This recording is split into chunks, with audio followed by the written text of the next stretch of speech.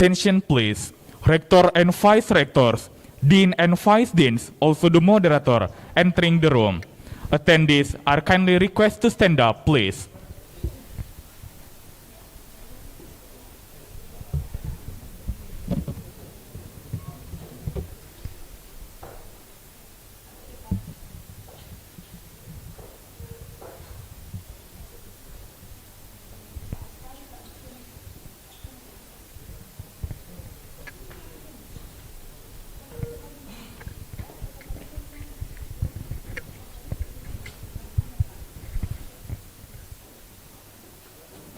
Attendees are kindly requested to stand up, please.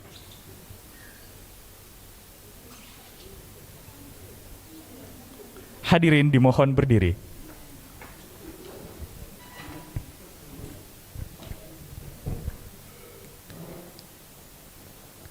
Listening of Indonesia National Anthem and Mars UMI.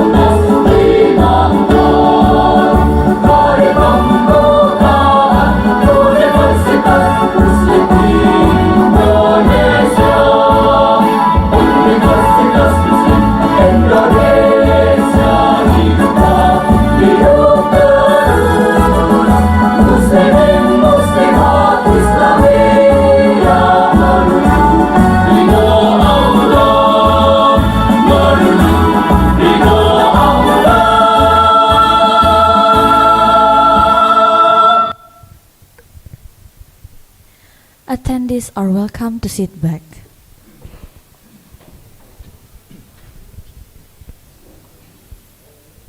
The Honorable Minister of Communication and Informatics of Republik Indonesia, Mr. Johnny Gerard Plate. The Honorable Professor Abu Bakar Munir, International Islamic University of Malaysia. The Honorable Professor Dr. G.S. Bajpai, University of Delhi, India. The Honorable Professor David Price, Charles Darwin University, Australia. The Honorable Professor Jaco Barkhuizen, University of Limpopo, South Africa.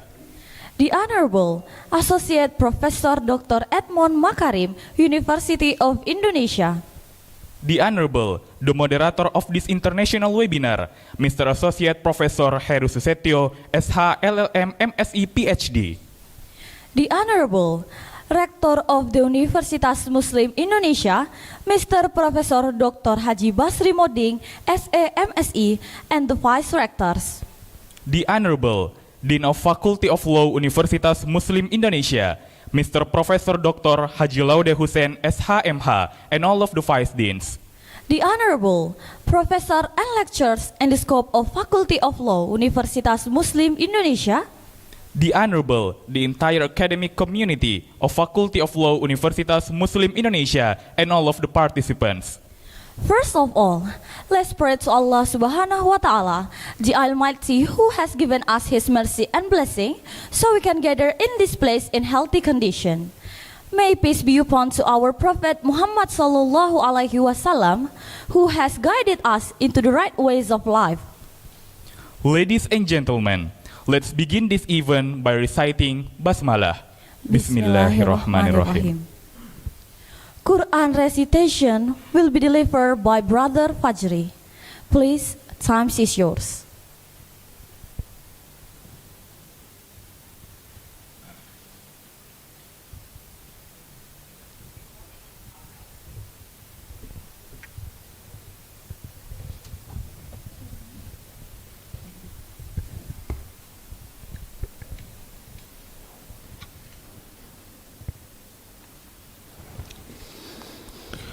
Assalamualaikum warahmatullahi wabarakatuh.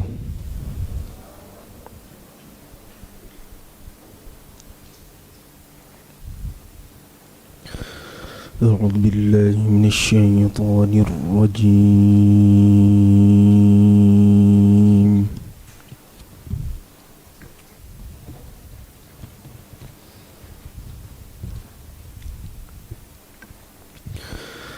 Bismillahirrahmanirrahim.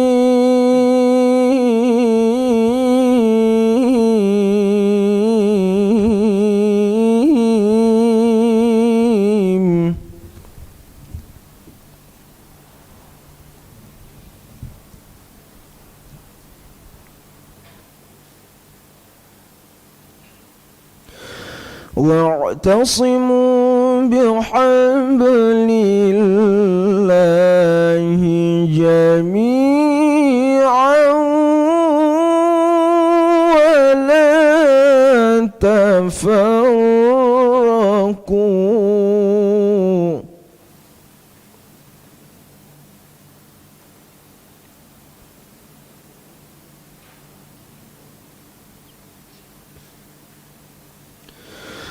واذكروا نعمة الله عليكم إذ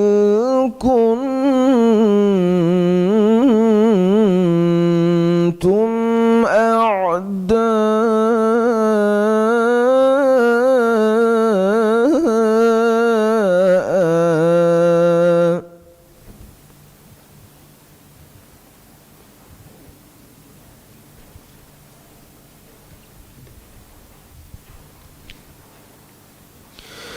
إذ كنتم أعداء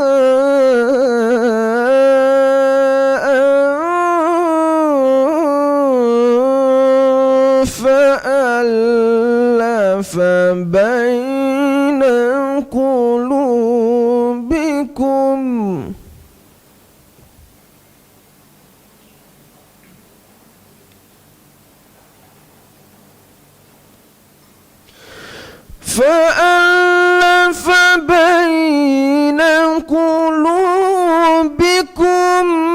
فأصبحتم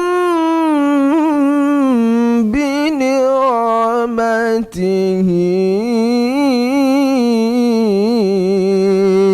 إخوانا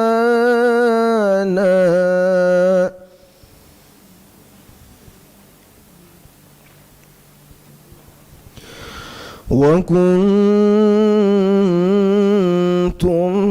على شفا حفرة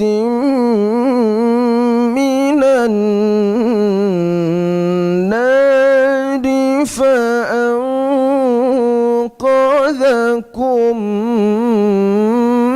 منها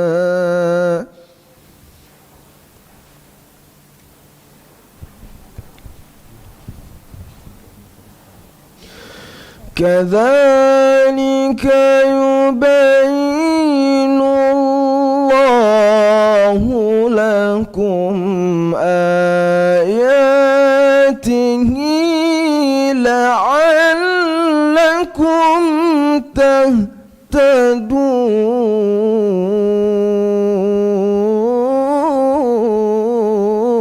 تهتدون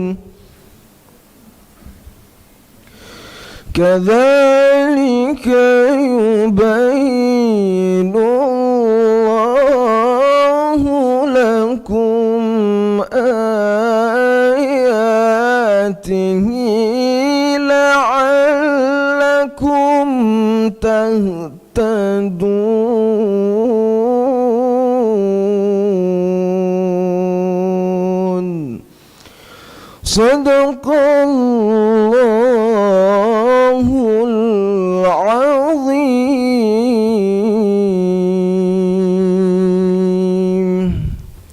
Assalamualaikum warahmatullahi wabarakatuh. Brother Fajri is a student of Faculty of Law and at the same time is the first winner in the MTQ of Sulawesi Selatan Province for the Youth Qiraah Murattal branch and the third winner of the National MTQ in the Syahril Quran branch. Next agenda, remarks from the chairman of the committee, Mr. Associate Professor Haji Askari Razak SHMH. Please, time is yours.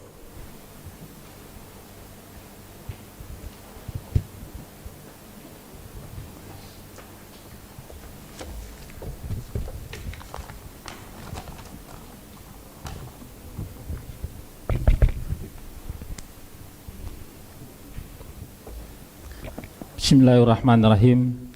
Assalamualaikum warahmatullahi wabarakatuh. Alhamdulillah wa syukurlah wa la hawla wa la quwata illa billahil aliyyil azim. Allahumma shalli ala Muhammad wa ala ali Muhammad wa barik wa sallim.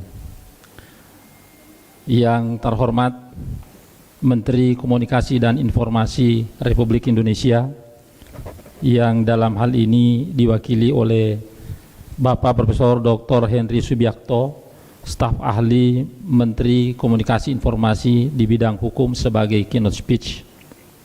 Mohon maaf Pak Rektor, Pak Menteri sedang mendapatkan penugasan di waktu yang sama ke Eropa oleh Bapak Presiden. Yang saya hormati Rektor Universitas Muslim Indonesia, Bapak Profesor Dr. Haji Basri Muding, S.E. M.Si, dengan Bapak-Bapak para wakil rektor yang alhamdulillah hadir pada kesempatan ini, Bapak Rektor 2, Bapak Rektor 3, dan Bapak Rektor 4. Yang saya hormati Bapak Dekan Fakultas Hukum UMI, Bapak Profesor Dr. Haji Lode Husain SHMH beserta jajarannya. Yang saya hormati Bapak Profesor Dr. Haji Supirman Rahman SHMH, Asisten Direktur 2 dan Ketua Program Studi Program Magister Ilmu Hukum Program Pasca Sarjana Universitas Muslim Indonesia. Yang saya hormati Bapak Ibu dosen dan para guru besar Fakultas Hukum UMI yang hadir baik secara luring maupun daring. Yang saya hormati Bapak Associate Profesor Dr. Edmon Makarim, S.Kom SHLM, Dekan Fakultas Hukum Universitas Indonesia sebagai narasumber. The Honorable Mr. Professor Abu Bakar Munir, International Islamic University of Malaysia, as speaker. Assalamualaikum, Profesor. The Honorable Professor G.S. Bajpai, Rajiv Gandhi National University of Law, Punjab, India, as Speaker. The Honorable Mr. Professor David Price, Charles Darwin University, Australia, as Speaker. The Honorable Mr. Professor Jaco Barkhuizen, University of Limpopo, South of Africa, as Speaker. Yang saya hormati dan banggakan Bapak Associate Profesor Heru S.Lm, M.Si, Ph.D sebagai moderator, serta hadirin sekalian peserta seminar yang berbahagia, baik yang luring maupun yang ada di dalam jaringan. Pertama-tama marilah kita panjatkan puji syukur kepada Allah SWT atas limpahan rahmat dan karunia-Nya, sehingga pada pagi hari ini kita dapat berkumpul untuk mengikuti acara webinar internasional. Salawat dan salam tak lupa kita sanjungkan kepada baginda Rasulullah Nabi Muhammad SAW yang telah membawa kita hijrah dari zaman jahiliyah ke zaman yang bermartabat, berilmu dan berhukum, serta akan selalu kita nantikan syafaatnya di hari akhir kelak insya Allah. Kami menyampaikan selamat datang dan apresiasi yang tinggi serta ucapan terima kasih atas kehadiran Bapak Ibu Saudara-saudari memenuhi undangan kami dalam webinar internasional ini. Tema yang kami angkat dalam webinar ini adalah eksistensi digitalisasi hukum dalam memberikan penguatan terhadap perkembangan hukum kontemporer, atau the existence of legal digitalization in providing reinforcement for legal development. Webinar internasional ini merupakan salah satu rangkaian kegiatan dalam memperingati dan mensyukuri milad ke-50 tahun Fakultas Hukum UMI yang insya Allah tepat pada tanggal 2 Januari 2022 yang akan datang. Kegiatan ini dimaksudkan sebagai bentuk responsivitas Fakultas Hukum UMI untuk ikut serta mencerdaskan kehidupan bangsa, meningkatkan dan membangun ilmu pengetahuan, serta men-trigger spirit ilmu pengetahuan hukum di era digital dalam rangka merealisasikan fungsi perguruan tinggi sebagaimana diamanatkan dalam Konstitusi dan Undang-Undang 12 tahun 2012 tentang pendidikan tinggi. Era digital adalah derivasi dari Industrial Revolution 4.0 yang saat ini telah menembus batas-batas konvensional perilaku dan peradaban hukum di abad modern ini.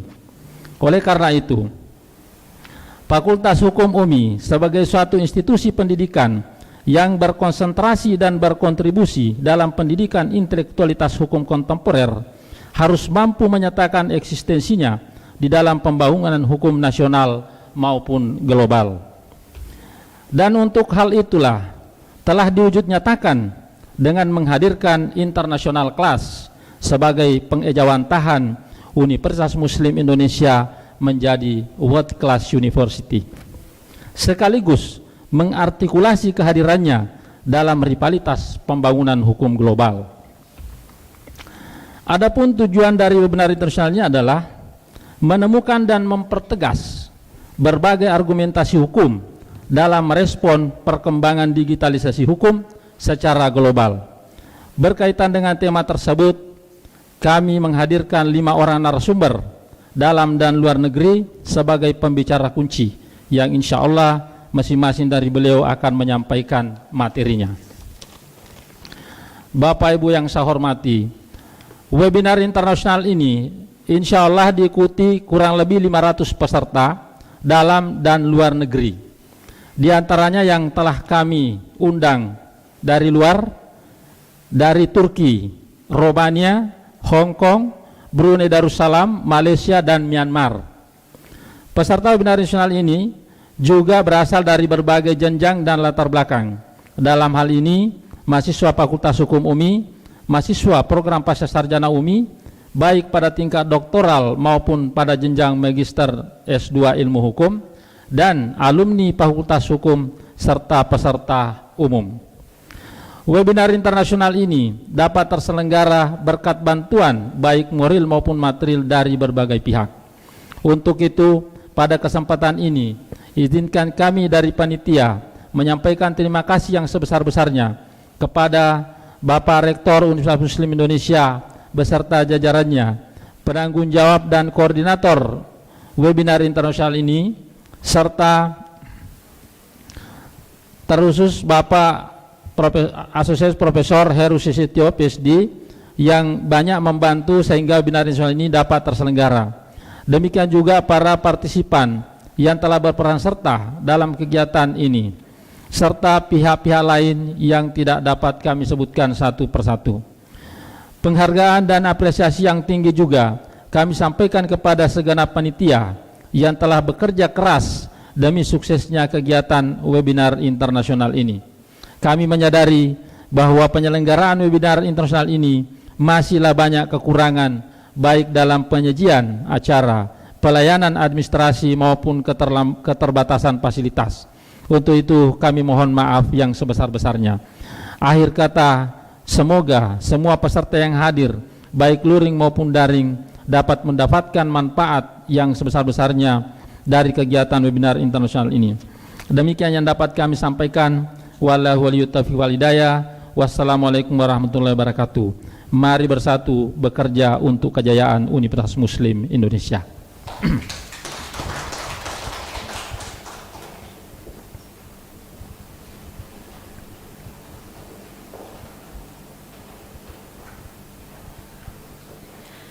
Greeting speech by the Dean of Faculty of Law Universitas Muslim Indonesia, Mr. Profesor Dr. Haji Laode Hussein SHMH, to Mr.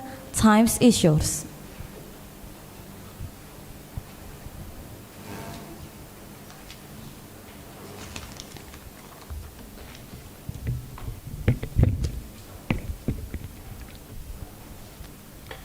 Bismillahirrahmanirrahim. Assalamualaikum warahmatullahi wabarakatuh.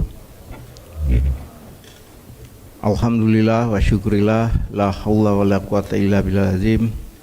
Asyhadu an la ilaha illallah, asyhadu anna Muhammadan abduhu wa rasuluh. Allahumma shalli ala Muhammad. The Honorable Minister of Communication and Informatics, Mr. Johnny Gerard Plate, the Honorable Chairman Wakaf Foundation Universitas Muslim Indonesia, the Honorable Chief Management Wakaf Foundation Universitas Muslim Indonesia, the Honorable Chief of Supervision of the Universitas Muslim Indonesia Wakaf Foundation, the Honorable Rektor Universitas Muslim Indonesia, Mr. Professor Dr. Basri Moding, S.M.Si, respected the Vice Rector University Muslim Indonesia, ladies and gentlemen. First of all, I show my gratitude of Allah Subhanahu wa Ta'ala for the abundance of strength so that one day we can hold in international webinar the Faculty of Law University Muslim Indonesia.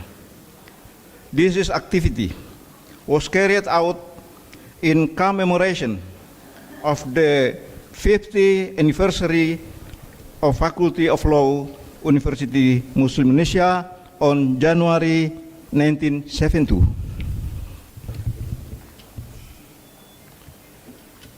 This webinar takes the topic of digitalization law as an effort of response to the needs of industrial revolution 4.0. At the same time, confirming the existence of the Faculty of Law, the Universitas Muslim Indonesia is the faculty which is the preferred choice for the people in Eastern of Indonesia. Ladies and gentlemen, this holding this webinar. In particular, I, as the head of Faculty of Law, would like to thank the Honorable Professor Abu Bakar from Malaysia, the Honorable Professor Dr. J.S. Bajpai from National Law University, Delhi, India, the Honorable Professor David Price from Charles Darwin University, Australia, the Honorable Mr. Professor Jaco Barkhuizen from University of Limpopo, South Africa, the Honorable Associate Professor Dr. Edmon Makarim, S.Kom S.Lm, Dean Faculty of Law, University Indonesia, and Moderator, the Honorable Associate Professor Heru S.LLM, M.Si, Ph.D. from Faculty of Law, University of Indonesia. Once again, I would like to express my deepest gratitude to all those who have participated in the implementation of this webinar, especially to the Honorable Associate Professor Heru S.LLM, M.Si, Ph.D. And for everything, I say thank you very much. May Allah Subhanahu wa Ta'ala bless all our activity. And the end, I cannot forget to my friend, Mr. Professor Dr. Said Sampara. 1 year ago, he come back to Allah Subhanahu wa Ta'ala. I can sense Al-Fatihah for his Al-Fatihah. Bismillah.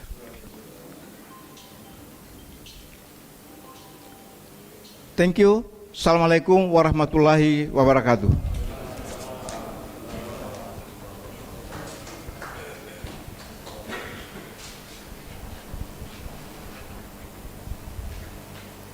Greeting speech by the Rector of Universitas Muslim Indonesia, Mr. Professor Dr. Haji Basri Moding, S.A. M.Si. Please, time is yours.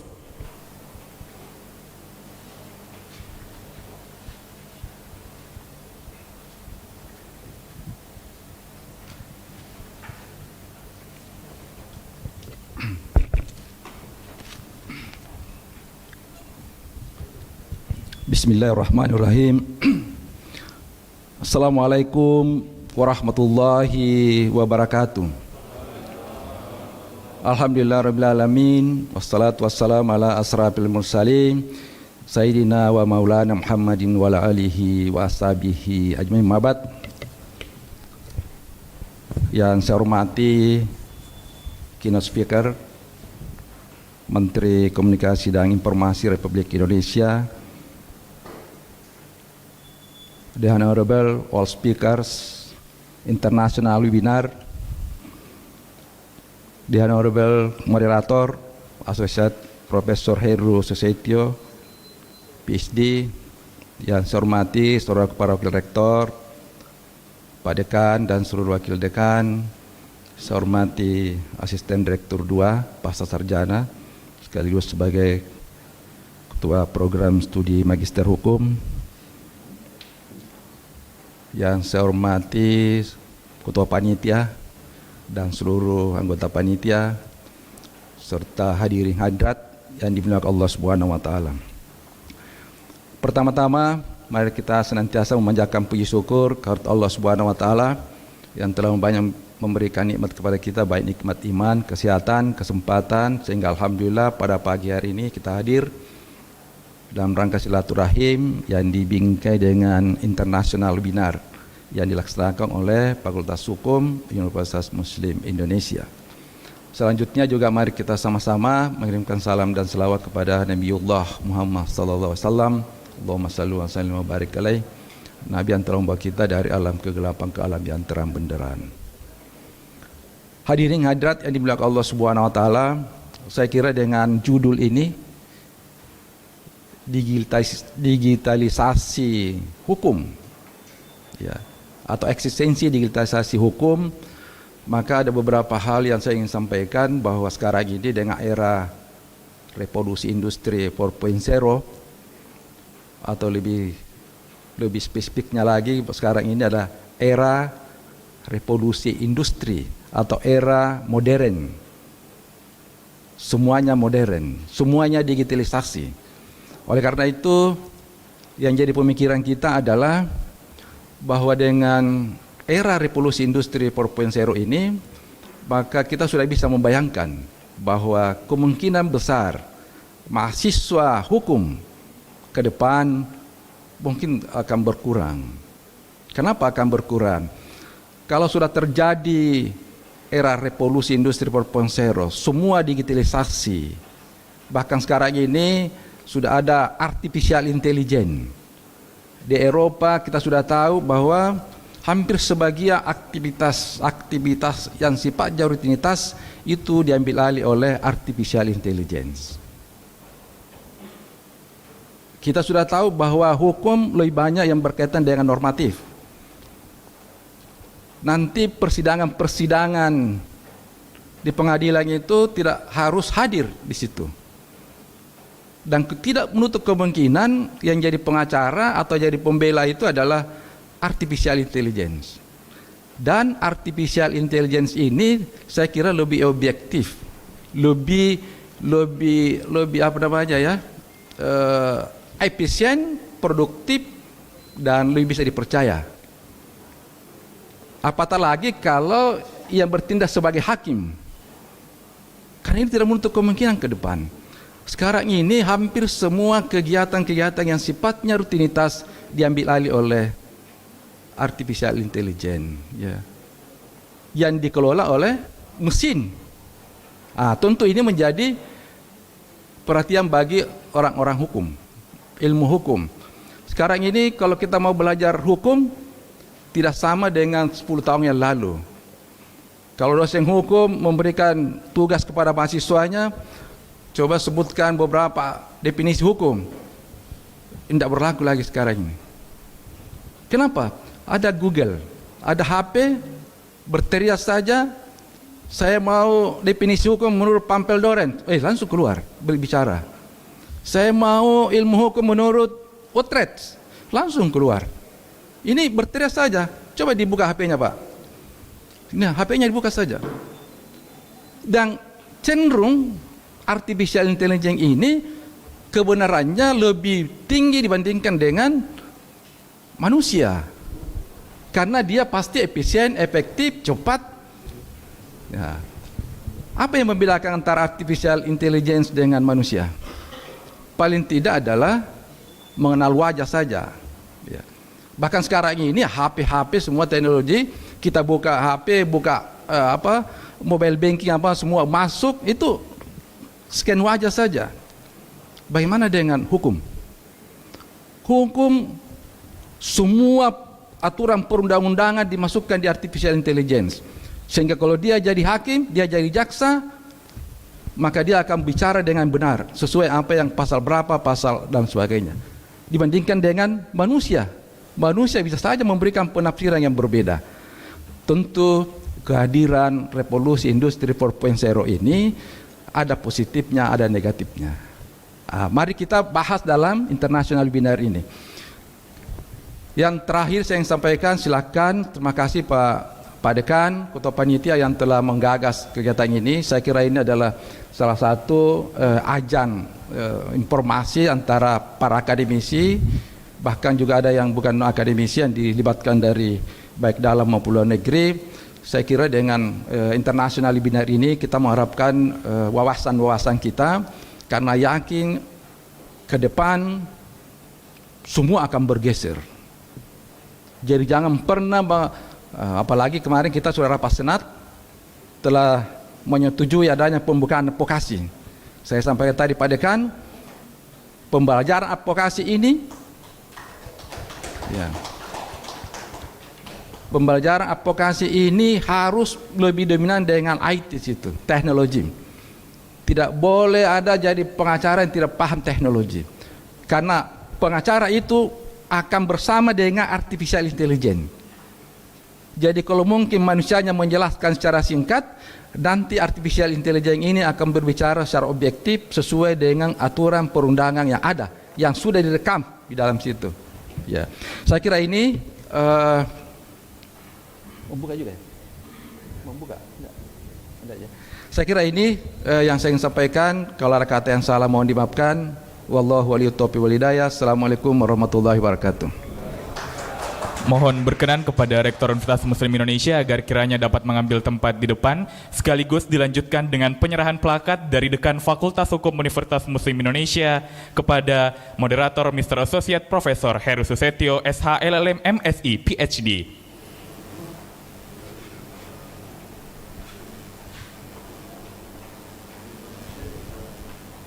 Dilanjutkan dengan foto bersama.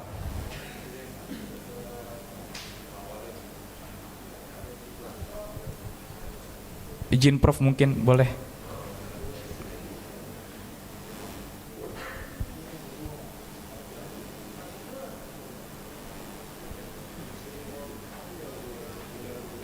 Kami mengundang Ketua Panitia untuk ikut mengikuti foto bersama.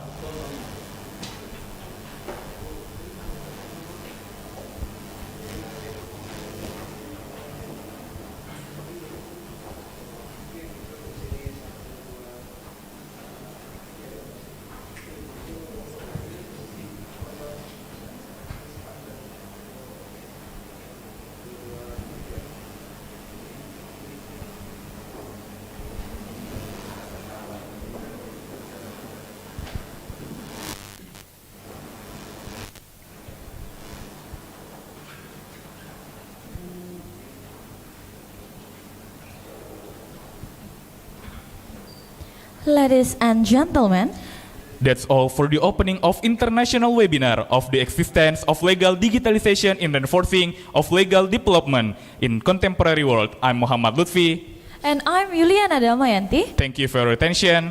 Wallahul waliyut taufiq wal hidayah. Wassalamualaikum warahmatullahi wabarakatuh. Ladies and gentlemen, next agenda for the webinar session, we are glad to invite the moderator of the webinar session to Mr. Associate Professor Heru S.H. LLM M.Si Ph.D. as a moderator. Please, the stage is yours.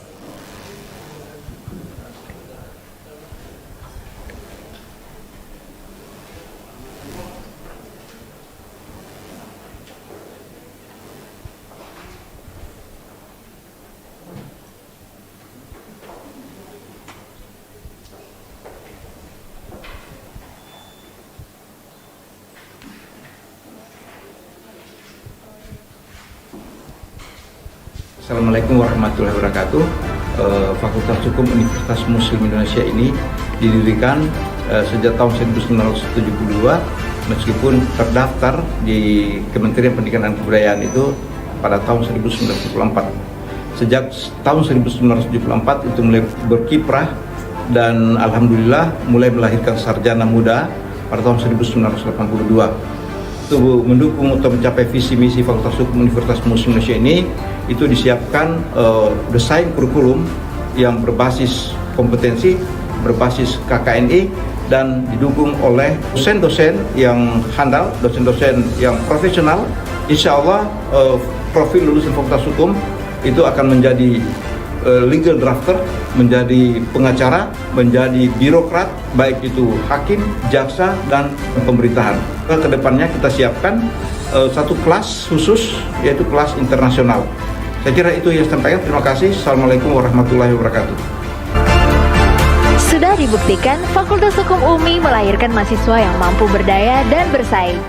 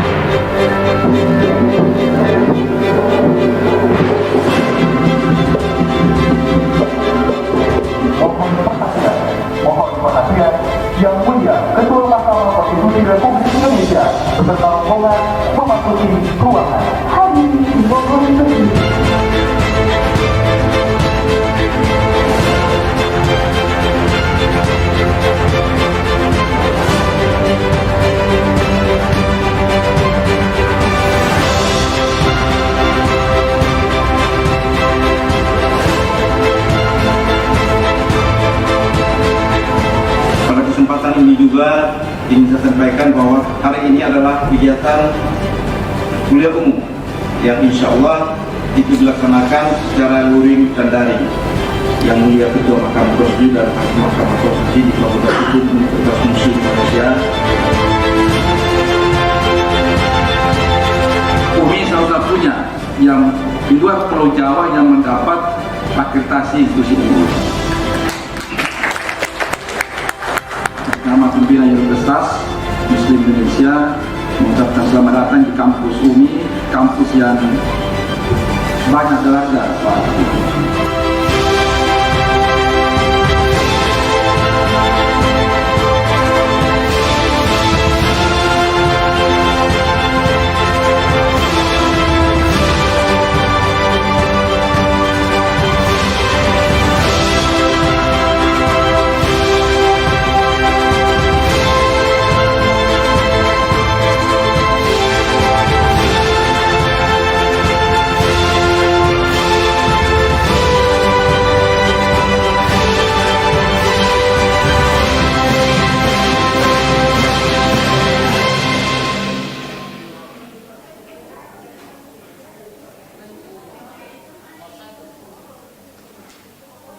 Assalamualaikum warahmatullahi wabarakatuh. Balik lagi bersama saya Lutfi di Fakultas Hukum Universitas Muslim Indonesia Makassar. UMI merupakan lembaga pendidikan dan dakwah perguruan tinggi swasta yang terakreditasi institusi unggul dengan nilai A oleh Ban PT. Lahir pada tanggal 23 Juni 1954 yang siap melahirkan generasi yang unggul, mutu, islami, dan terpenting adalah melahirkan generasi yang berkarakter. Ahlan wa sahlan fi Jamiati Muslimina Indonesiati. Welcome Universitas Muslim Indonesia UMI Makassar.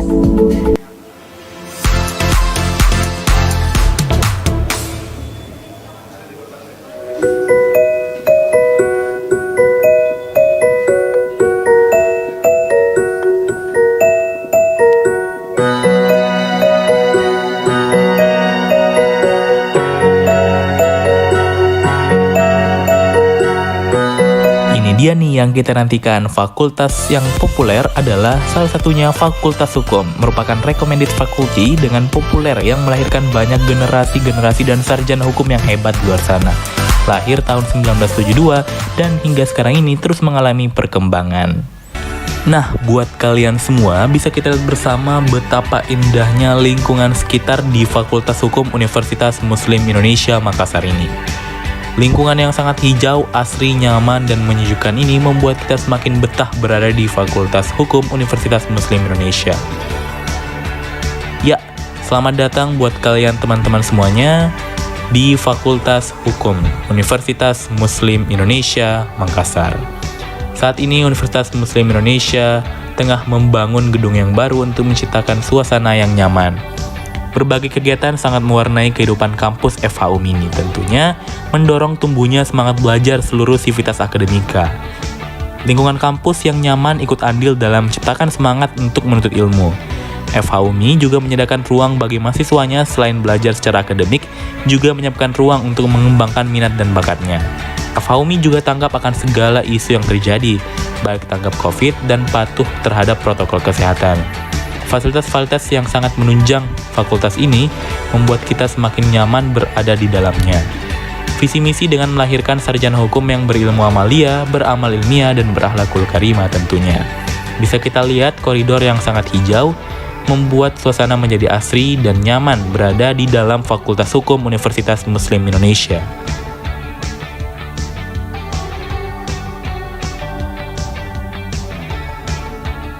Fakultas Hukum UMI telah mengalami dinamika perkembangan yang cukup signifikan. Baik dilihat dari segi jumlah mahasiswa, jumlah alumni, fasilitas atau sarana belajar, maupun kualitas dan kuantitas sumber daya pengajarnya. Perkembangan tersebut merupakan modal dan sekaligus menunjukkan tingginya kepercayaan masyarakat kepada Fakultas Hukum UMI sebagai lembaga pendidikan dan dakwah. Kepercayaan masyarakat kepada Fakultas Hukum UMI ini dibuktikan dengan tercerminnya meningkatnya jumlah mahasiswa yang mendaftar setiap tahunnya, serta banyaknya para alumni yang bekerja di berbagai instansi pemerintah dan swasta teman-teman sekalian. Bahkan tercatat sebanyak 18.000 sebaran alumni di luar sana. Luar biasa sekali, bukan? Sedangkan kepercayaan pemerintah tercermin dari adanya pemberian suatu akreditasi tertentu. Pada tahun 94, Fakultas Hukum UMI mendapatkan peningkatan status dari status diakui menjadi status disamakan berdasarkan surat keputusan Dirjen Pendidikan Tinggi. Menarik bukan berada di UMI ini?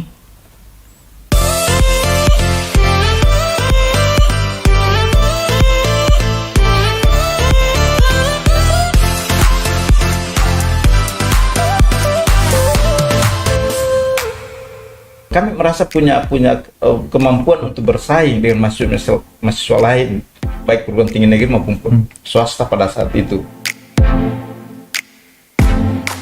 Prof, dengar-dengar info menarik untuk teman-teman sekalian bahwa ternyata menariknya di Fakultas Hukum ini punya studio tersendiri, Prof. Nah, boleh mungkin diceritakan kepada teman-teman sekalian nih, Prof, terkait mengapa sih ada studio di dalam Fakultas Hukum? Iya, baik. Memang studio kita siapkan, kita bangun di Fakultas Hukum ini.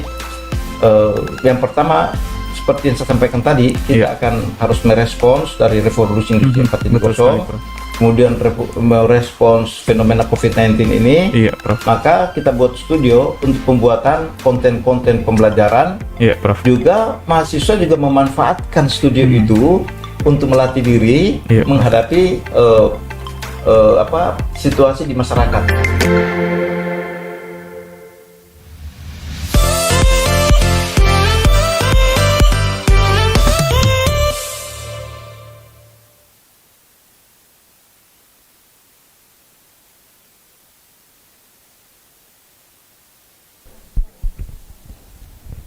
Ladies and gentlemen, for the next agenda will be keynote speaker by Minister of Communication and Informatics, will be by staf ahli bidang hukum, Mr. Profesor Dr. Heru Subiakto, SHMH. To Mr. Time is yours. Agenda selanjutnya, Keynote Speaker dari Menteri Komunikasi dan Informasi yang dalam hal ini diwakili oleh Profesor Dr. Heru Subiakto, SHMH, selaku staf ahli bidang hukum. Kepada Bapak, saya persilahkan.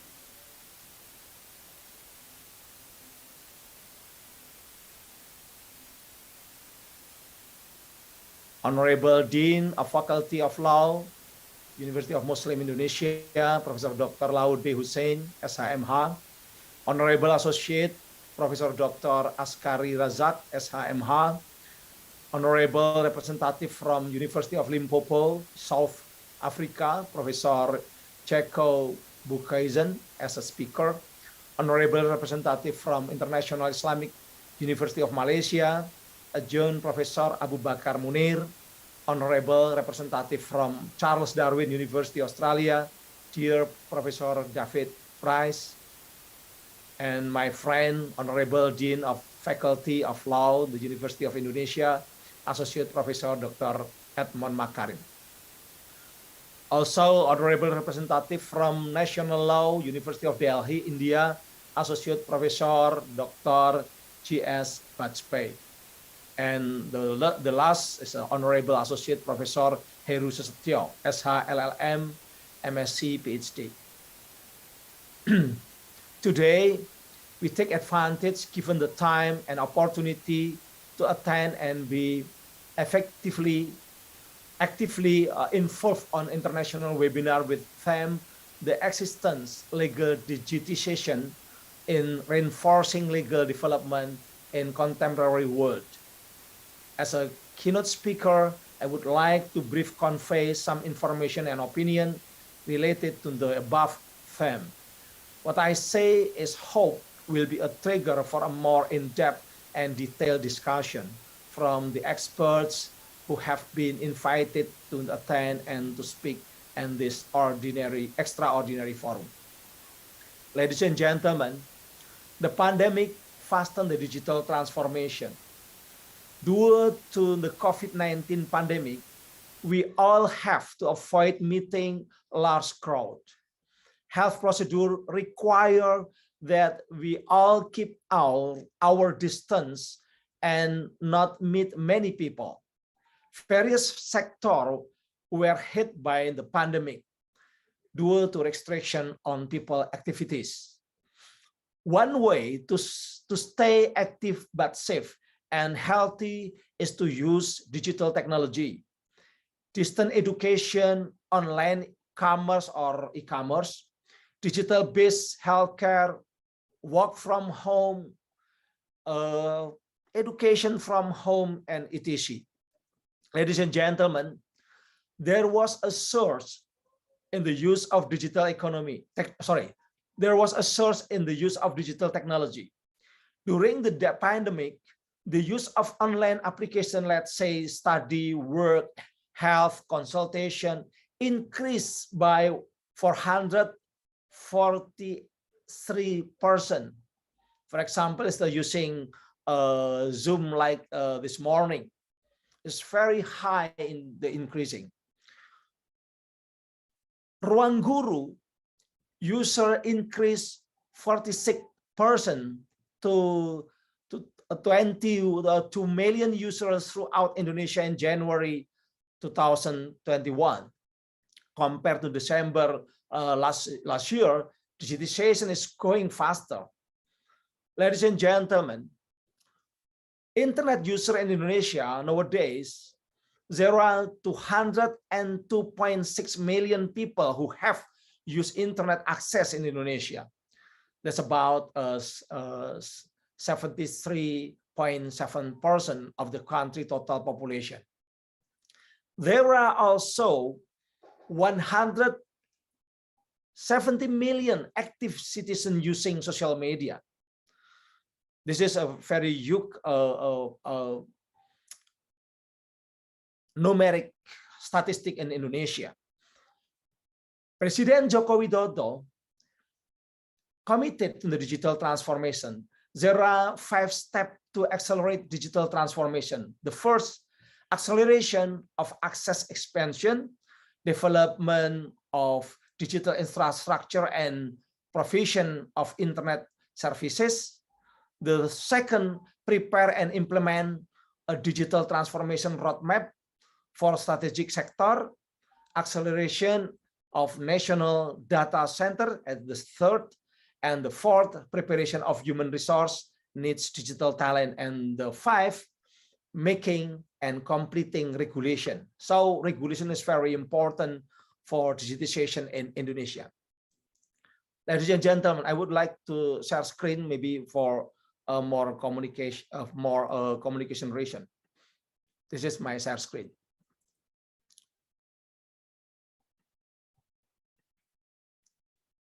The importance of regulation for digital transformation. Digitization does not only bring positive impact. Cybercrime and cybersecurity related uses of cybercrime and security related issues are rising in digitization era. The dark side of the internet threatens various interests of the public. Technology is also misused by criminals to distribute illegal content like a hoax, like a pornography, as well as commit phishing, data theft, document falsification, fraud, and so on. Regulation is needed as a legal basis for carrying out transformation related to large-scale change in various aspects of life. Regulation to provide a legal umbrella related to electronic information transaction in the economic or trade, social education, legal, and government sector.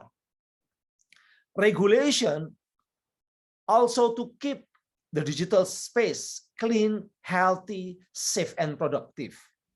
The regulation guarantees the implementation of democratic system in the digital era that is balanced between the right of citizen and the legal certainty.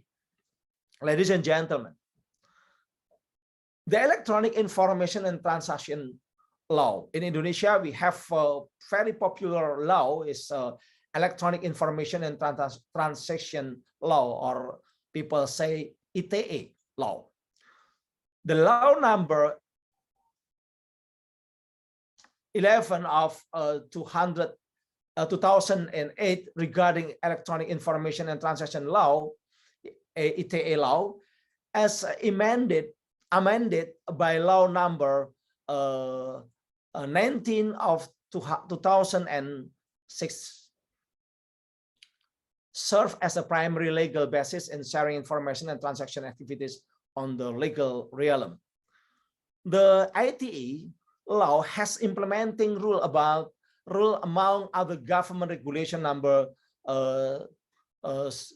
71 of 2019 regarding provision of electronic system and transaction, and the Minister of Communication and Information Regulation number 20 of 2016 regarding the protection of personal data in an electronic system.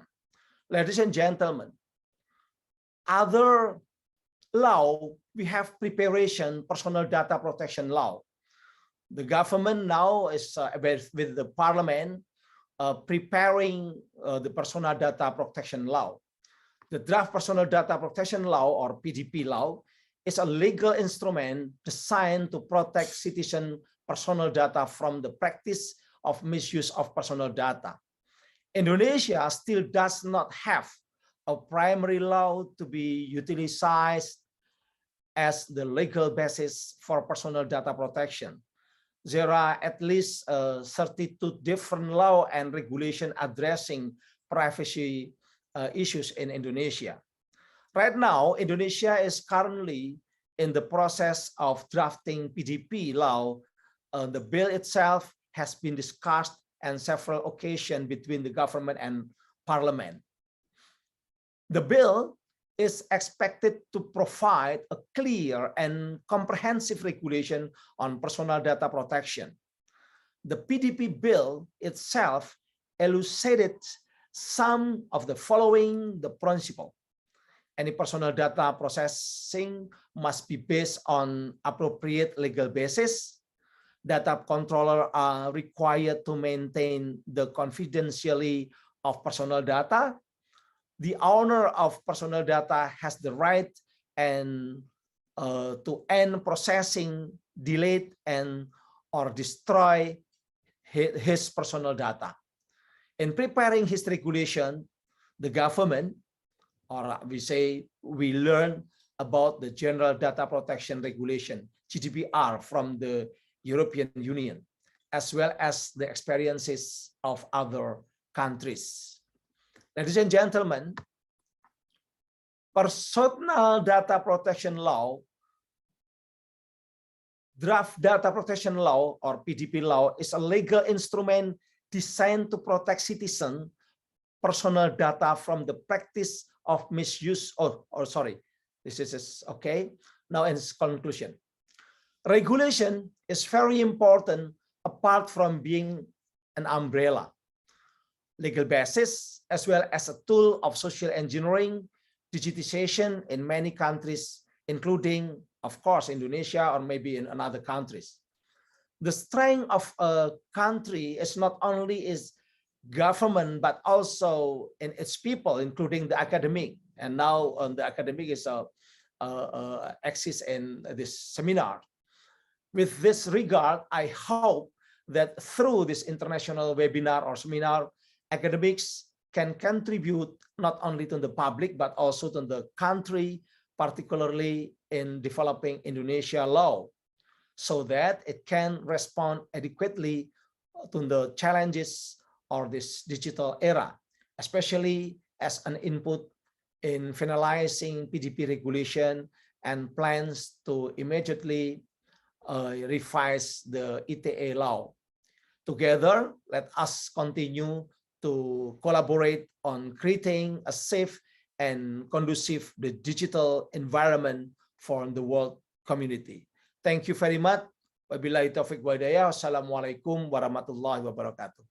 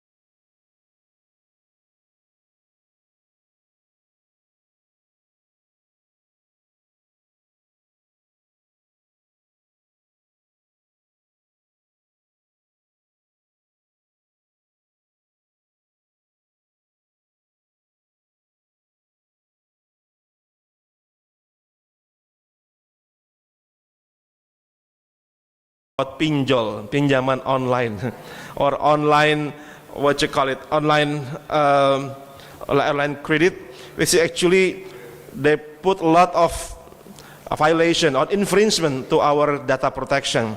Jika ada bapak ibu yang pernah minjam pinjaman online tapi telat membayar, lalu cuma meminjam 2 juta, maka data pribadi akan diumbar dan sebagian isinya fitnah, foto-foto, keterangan, foto kita diganti jadi foto porno, disebut sebagai teroris, kriminal kelas berat, dan disebar ke seluruh isi phone book kita. Ini sudah terjadi di Jakarta dan di mana-mana di Indonesia, gara-gara pinjaman online yang tidak bayar 2 juta dalam waktu berapa hari, kemudian disebar kemana-mana. Bahkan juga banyak terjadi hacking, ya, pembajakan email, pembajakan akun WhatsApp, pembajakan akun Twitter, akun Facebook, sehingga tiba-tiba kita, orang yang mengaku sebagai kita, tiba-tiba minta uang ke teman kita dengan bahasa seperti bahasa kita, menggunakan profil picture kita juga. Dan tiba-tiba teman kita bilang, "Mas, saya sudah transfer ke Anda 2 juta rupiah." Kita bilang, "Lah, saya nggak pernah minta." "Lah, tadi yang minta siapa?" Itu cukup banyak korbannya. And I believe that Pak Dr. Askari, as a former commissioner of LPSK, knows a lot about this, because a lot of victims of crime and victims of cybercrime, even victims of love, victim of romantic. Banyak mungkin kalau ibu-ibu, bapak yang suka berhubungan via Facebook dengan orang tadi kenal di Facebook, kadang-kadang mereka punya dengan akun palsu dan ngajak kawin, ngajak kenalan dengan profil picture-nya pria gagah tentara Amerika dinasti Afghanistan dengan bodi seperti Rambo, rambut cepak, kemudian dan dia tiba-tiba ngajak kenalan dengan seorang perempuan di Indonesia. Itu namanya Nigerian scam ala Nigeria. Nggak tahu orang yang mengoperasikannya orang Indonesia. Dengan berpura-pura, "Saya senang dengan kamu, kamu sangat cantik, kamu sangat ini, mari kita berkenalan." Setelah kenal sebulan 2 bulan ngajak nikah. Kemudian, "Tapi saya nggak punya uang ke Indonesia, tolong kirim dulu dong." "Saya punyanya dolar, saya nggak bisa beli tiket ke Indonesia karena uang saya dalam euro, saya dinas di Eropa, tolong kirim saya dolar." Karena memang orang sudah bucin, ya. Tahu bucin ya bapak ya? Budak cinta. Bucinnya ada 2 makna, bucin budak cinta. Kedua orang sudah bucin, dia akhirnya mengirimkan uang dalam jumlah besar ke rekening tidak dikenal atau rekening abal-abal. Sudah uang habis 50 juta, 100 juta, mungkin lagi mengarang-arang lagi, "Oh, saya perlu cincin kawin, ini kan saya ganti di Indonesia, karena saya nggak bisa beli cincin dalam uang euro, tolong kirim saya sekian dolar." Dikirim lagi, namanya orang sudah bucin, orang sudah kena hipnotis, dikirim semua uang dikirim sudah, tapi sang pangeran dari Amerika tak pernah datang karena memang tokoh virtual, dan pasti dia tidak akan pernah mau untuk video call, maunya hanya telepon saja, maunya hanya Facebook, karena video call ketahuan dia bukan orang asli. Itu sangat sering terjadi, adanya fenomena Nigerian scam ataupun cybercrime, kejahatan di dunia maya. Again, so actually I would like to talk both in bahasa Indonesia and bahasa Inggris. Saya tidak bahasa Bugis, tidak bisa bahasa Makassar, jadi bahasa Indonesia saja atau bahasa Inggris. Again, actually, even at this room, auditorium of Faculty of Law, there are around 30% honorable lecturer, faculty members, Vice Dean, as well as the committee. And at the Zoom, I see there are 293 partisipan di Zoom.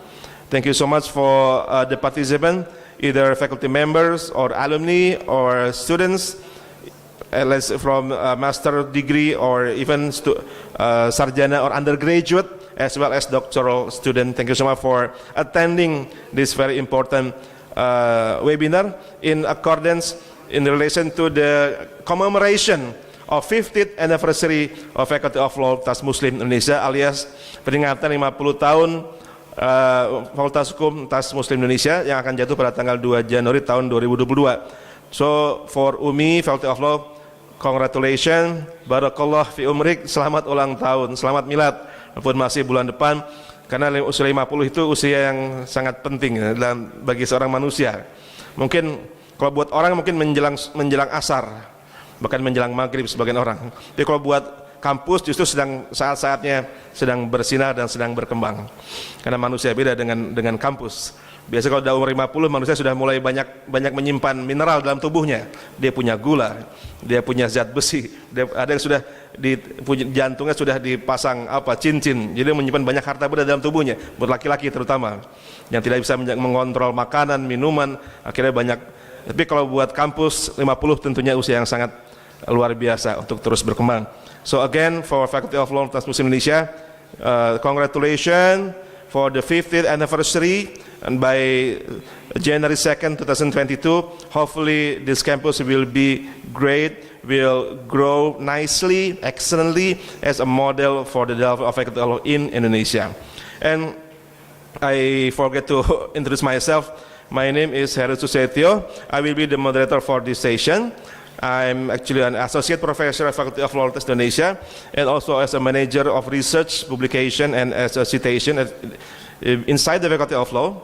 And I'm teaching several courses in the field of law and development, law and society, law criminology, victimology, law in human rights, law and social welfare, law and children protection, as well as Islamic law. So I'm in 3 different departments inside the Faculty of Law.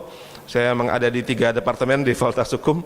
Aslinya di Departemen Hukum dan Masyarakat, juga mengajar di Hukum Islam, mengajar di Hukum dan HAM, Hukum Pidana, Hukum Internasional Publik, terutama di bidang hukum humaniter dan juga perlindungan korban, saksi, dan juga perlindungan anak.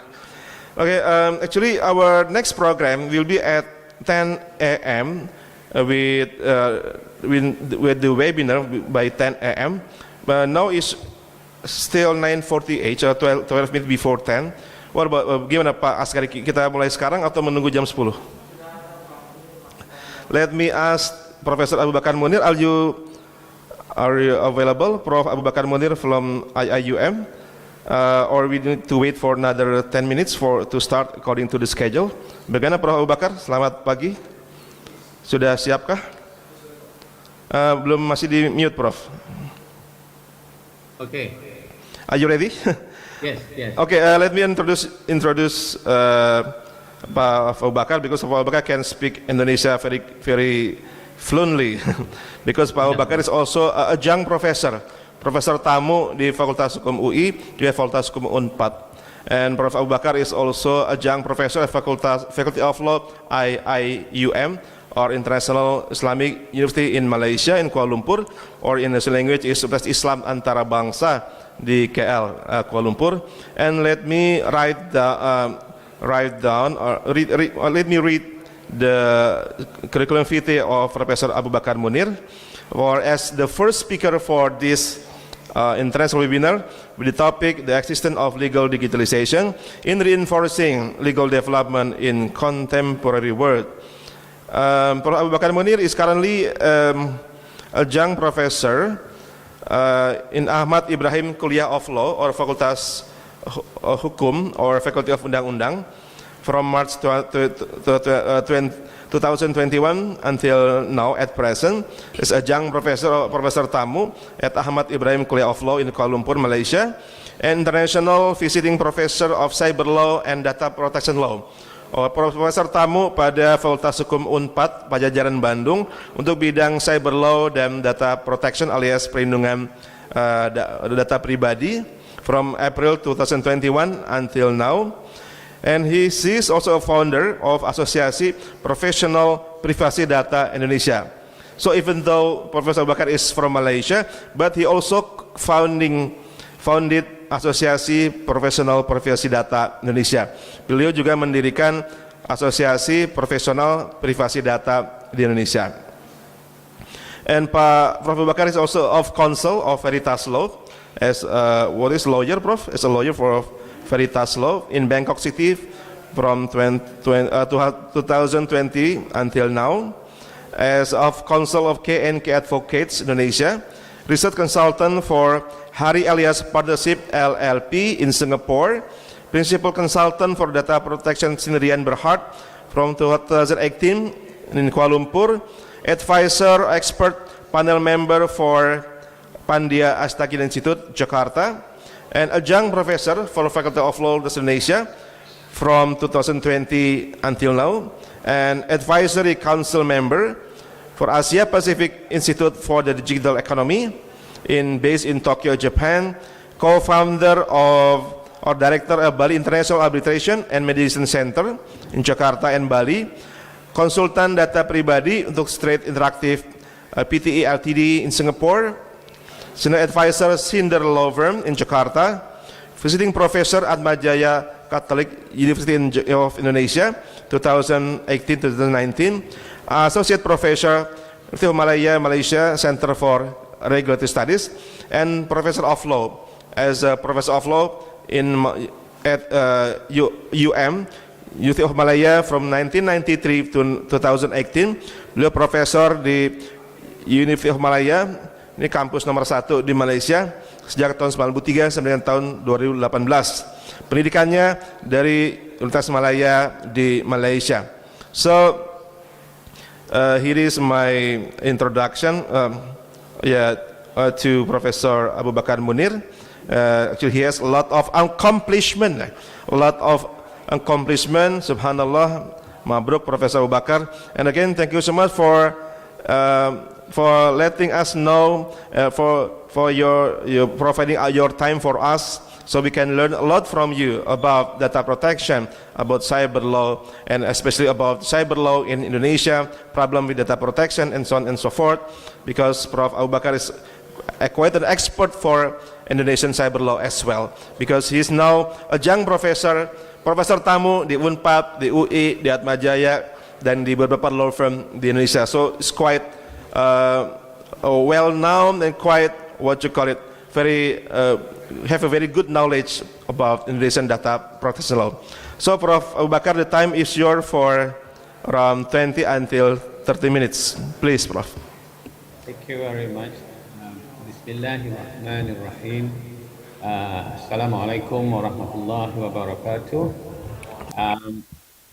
Terima kasih. Thank you very much, Pak Heru, as you said, Professor Heru, for very kind introductions.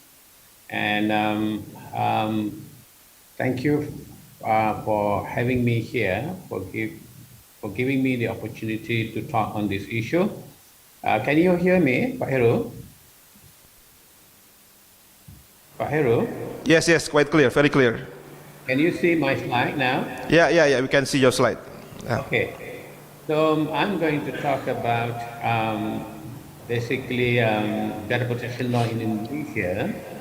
Just a brief overview of the draft law. As we know that Indonesia is now in the midst of finalizing a draft law on personal data protection, and I was informed that by middle of this month, the act will be finalized, inshallah.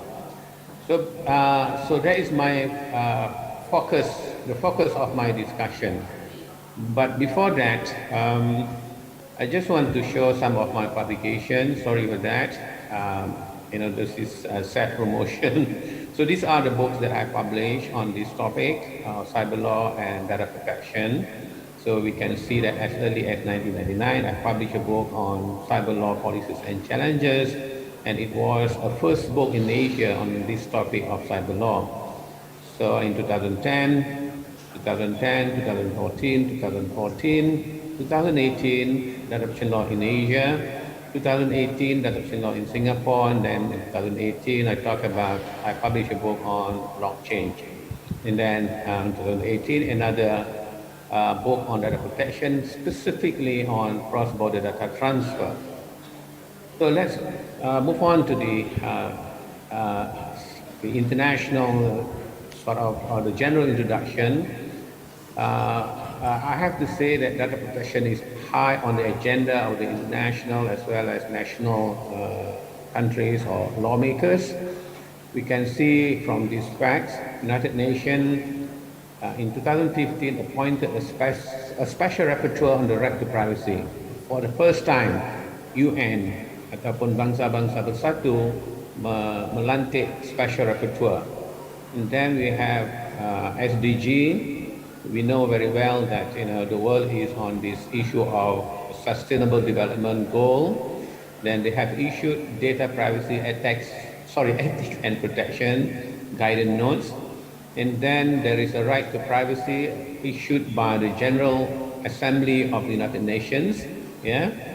And then we have to admit the fact that international instruments or international trade agreements contain some provisions on data protections. Yeah. And some landmark cases involving data protection involving companies like Facebook. Yeah. And many countries around the world either enacting data protection law or amending their existing laws. Yeah. So let's talk about international and regional instrument briefly. So in summary, there are international instruments already in this issue of data protection.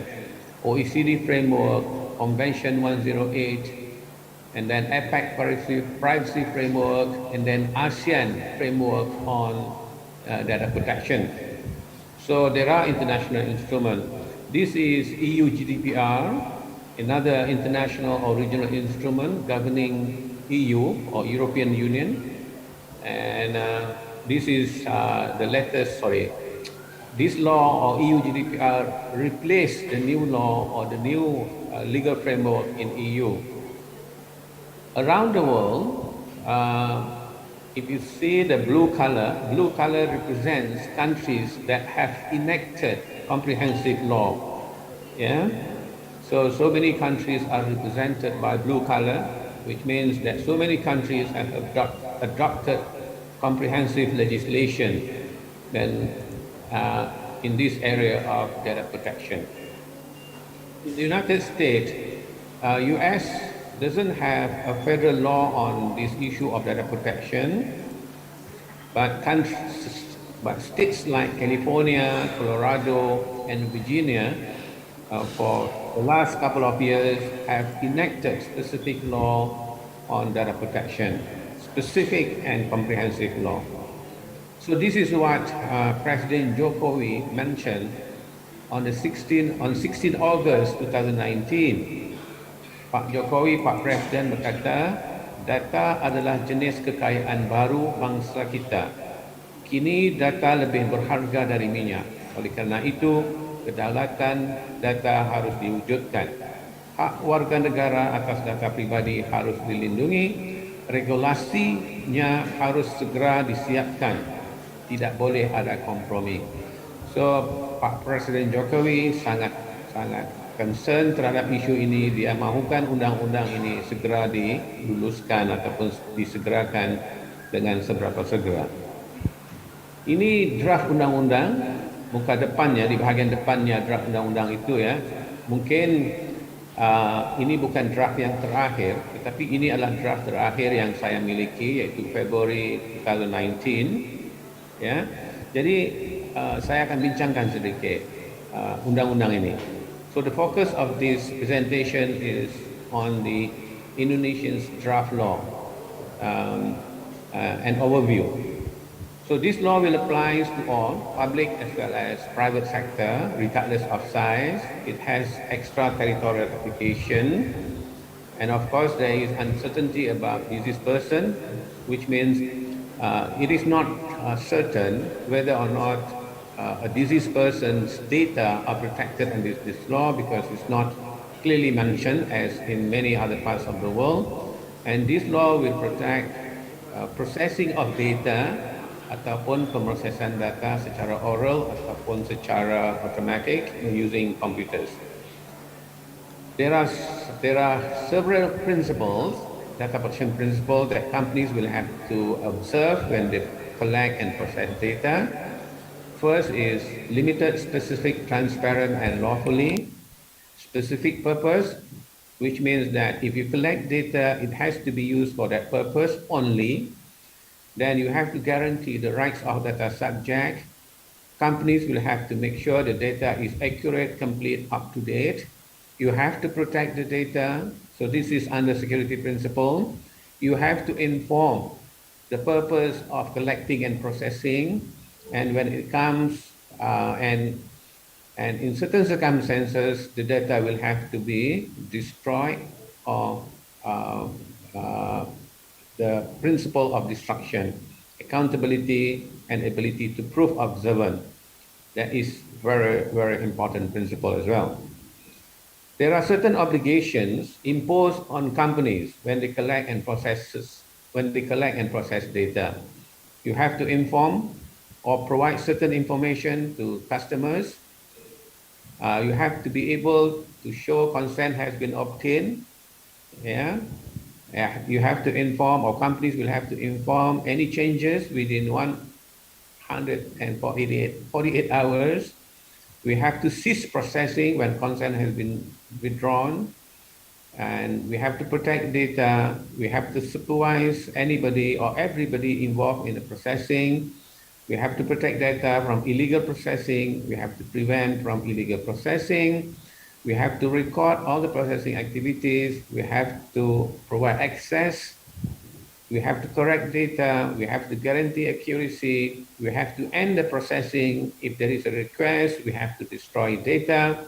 We have to appoint DPO, Data Protection Officer. So this is basically a new opportunity for law schools in Indonesia to collaborate and to provide training for DPOs. Again, this is a redundant, I guess. Rights of data subject. What does it mean? Customers or employees are provided with certain rights under this draft law. And these are the rights. Rights to withdraw consent, right to refuse profiling, right to postpone or limit processing, right to data portability, right to sue for compensation.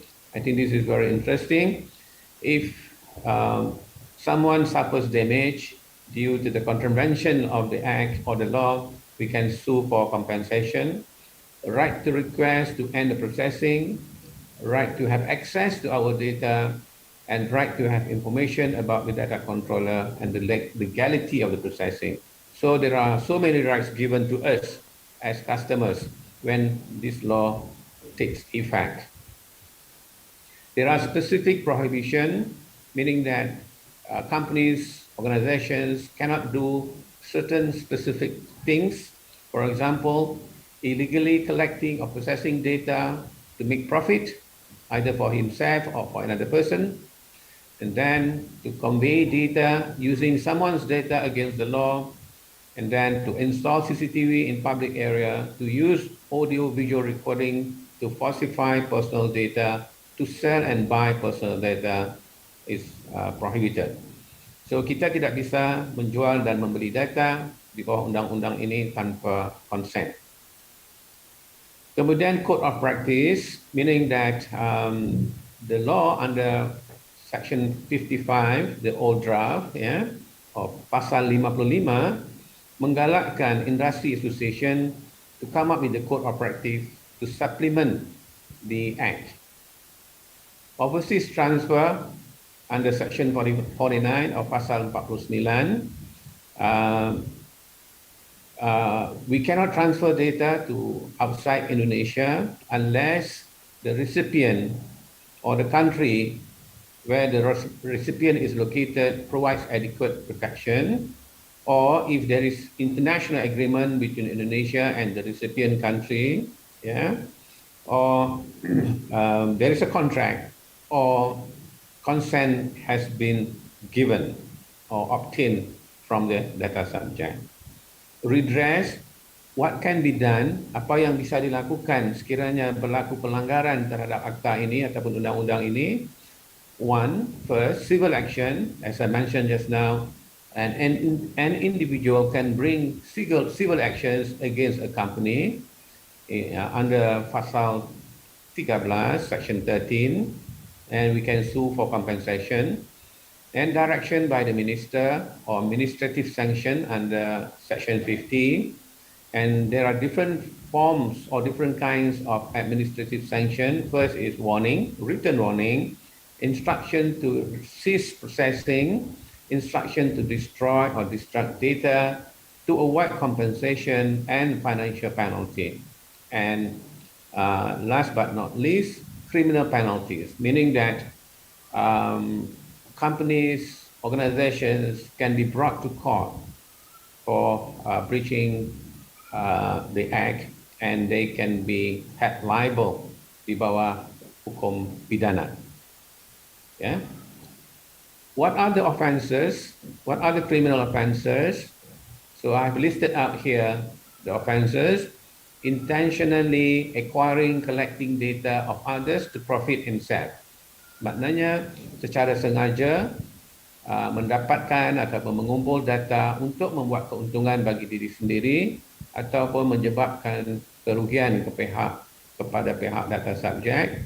Itu adalah kesalahan pidana yang bisa dikenakan hukuman maximum 5 years imprisonment or 50 miliar rupiah fine. Secondly, intentionally or against the law, conveying personal data of others to third party, menyebarluaskan data seseorang kepada pihak ketiga secara yang bertentangan dengan undang-undang. So the punishment is maximum imprisonment of 2 years or 20 miliar rupiah fine. Intentionally and against the law using personal data of others, also an offense. So I think this is the highest, the most severe criminal offense, maximum 7 years imprisonment or 70 miliar rupiah fine. Intentionally against the law, install CCTV, yeah, also an offense. Intentionally falsify personal data of others, memalsukan data orang lain untuk mendapat keuntungan, also an offense. Someone can be sent to prison for 6 years maximum or a fine of 60 miliar rupiah. Intentionally sales or purchase data of others, secara sengaja menjual dan membeli data seseorang tanpa konsen juga merupakan kesalahan pidana.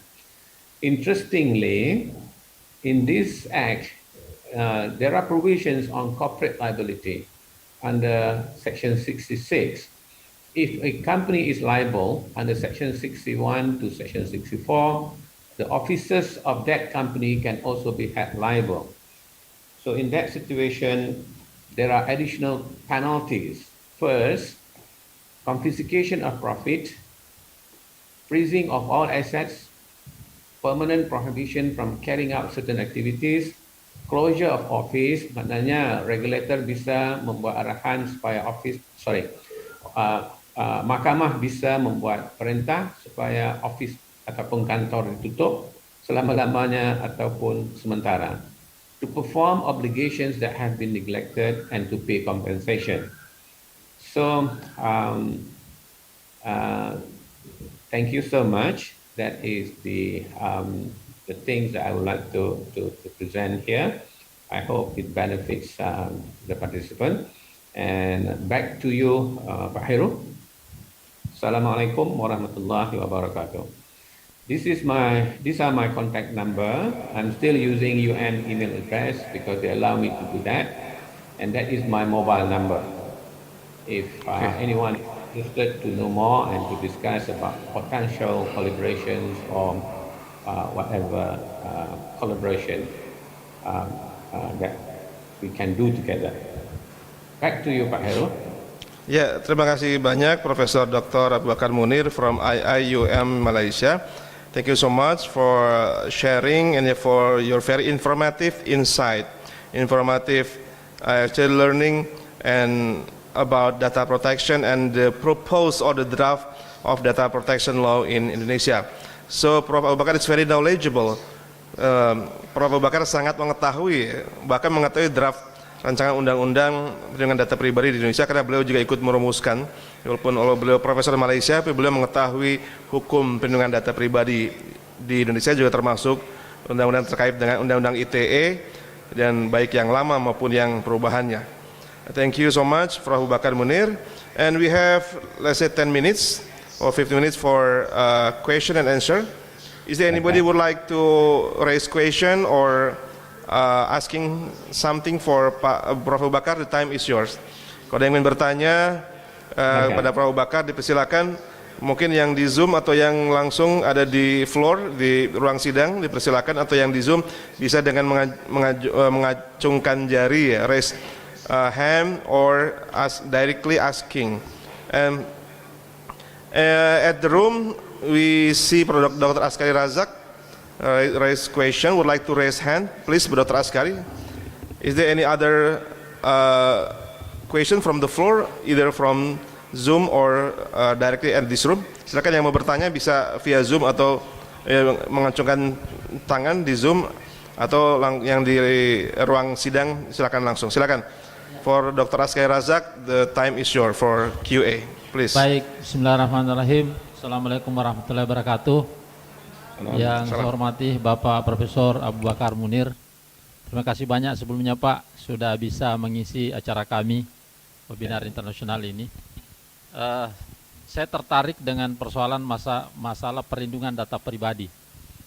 Di dalam Undang-Undang 13 2006, perubahan Undang-Undang 31 2014 tentang perlindungan saksi dan korban, di situ ada salah satu norma yang mengatur mengenai dimungkinkannya seseorang untuk diubah data pribadinya. Ya, jadi ketika dia terkait dengan perlindungan, itu terbuka ruang secara normatif untuk bisa sama sekali pergantian identitas, ya, identitas change. Ya.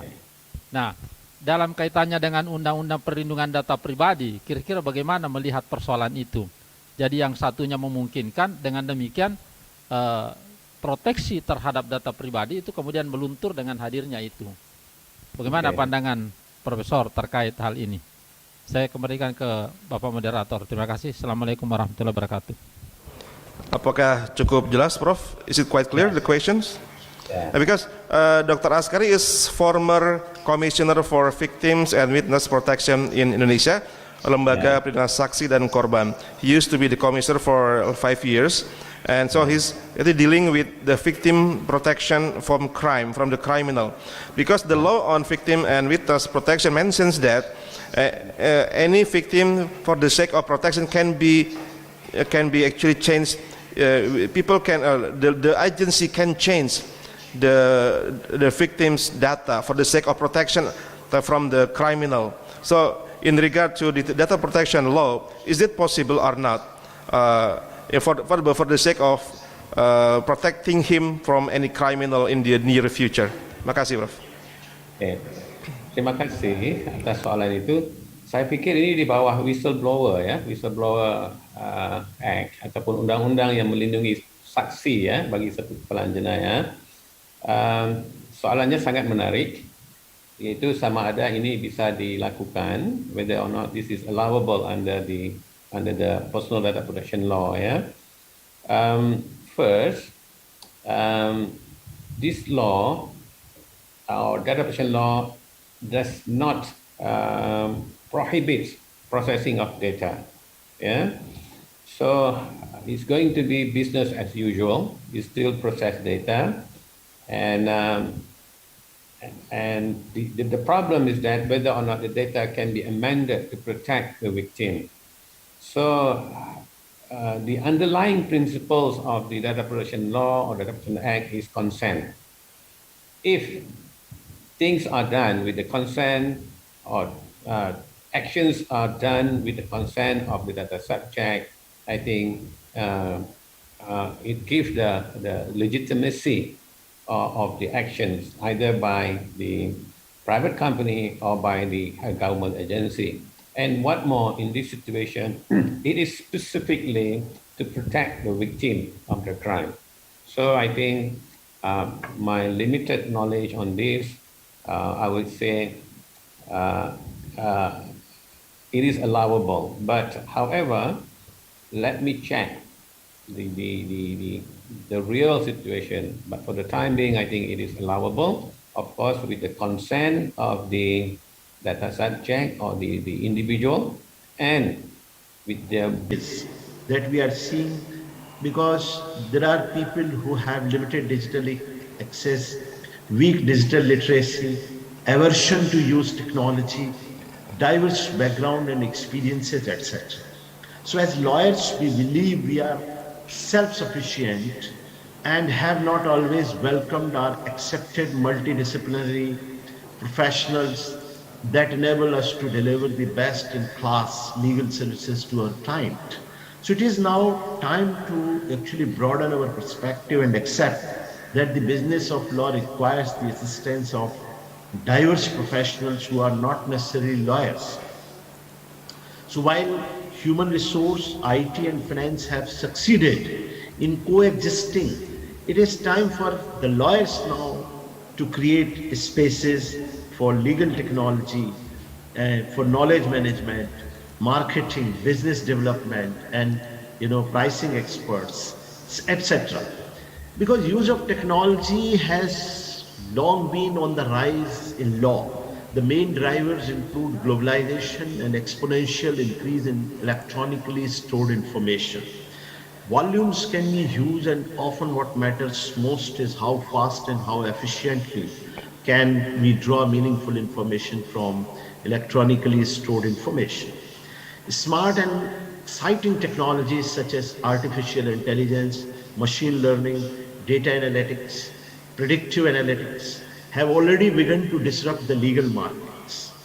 In recent weeks, we also have seen the technology has been forced upon us by the pandemic and is rapidly pushing lawyers towards high-tech solutions. Let this not be an interim acceptance and a short-term thing. We must now embrace technology, of course, beyond Zoom, WebEx, and video conference. Rather, use of collaborative technology has never been as high and popular as it is today. Remote working, online course, e-library, digitalized workplaces, digital signatures, case management, document management, and knowledge management solutions are suddenly non-negotiable. So it is therefore critical to have a solid IT infrastructure as a base to digitization and ensure the best technology is available and applied to optimize the success.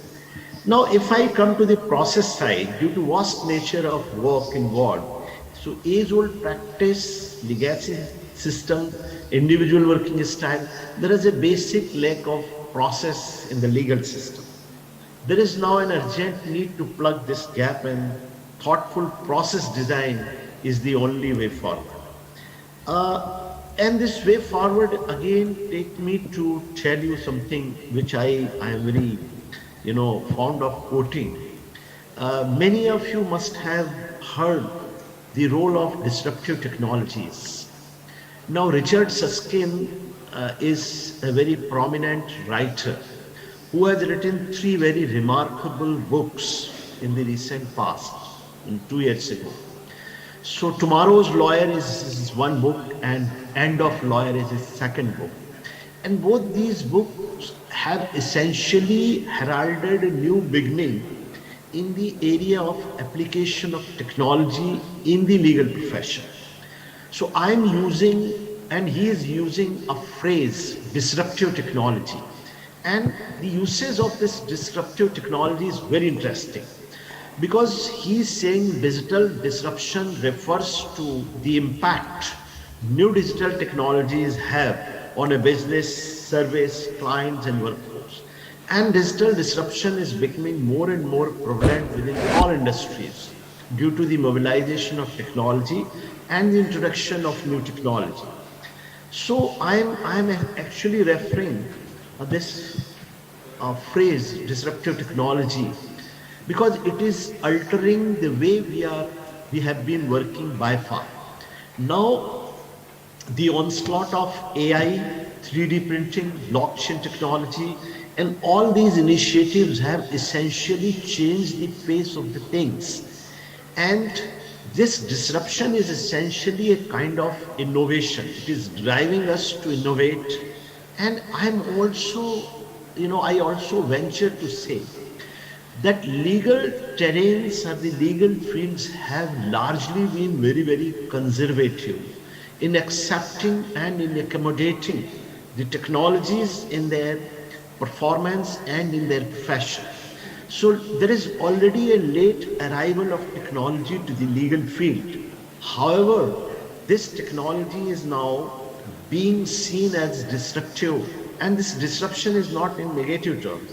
This disruption is actually altering the ways we have been working in the legal field. Now, Richard S.Kom is saying that these innovations driven through technology are going to change the entire terrain of legal functioning. So let me point out three very important sectors where we are likely to see this disruption more and more. And already there is a significant change that we see today as far as the functioning of the courts are concerned. All of us know that the immediate impact of pandemic has been on the operation of the courts. Now judiciary has come under immense pressure to innovate, to draw a balance between access to justice and public health concerns. While many courts have laid down guidelines for video conferencing during the lockdown, this is not the only solution to keep the essential service of courts running. We will require a complete digitization of the judiciary, which essentially includes, like for instance, e-filing, e-hearing, e-trials, uniform structure of judgments that enable easy search and analytics to spot, similar cases, perhaps a unique case number that remains the same from lower through to the apex court, and maybe an app to inform clients about their next hearing, including absenteeism of the judges or opposite party a day prior to the hearing to prevent unnecessary travel and crowding of courts by client and lawyers. In order for this to happen, judges, clerk, lawyers and clients will need to be trained on the procedure and technology. Now, as far as courts are concerned, we have seen they are moving to e-court system very rapidly. But I am also conscious of another significant impact that we are now seeing on the functioning of the law firms. Because law firms are shaping the way we operate, both in the business of law and in the practice of law. We have been using technology on the business side for billing, attendance, timekeeping, resource utilization, and work allocation. So by implementing artificial intelligence and machine learning tools, for example, in due diligence and e-discovery, the practice of law, becomes faster and smarter.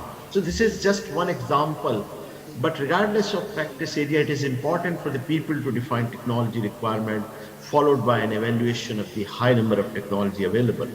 And also, as I have mentioned, that there is need to look at, while all these things are welcome development as far as the applications of technology is concerned. However, we need to look at the repercussions or the implications of technology on several issues which are quite disturbing.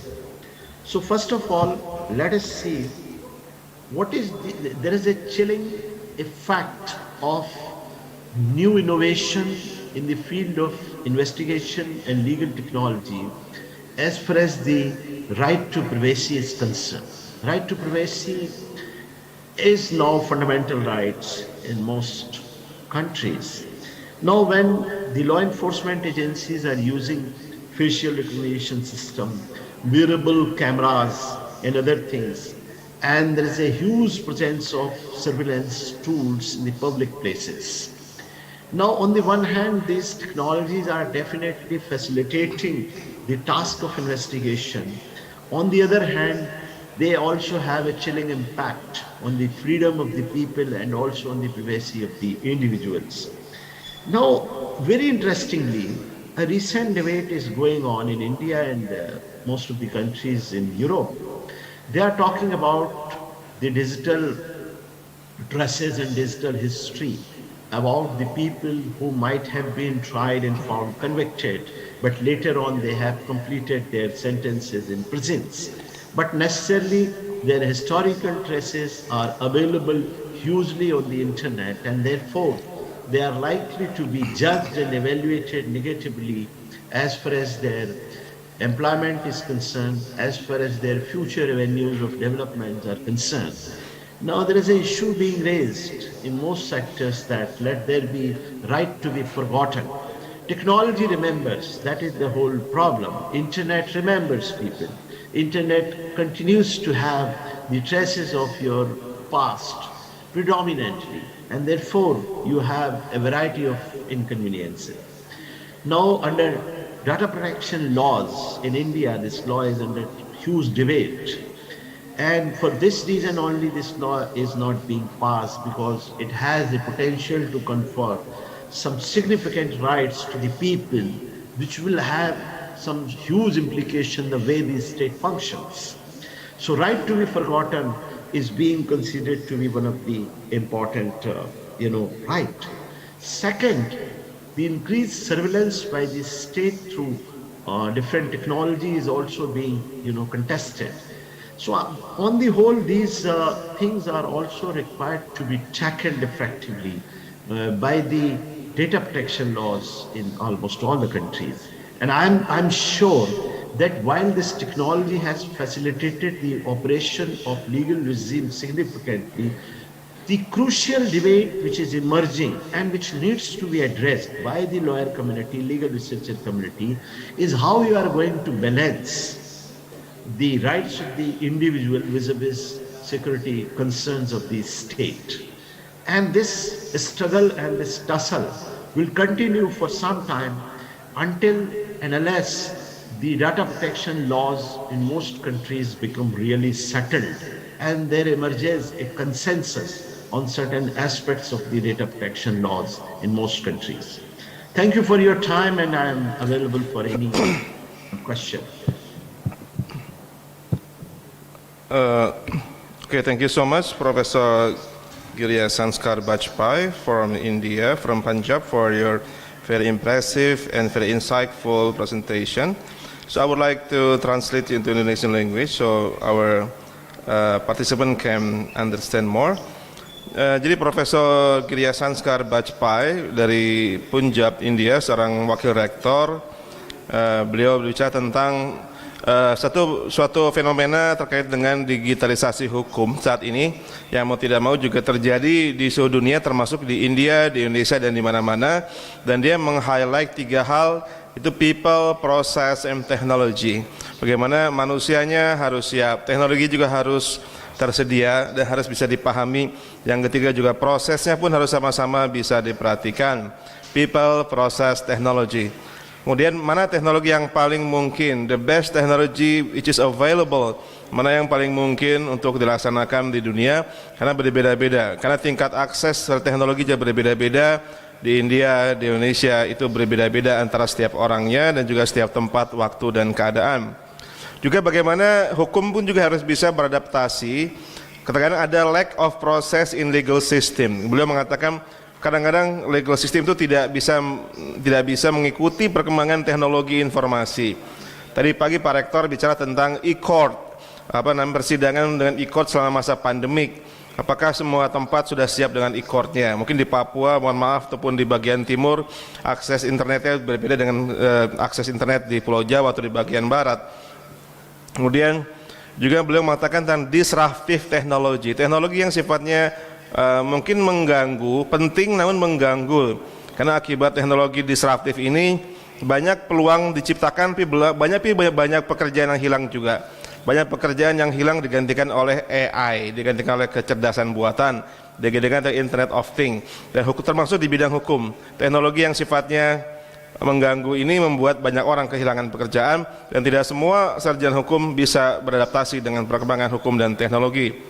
Jadi bagaimana implication of teknologi, dampak teknologi terhadap dunia hukum harus benar-benar disiapkan, dan kita semua harus benar-benar siap menghadapi perkembangan yang baru ini. Okay, is there anybody would like to raise question to Professor Bajpai? Ada yang mau bertanya kepada Profesor Bajpai?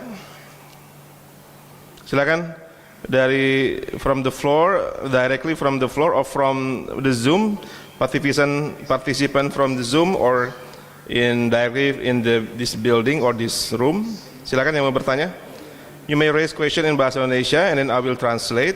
or you may raise question in English as well. It's up to you. Silakan mau bertanya bahasa Indonesia atau bahasa Inggris? Tanya Bu. Silakan. Ini Ibu MC sekaligus bertanya. Okay, one question from the floor from Ibu. Sorry, your name Bu? Bu Yulia. Yeah. Please Bu.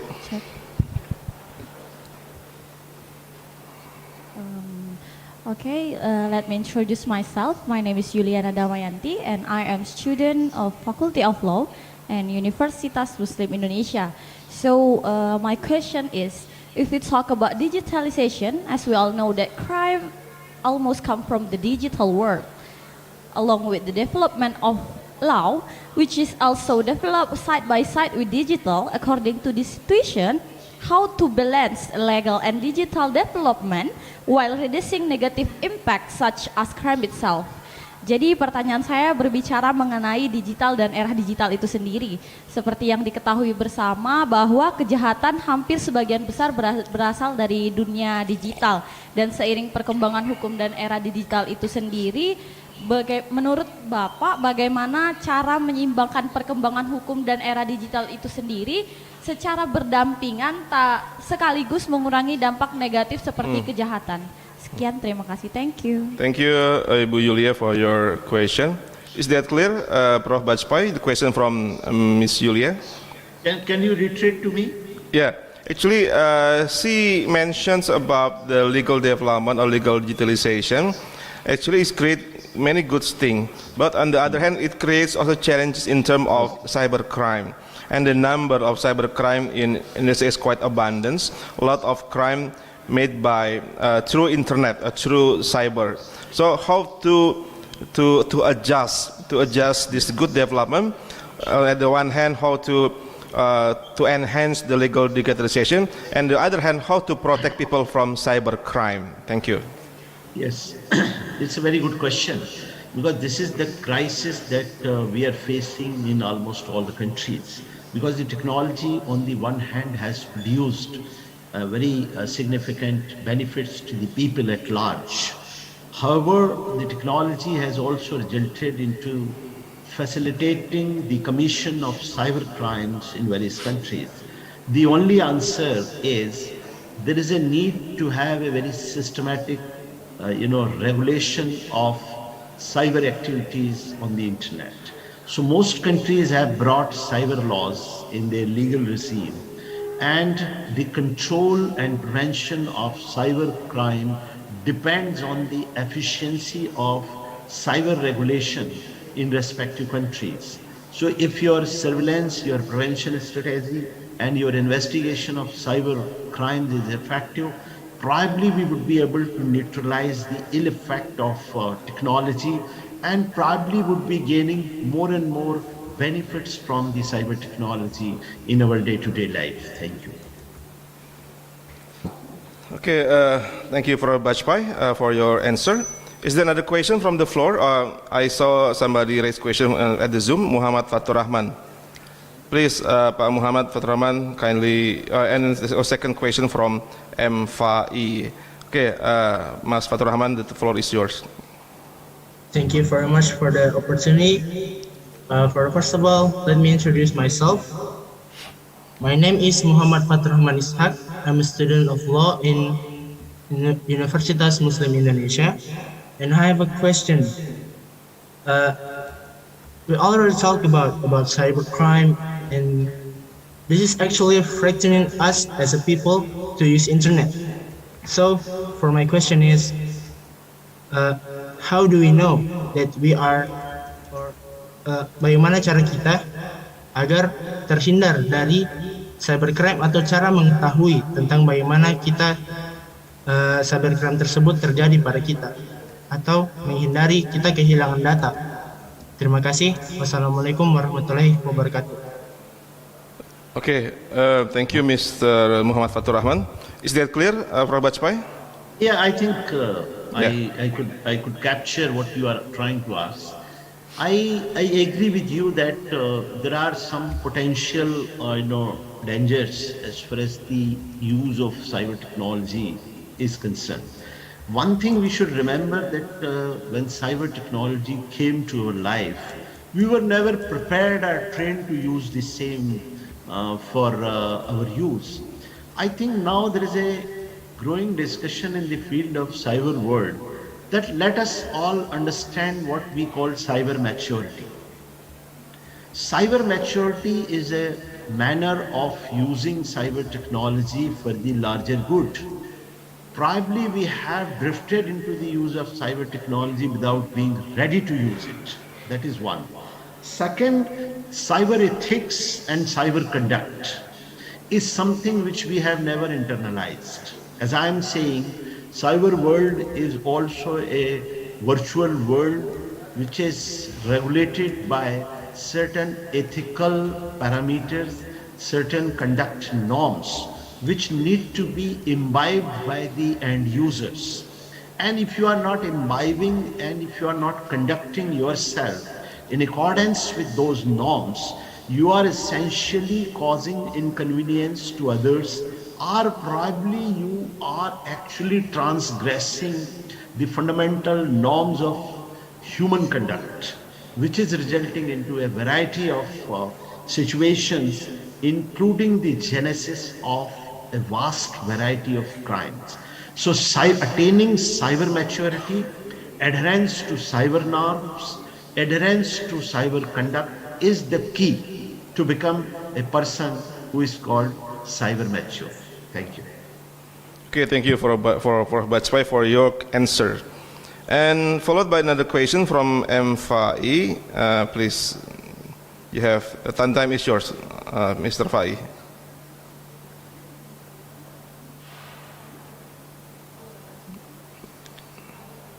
Ya, silakan, Mas Fai. Yes, thank you. First, my name is Faiz September. I'm from University of Muslim Indonesia. My question is, over time and time, artificial intelligence will grow up. And my question is so simple. How can humans to balance it? Thank you. Is that clear, Prof? Yes, I think you are also talking about the balancing of individual rights and probably the state role in maintaining the law and order, especially with regard to the challenges emerging from cyber technology.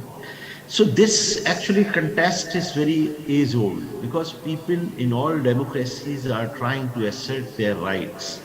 And sources of dangers to the right emerge from various sectors. One such sector is the techno-surveillance adopted by the states with regard to their people. So in many countries, actually, like I remember when in England, they have installed CCTV cameras, there were protests. They said that Big Brother is watching. No, Big Brother is watching is an expression to indicate the intrusion of the state into the public affairs, in the private affairs of the people. I think, while I'm reiterating the same thing, while we are going to be benefited from technology hugely in our business, in our performance, in our profession, we are also going to face certain challenges with regard to privacy. In India, privacy is a fundamental right. And the organization and individuals are raising concerns that their privacy is likely to be interrupted and intruded by the technology which is available with the state. Therefore, uses of technology has to be regulated, number one. And secondly, the uses of technology should be made more and more transparent. Transparent means you should be knowing what is being, looked at. What are the areas under surveillance? So this knowledge and this right to information is very important. Thank you.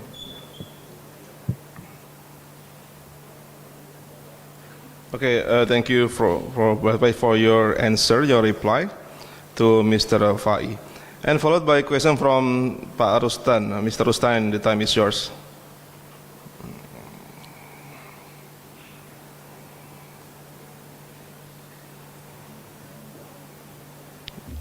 Tolong di-unmute Pak Rustan. Terima kasih. Yes, please. Assalamualaikum warahmatullahi wabarakatuh. Assalam. Perkenalkan saya Rustan dari dosen Fakultas Hukum UMI, ingin bertanya kepada Prof. Bajpai ya, dan Prof. Abu Bakar juga masih hadir. Itu terkait dengan bagaimana membangun kepercayaan masyarakat kepada pemerintah terkait dengan era digitalisasi hukum saat ini. Nah, di Indonesia saat ini berlaku suatu aturan bahwasanya sertifikat hak atas tanah yang dimiliki seseorang itu harus diubah dengan menyerahkan ke kantor pertanahan untuk diubah menjadi semacam elektronik ya, jadi sertifikat elektronik. Nah, setelah diserahkan itu aslinya dokumen itu diserahkan itu Pak Heru ya, jadi sehingga kita ini pegangannya apa? Apakah itu mampu membangkitkan semangat atau keyakinan kita bahwa pemerintah dalam hal ini mampu menjaga aset yang dimiliki oleh masyarakat dengan menyimpan dokumen sertifikat asli yang diserahkan kepada aparat pemerintah atau kantor pertanahan ya. Jadi ini bagaimana membangun sinergitas ataupun membangun kepercayaan masyarakat kepada pemerintah. Yang kadang pemerintah juga kadang diragukan bahwasannya dia akan membocorkan data pribadi kita ataupun yang kita miliki boleh disalahgunakan. Nah, ini menjadi pertanyaan saya. Ada dua orang dari narasumber kita ini dari dua negara yang berbeda. Mohon Pak Moderator bisa menanyakan kepada beliau berdua. Terima kasih banyak Pak Heru. Okay, thank you Pak Rustan from Fakultas Hukum Muslim Indonesia. So actually the question from Pak Rustan is concerning how to build the trust to the government, because in regard to legal digitalization, and there's a case of registering the land or land certificate, electronic land certificate, because some of the community actually are not really trust the government, not really trust the government, actually the National Register Land Agency. So how to build the trust when currently the land certificate is still in the it's not really online, still the offline or the printed certificate, but in the near future, it will be online or electronic certificate, like e-certificate for the land. So, so how to build the trust? How to understand this situation? Because sometimes there are some, sorry to say, like violation or corruption or infringement made by government official as well as other, let's say, land mafia of the land. So how to build the trust to government that this electronic certificate of the land will be used wisely or properly according to the law. So that is the question from Pak Rustan. It's quite clear, Prof. Bajpai? Yes, it's clear to me. Thank you, Mr. Rustan, for this very practical question. See, the process of converting land records into a digital form is something which has been done in almost all the countries. So the initial form of land record was essentially in the paper form, and it was being done manually. I would believe that in the manual maintenance and preservation of records, there were several sort of manipulations which have resulted into the problem, number one. Second, there was no uniform database which was available to the people to see. Now, the whole idea of converting the digital land records from paper records was to make it more transparent. So, like for instance, if the land records are available in the digital format, which means that anybody who is entitled to see those records can see those things online. So there would be a kind of transparency and there would be a kind of assurance. However, the concern and the question of trust is there in the fact or in the process how these records are converted. I'm sure there would be the local officials or local representatives at the village level, at the town level, at the city level, to satisfy the citizens that their records are rightly being transferred. And I'm sure if there is any anomaly in those records, there may be some avenues to appeal or to challenge that the record is not as per the requirement or as per the details. But I think in the long run, this digitalization will bring a transparency as well as accountability on the part of officials. And having a digital record would mean that you can always see the updated version of your land records at some time. But I think while all these arrangements are made, I am of the view that let there be the channels of protesting against any grievance that you have. So there has to be a grievance redressal system inbuilt within this arrangement, which has happened in most cases. So like for instance, if I give the example of India, when these records were being converted into digital form, they have also created a sort of grievance redressal desk. So if I have suppose some problem, I can bring those concerns to that desk, and the desk is duty bound to respond to my queries and grievances in most efficient and effective manner. So there is a channel of appeal which has been made inbuilt in the system. So probably that would not only help the citizens, but also would enhance the trust of the people into the government. Thank you. Thank you, Prof. Bajpai, for the reply. And Prof. Abu Bakar, would you like to answer this question as well? Still muted, Prof. Please unmute. Thank you very much, Prof. Heru. Thank you very much, Prof. Bajpai. Nice to see you virtually. It is my pleasure to see you. How are you? We get in touch. Okay. So I totally agree with what has been said by Professor Bajpai. Basically, there are a number of elements that are needed, to create trust or to ensure trust. First is, of course, as mentioned, transparency, accountability, and then a mechanism to resolve disputes. And digitalizations of land title is not created in vacuum. There must be a legal legitimacy, and there must be mechanism where issues can be resolved. So, but of course, the question on data manipulation should be addressed or can be addressed through legislations that are going to be passed soon in Indonesia. So transparency, accountability, mechanism to resolve dispute, and data protection law that is going to be passed. So those are the factors that can ensure trust in the digitalization of land title and other aspects. Yeah. Thank you. Okay, thank you so much, Professor Abu Bakar Munir from Malaysia, and Professor Gyasanskar Bajpai from India, for a very insightful, very inspiring and interesting presentation. Also the answer and reply. And very sorry we cannot entertain more questions. We cannot have more questions because of the time limitation.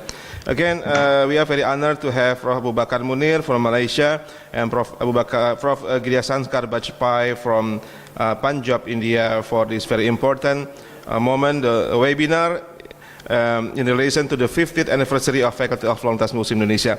Thank you again, and we will move to the next session, the second presentation. Again, thank you, Prof. Bajpai and Prof. Abu Bakar. You may stay here if you want, or you may do other things. Feel free. Again, thank you on behalf of Fakultas of Fakultas Muslim Indonesia. Terima kasih semuanya, dan kita berpindah ke sesi berikutnya. Thank you so much and good morning. And then, okay, good morning again, everyone. Assalamualaikum warahmatullahi wabarakatuh. Then we have another session for this internal webinar. We will have two more speakers. The first one is Professor David Price from Charles Darwin University in Darwin, Australia. But he has a technical difficulty because he cannot come to Zoom I think there are some barrier in connection from Australia to Indonesia, and he has no WhatsApp as well. David Price tidak bisa masuk Zoom karena kayak diblokir untuk masuk ke Indonesia. Tapi saya komunikasi dengan dia via email terus, tidak pernah, karena beliau tidak punya WhatsApp juga sepertinya. Kita berbalas email dari tadi, dia belum bisa masuk. Jadi kita akan mungkin mengundang Profesor Jaco Barkhuizen yang sudah masuk terlebih dahulu. Okay, let me check again. Professor Jaco Barkhuizen, are you there? Hello, Prof. Jaco? Prof. Heru. Hello, Prof. Heru. Can you hear me? Yeah, Hello, I can hear your voice quite clear. Wow, thank you. Do you have any PowerPoint, Prof. Jaco? Yes, allow me to share my screen quickly. Let me just. Tolong Prof. Jaco dijadikan sebagai co-host. No, it does allow me. Okay, I will write down your CV first. Your CV.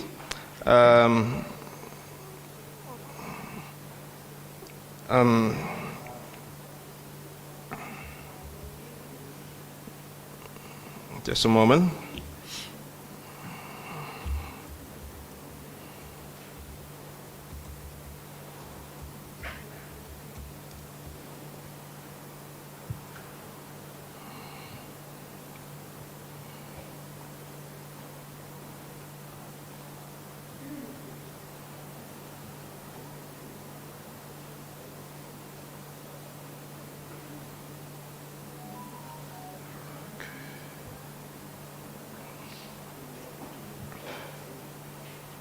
Okay, so I will read the CV of Professor Jaco Barkhuizen. And so Prof. Jaco is quite famous in Indonesia because he come, let's say, twice or three times to Indonesia, Prof. Jaco. And he has been visiting Jakarta, Purwokerto, Yogyakarta, I think to Solo as well, to Balikpapan in the past time. And actually, Prof. Jaco is like a friend of many Indonesian victimologists. Beliau adalah teman dari banyak victimologis dan kriminologis di Indonesia. Prof. Jaco is currently a head of department at Department of Criminology and Criminal Justice at University of Limpopo in Polokwane, Limpopo, South Africa. And he is also acting head of department from April 2018, head of department from May 2019 until now. Associate professor since January 2016 until at present at Limpopo University, and he has the job to supervise the postgraduate in master and doctoral research, doing research, lecturing, designing and production of new courses and new material, designing the professional 4-year Bachelor of Criminology, helped with the designing of the professional 4-year Bachelor of Forensic degree.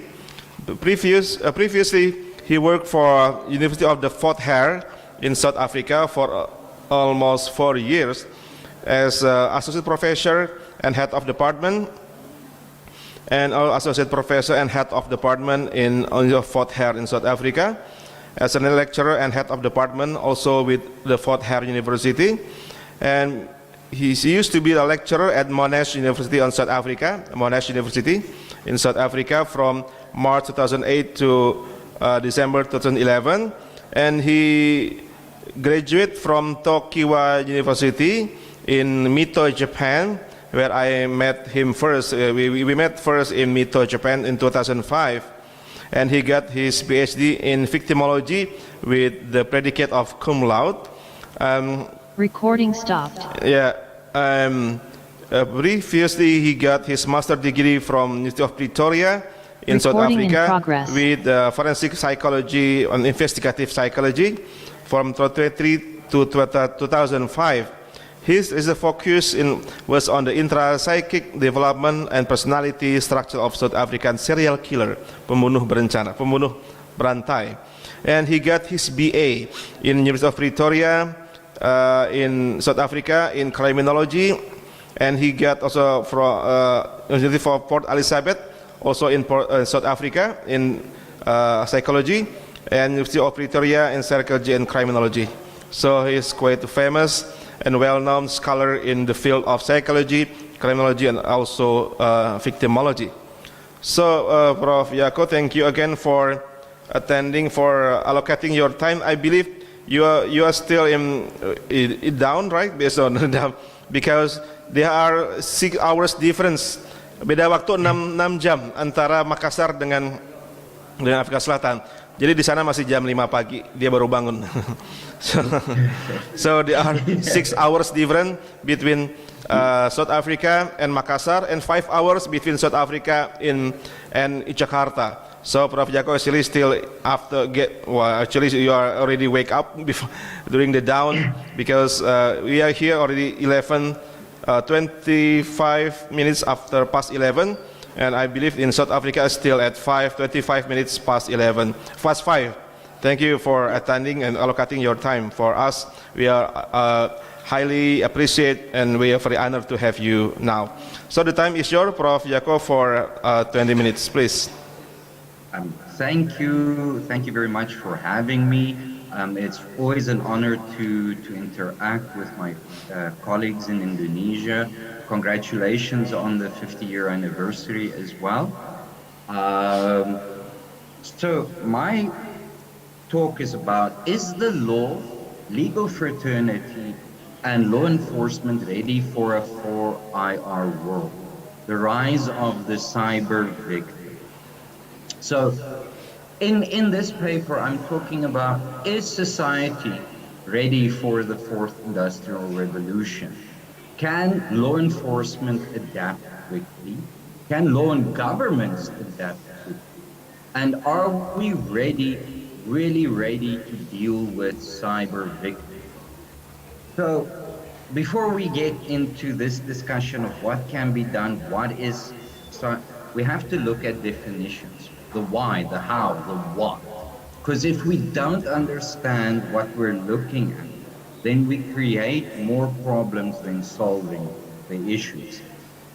So I'm gonna look at crime and criminology, victimology, technology, and cyber victim. We need to understand, in a social science and victimological context, what does this mean?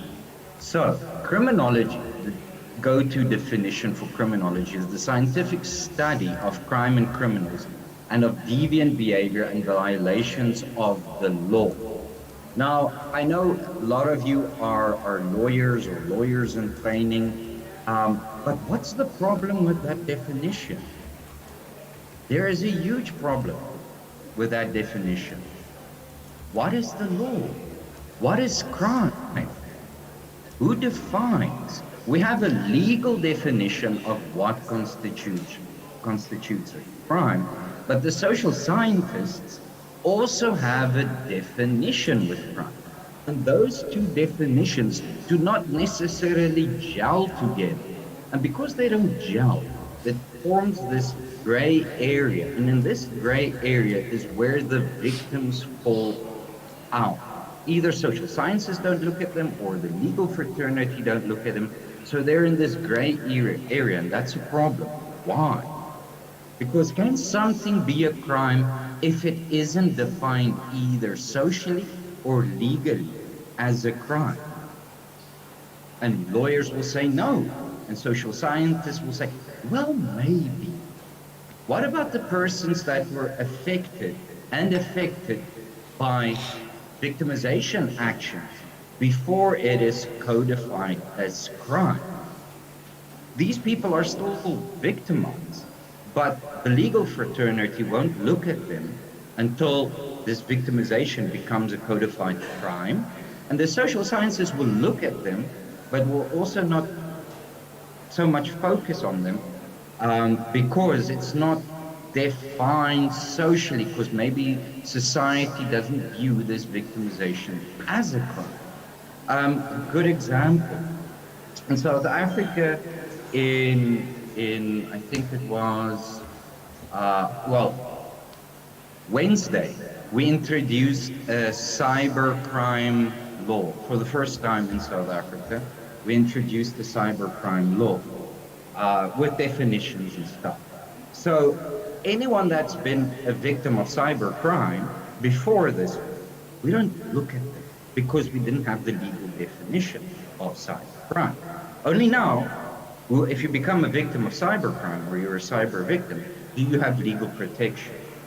And the problem with social science and technology that moves so quickly and the growth of how humans interact, there is forms of victimization that we don't know of yet, that still needs to be investigated and researched.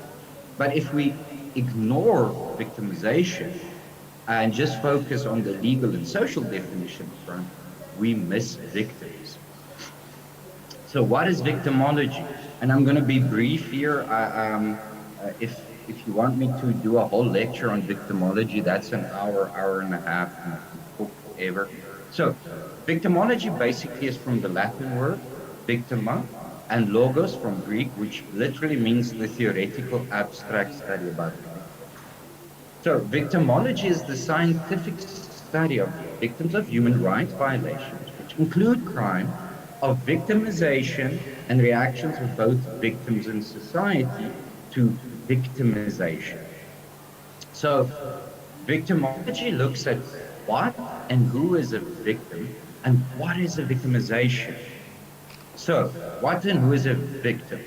That's usually any individual or group that suffers of victimization due to the action, this is important, and or inaction of another individual, group, or state actor. Then what is a victimization? And this is the go-to definition of Professor Kirchhoff and all the old heavy geniuses in victimology. An invasion into the self. The invasion leads to individual experiencing harm to the self. So what does it mean, an invasion into the self? Now imagine you are an onion. You have all these outer layers, the layer you project to the world. But a victimization cuts through all that layers into that core of you, that little part, that little psychological nugget that is the real you. Now, victimization cuts through all of that into that core of you and causes harm. Now, what type of harm do we look at as a victimologist, as victimology? So we look at the consequences of a victimization, and the harm consequences could be physical, psychological, emotional, financial. Then we have social harm, which is a relatively new addition, and then environmental harm as well. Now, social harm is, why it's relatively new, is because of the growth of cyber victimization, of the growth of social media, the internet. And we'll talk about that a little bit later. Now, what is social technology? So social sciences define technology. Remember, I'm looking at from social sciences, is the use of technique, processes, and material objects to produce goods and provide services and connect people. Now, we always need to remember that technology is neither good nor bad. It is extremely amoral. It is, when you develop a technology or the process behind the technology, it is amoral. It's good. It's neither good nor bad. It's how you use it. It's a double-edged sword. So humans, we discovered fire so we could cook food, which led to our increased brain sizes. But we also use it to burn down other people. We invented the wheel so we could move food from farms to cities. But we also used the wheel to make chariots. We finally learned how to work metal so we could construct better housing and better processes, better things for ourselves. But that also led to weapons. Steam. We use steam to make locomotives, to move, to start the Industrial Revolution. But steam was also used during the First World War. And then nuclear. Nuclear helps us fight cancer, power our cities. But as we all know, and it's nearly, it's a couple of months away from when the nuclear bombs, the anniversary of when the nuclear bombs was dropped on Japan. So you see, technology can be for good or for bad, but it's how we as humans use that technology. And then our last technology is the one we're talking about is the internet, or the fourth industrial revolution. So now we come to the crux of the matter: cyber victimization. So what is cyber victimization? It refers to the process of victimizing others, remember victimizing, through the use of information and communication technologies. Cyber victims can be governments, it's true, organizations, or individuals. And we need to remember that it's not just governments and organizations that get ransomware or gets blackmailed, but the majority of cyber victims. I know governments make news and organizations when they become victims of cyber criminals, always in the news. But there's more individuals than there are governments or organizations that suffer through this. So, like I said, it's a double-edged sword. And the internet and social media and technology is growing and developing so fast that my argument is that we are really not ready. Governments and law enforcement and the legal fraternity are not really ready, because we're always 3 or 4 steps behind the cyber criminals. We are 3 or 4 steps always behind technological development. We are 3 or 4 steps behind identifying different types of cyber victims. Just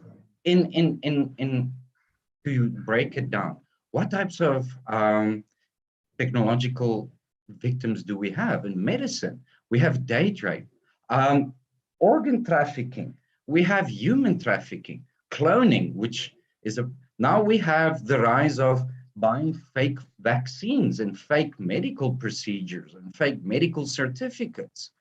And in the internet social media space, we have phishing.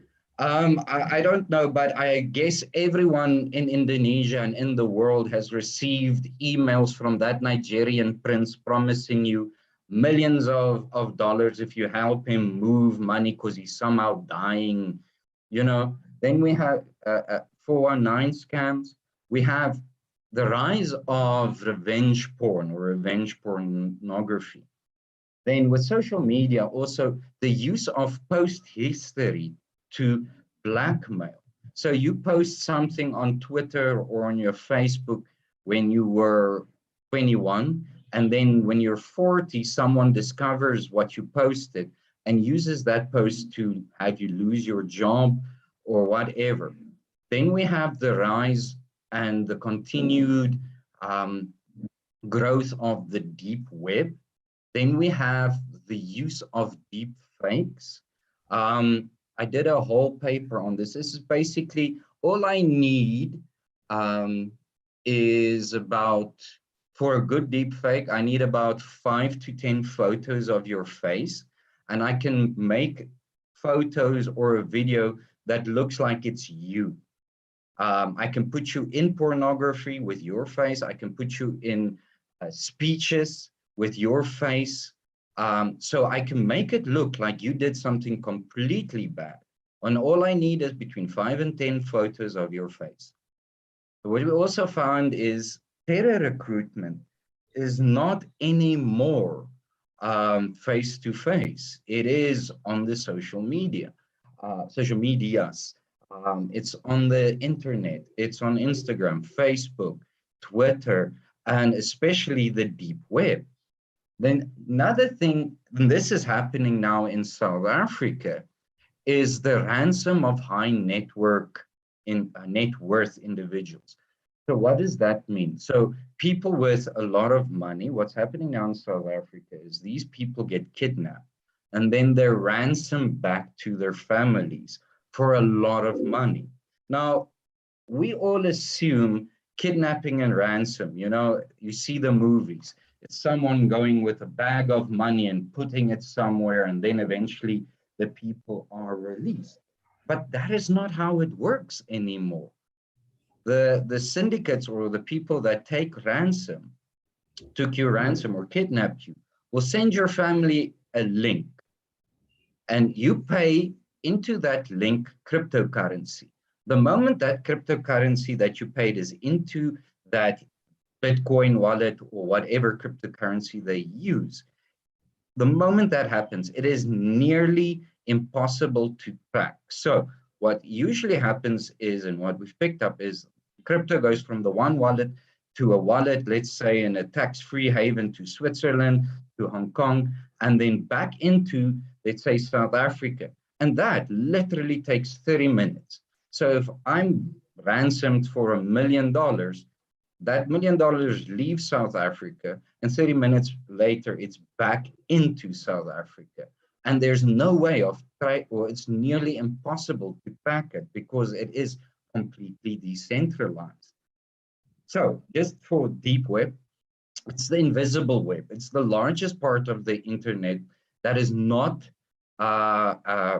accessible by normal Googling. You need a special type of Recording stopped.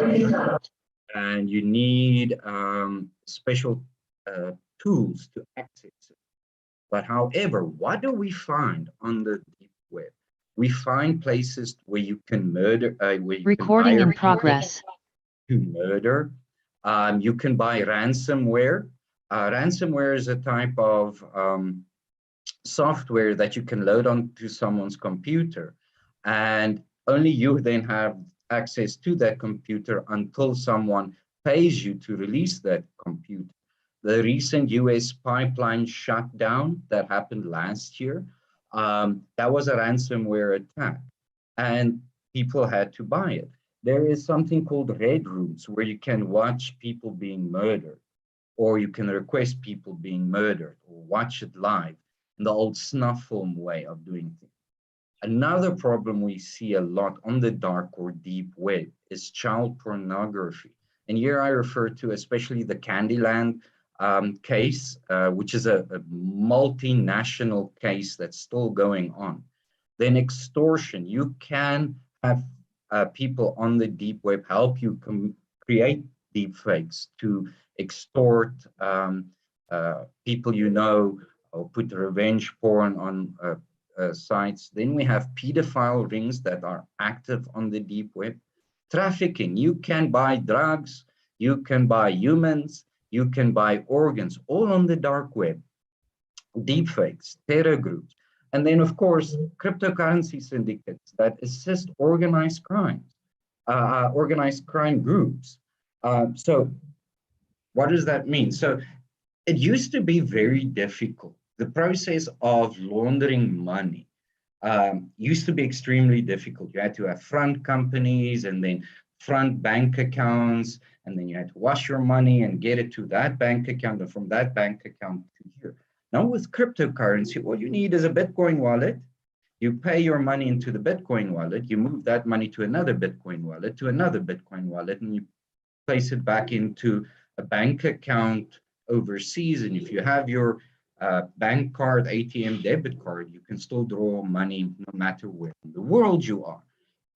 And the legal fraternity and the law enforcement fraternity, we are not ready. Do we actually have laws regarding cryptocurrency and fraud, cryptocurrency and money laundering? We don't. I've looked into it. It's such a new phenomenon and such a new form of victimizing people that we don't have laws. Even our cybercrime law in South Africa, which started on Wednesday, doesn't speak to the use of crypto for ransom payments. It doesn't speak to crypto payments for extortion payments.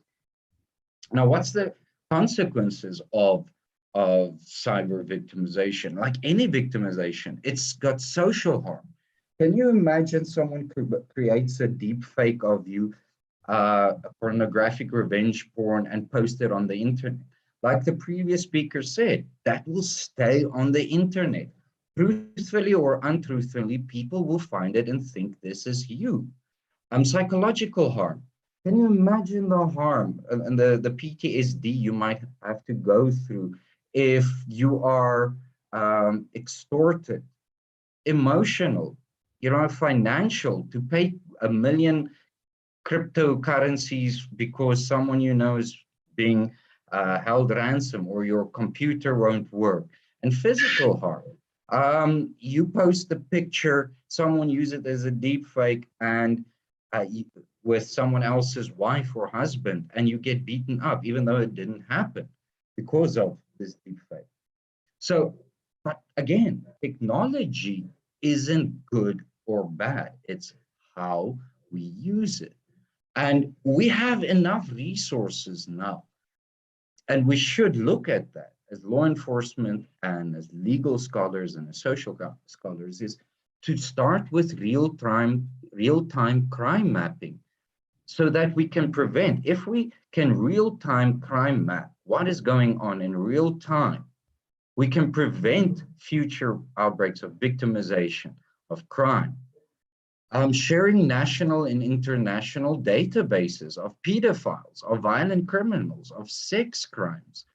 As we know, pedophiles like to travel. I mean, sex tourism in Southeast Asia or child sex tourism in Southeast Asia is a huge problem. Now, if we could, every country share the names of pedophiles, then countries that suffer with these child sex tourists, in inverted commas, we could earlier identify them and stop them from entering countries where they do harm. Sex crimes. Because the world is becoming smaller, you know, I'm sitting in South Africa, but I've been to Indonesia, like Prof. Heru said, every year except now the last 2 years because of COVID, but I've been to Indonesia every year for at least twice a year. So, and I've been, so if I was a sex criminal or a serial rapist and I move countries, you know, you're gonna have a lot of unsolved rapes or unsolved sex crimes all over the world. But if we can link through linkage analysis like the VICAP system, but more on an international scale, then we can easily detect different trends in sex crimes and maybe identify through linkage analysis guys that's been all over, and maybe we can stop these guys from victimizing further. And then threat analysis, the more we share crime and terror threats with, or the analysis of that between countries, between legal and law enforcement, the better we get at identifying trends that's going on and develop prevention protocols to prevent these crimes and terror from happening. What we've picked up recently as well, because of COVID. COVID, again, it's a bad thing, but it had little points of good because it forced the world to look internally. So we have apps now that help with people's psychology. We have apps that help people with trauma, victims with their trauma, where people can connect and share their stories. I've seen now there's countries where you can report crime digitally. You don't have to literally go to a police station to open a crime docket. You can do it digitally, which is good because you don't want to go to a police station and get infected by COVID, which, if you think about it, that could help real-time policing and analysis. What we need to do is education, a trained police service and legal fraternity that understands how technology is moving. We need to understand how we can use AI to combat cyber victimization. All countries need cybercrime laws, but these laws should also be transnational. It doesn't help you have a cybercrime law, but there's no links between countries because this cybercrime happens in cyberspace. Cyberspace has no jurisdiction. There is no the cyberspace for Indonesia or the cyberspace for South Africa or the cyberspace for America. It's just the cyberspace. And if we don't have transnational links, then all these cybercrime laws that we have means basically nothing. I did a presentation and I did a critique on the South African Cybercrime Act for the police. And one of my questions was, in our Cybercrime Act, it says, if you're a South African victim, right? So it's very victim focused, according to Parliament and the police. It's extremely South African victim centric. If you are a victim of cybercrime, South Africa has prerogative for investigation and prosecution. So my question is, let's say the cyber criminal is based in Russia. Do we have mutual legal assurances that once we've now investigated and identified the Russian guy, that we can prosecute him? Or if it's a guy in Indonesia, do we have a mutual legal agreement that if we identify it's Prof. Heru that cybercrime, that blocked, put ransomware on my laptop, that we have mutual legal assurances or agreements with Indonesia so we can go fetch Prof. Heru for a court case in South Africa? And no one thought about this.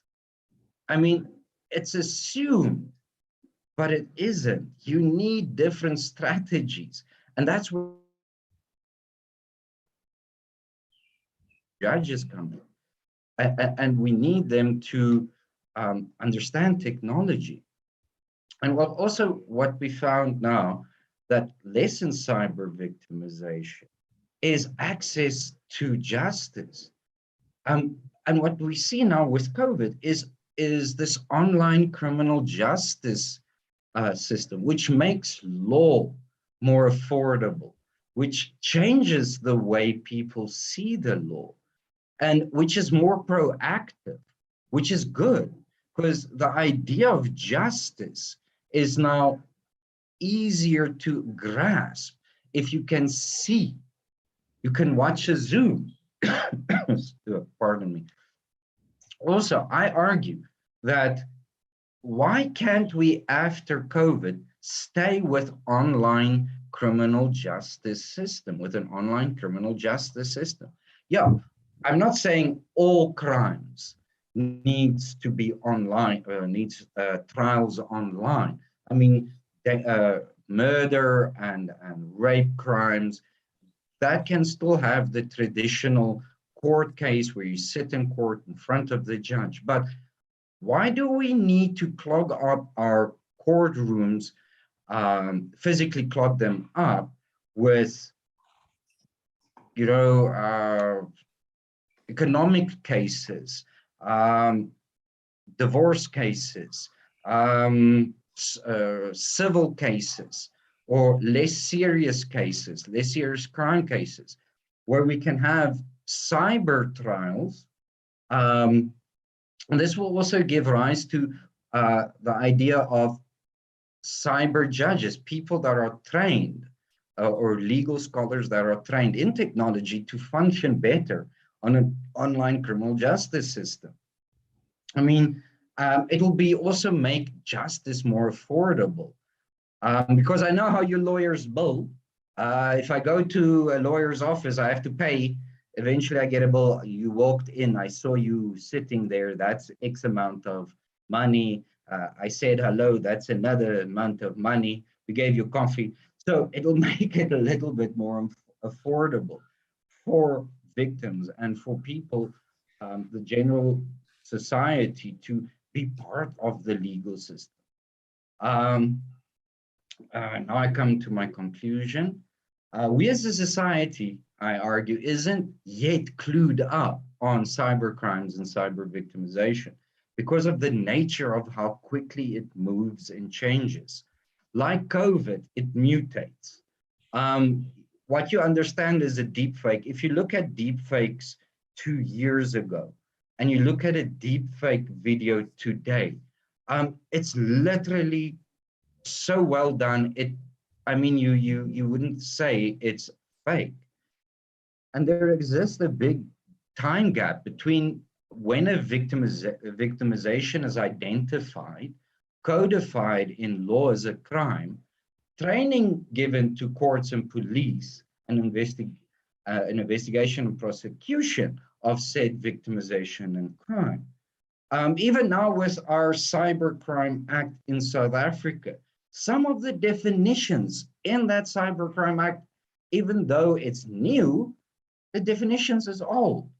I mean, that's just because the cyberspace moves so fast and it takes a while. You need a social scientist to identify, oh, there's a form of victimization we've never seen. Then we need to get people to realize it's a victimization and these victims need protection, which then means it needs to go to a parliament or legal scholars to write a draft law, which goes to parliament, and parliament is, and then it's the people need to have input on this law, and then eventually it's signed into law. That time between when it's identified and when it becomes a crime, it's extremely long. And I hope with digitization, and we can better serve, better identify victimization, make it a crime or illegal, and then have protection after that in a shorter space of time than we currently do. Because you guys know how long it takes for laws to become laws. And concerted efforts should be made to educate judges, educate lawyers, educate law enforcement on sensitivity and on the cyber spaces in which we all organize and which we all now live. We have two lives now. We have our lives in the world, and then we have our lives in the cyber world. And we need to educate everyone on the differences and the dangers of the cyber world. Thank you very much.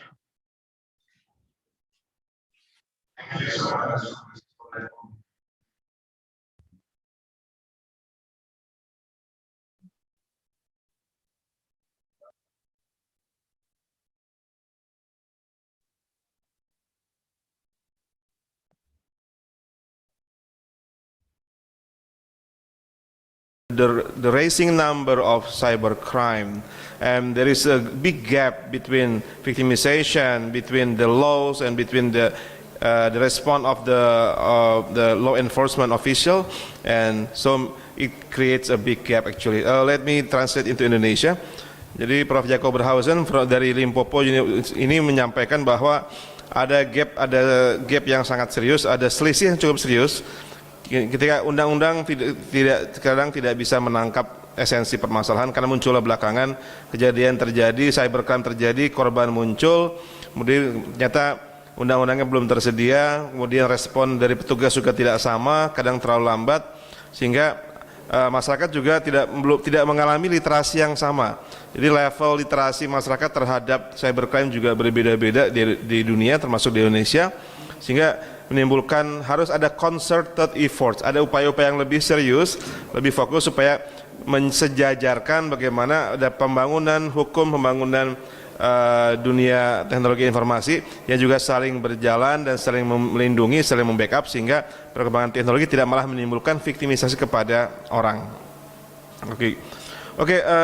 We can entertain two more questions from the floor. Is there any question to Prof. Jaco Barkhuizen? Ada pertanyaan kepada Prof. Jaco? Yeah? Yeah, question. Okay, question from Mr. Sorry, I forget your name. Lutfi. Lutfi. A question from Mr. Lutfi, from student of Faculty of Law. Please, Mr. Lutfi. Thank you very much for the chance. So first,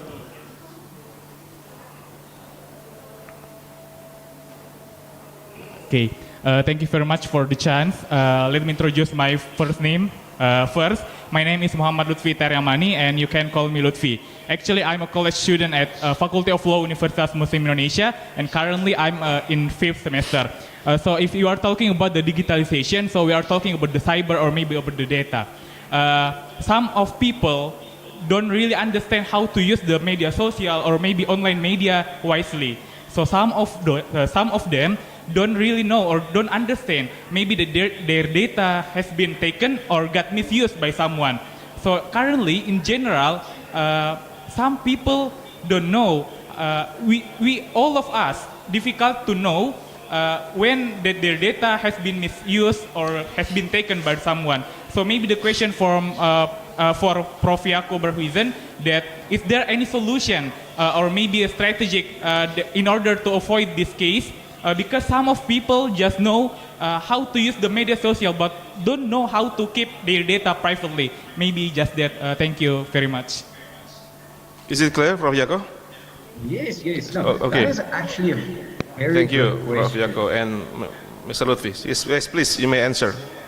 Okay, thank you. No, it's a very interesting question. And guess what? It's not just in Indonesia where this happens. It happens all over. The more people interact in the cyberspace, the more data will get lost or stolen. And I think what we need is massive education programs, especially for the more older people on social media, how to protect your data, how to ensure your data doesn't go missing, how not to become a victim of identity. We need, again, mass-scale education programs, because it doesn't help we have the best laws in the world, but no one knows about it, and no one knows how to do it, because the education regarding this doesn't exist. So we need education, and that's where the legal and social side comes in, to educate people. We need governments on board to say, this is how you can use your data. This is how it looks if you become a victim of identity. I also would say, because most of us spend our times on social media on our phones, that we should actually lobby the phone makers to introduce already preloaded, free of charge virtual private networks on phones, so that hackers can't hack phones, can't hack social media. That should actually come standard with every phone. That's because we know people don't know how to use it. People don't know exactly what to do. So having that extra layer already when you buy a smartphone would be a start to prevent this types of cyber crime and cyber victimization. Thank you. Thank you, Prof. Jaco, for your reply, and also Mr. Lutfi for your question. And we have Pak Sukriyanto Kianto from Hasanuddin University. Please feel free to raise question, Pak Sukriyanto, please. Okay. Assalamualaikum warahmatullahi wabarakatuh and good afternoon. Okay. I would like to ask about regulation in Indonesia, especially to solve cybercrime. Currently, the regulation in Indonesia that is used as legal basis for cybercrime case is Undang-Undang Nomor 11 Tahun 2008 or Law Number 11 of 2008 concerning information and electronic transaction or ITA. The existence of the ITA law is expected to produce the information technology user community in Indonesia. This is important to consider in the increasing number of internet technology users from year to year. But the phenomenon of cybercrime, which is growing rapidly, which does not know any territorial boundaries, must indeed be watched out of, because of crime is somewhat different from other crimes in general. However, the legal produce of Undang-Undang Nomor 11 Tahun 2008, especially for ITA, on the other hand, has weakness in its application or implementation. Oftentimes, there are attempts to criminalize certain individuals against other people by using the article content in the law in the legal project, because the Undang-Undang Nomor 11 Tahun 2008 will easily criminalize case of defamation, insult, and hate speech. For example, wait a moment. Article 27, paragraph 3, every first say intentionally and without rights distribute and or transmit and or make acceptably electronic information and or electronic documents that have insulting and or defamatory content.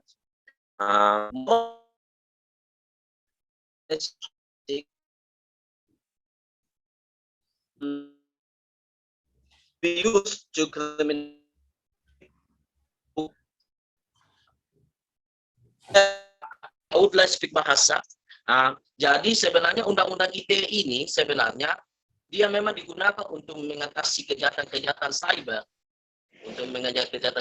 tapi di sisi lain juga di dalam konteks tertentu dia digunakan untuk mengkriminalisasi masyarakat sipil gitu. Dalam konteks politik yang lebih luas. Di sisi lain kan misalnya negara punya kemauan politik untuk kemudian mengatasi kejahatan cyber melalui undang-undang ITE ini. Namun di sisi lain juga ada terjadi bentuk pelanggaran HAM di sektor sipil politik, khususnya hak sipil and political rights, di mana soal kebebasan berekspresi berpendapat gitu. Misalnya pasal karet yang tadi saya sebutkan di pasal 27 ayat 3 itu. Itu kan sampai sekarang kan masih perdebatan antara beberapa masyarakat sipil dengan DPR terkait bagaimana si pasal ini gitu, karena dia tentang untuk mengkriminalisasi masyarakat sipil. Itu pertanyaan pertama. Yang kedua soal kan efek dari kejahatan cyber ini kan soal bukan hanya kerugian berefek bukan hanya kerugian ekonomi, tetapi ada kerugian material gitu. Ada kerugian secara psikis yang dirasakan sama korban gitu. Misalnya soal tekanan psikis pasca dia kena kejahatan cyber dan lain sebagainya. Ya menurut Anda, bagaimana sih sebenarnya untuk mengatasi atau memproteksi korban kejahatan cyber dalam konteks pemulihan dan penyembuhan traumatiknya akibat dari kejahatan cyber? Begitu dulu Pak, makasih. Assalamualaikum, selamat siang. Thank you.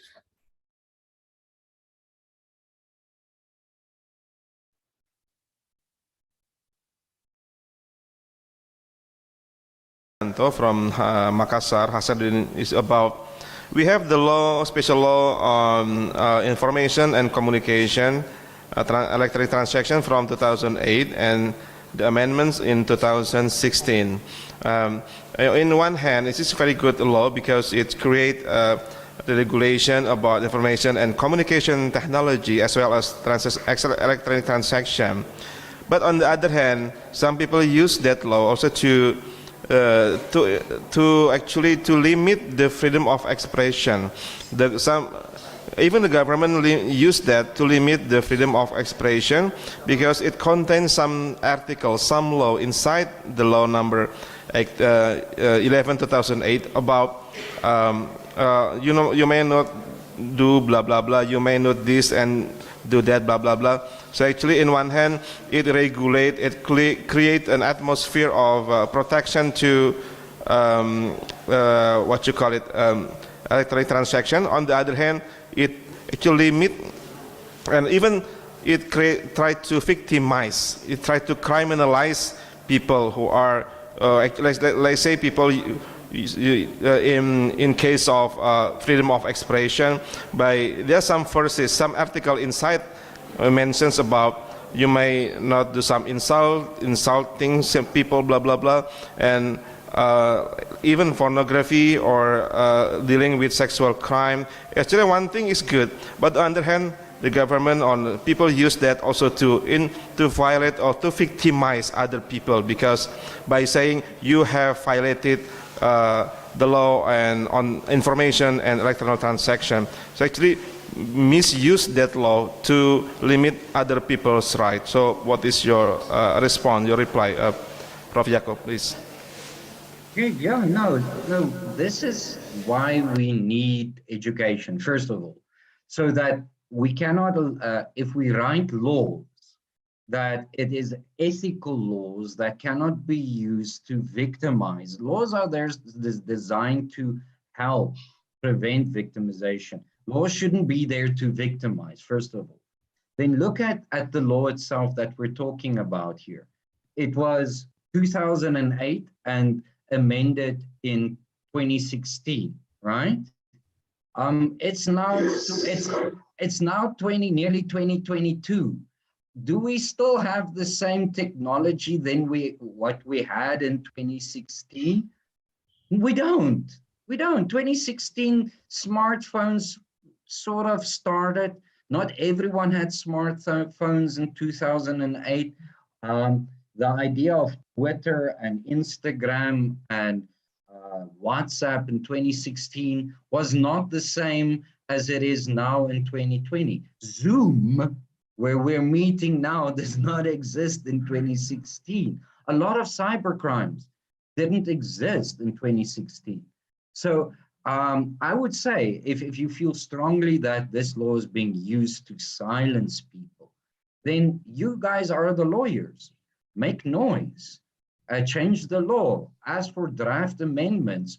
In South Africa, we have now the cybercrime law, but we also have POPIA, which is the Protection of Personal Information Act.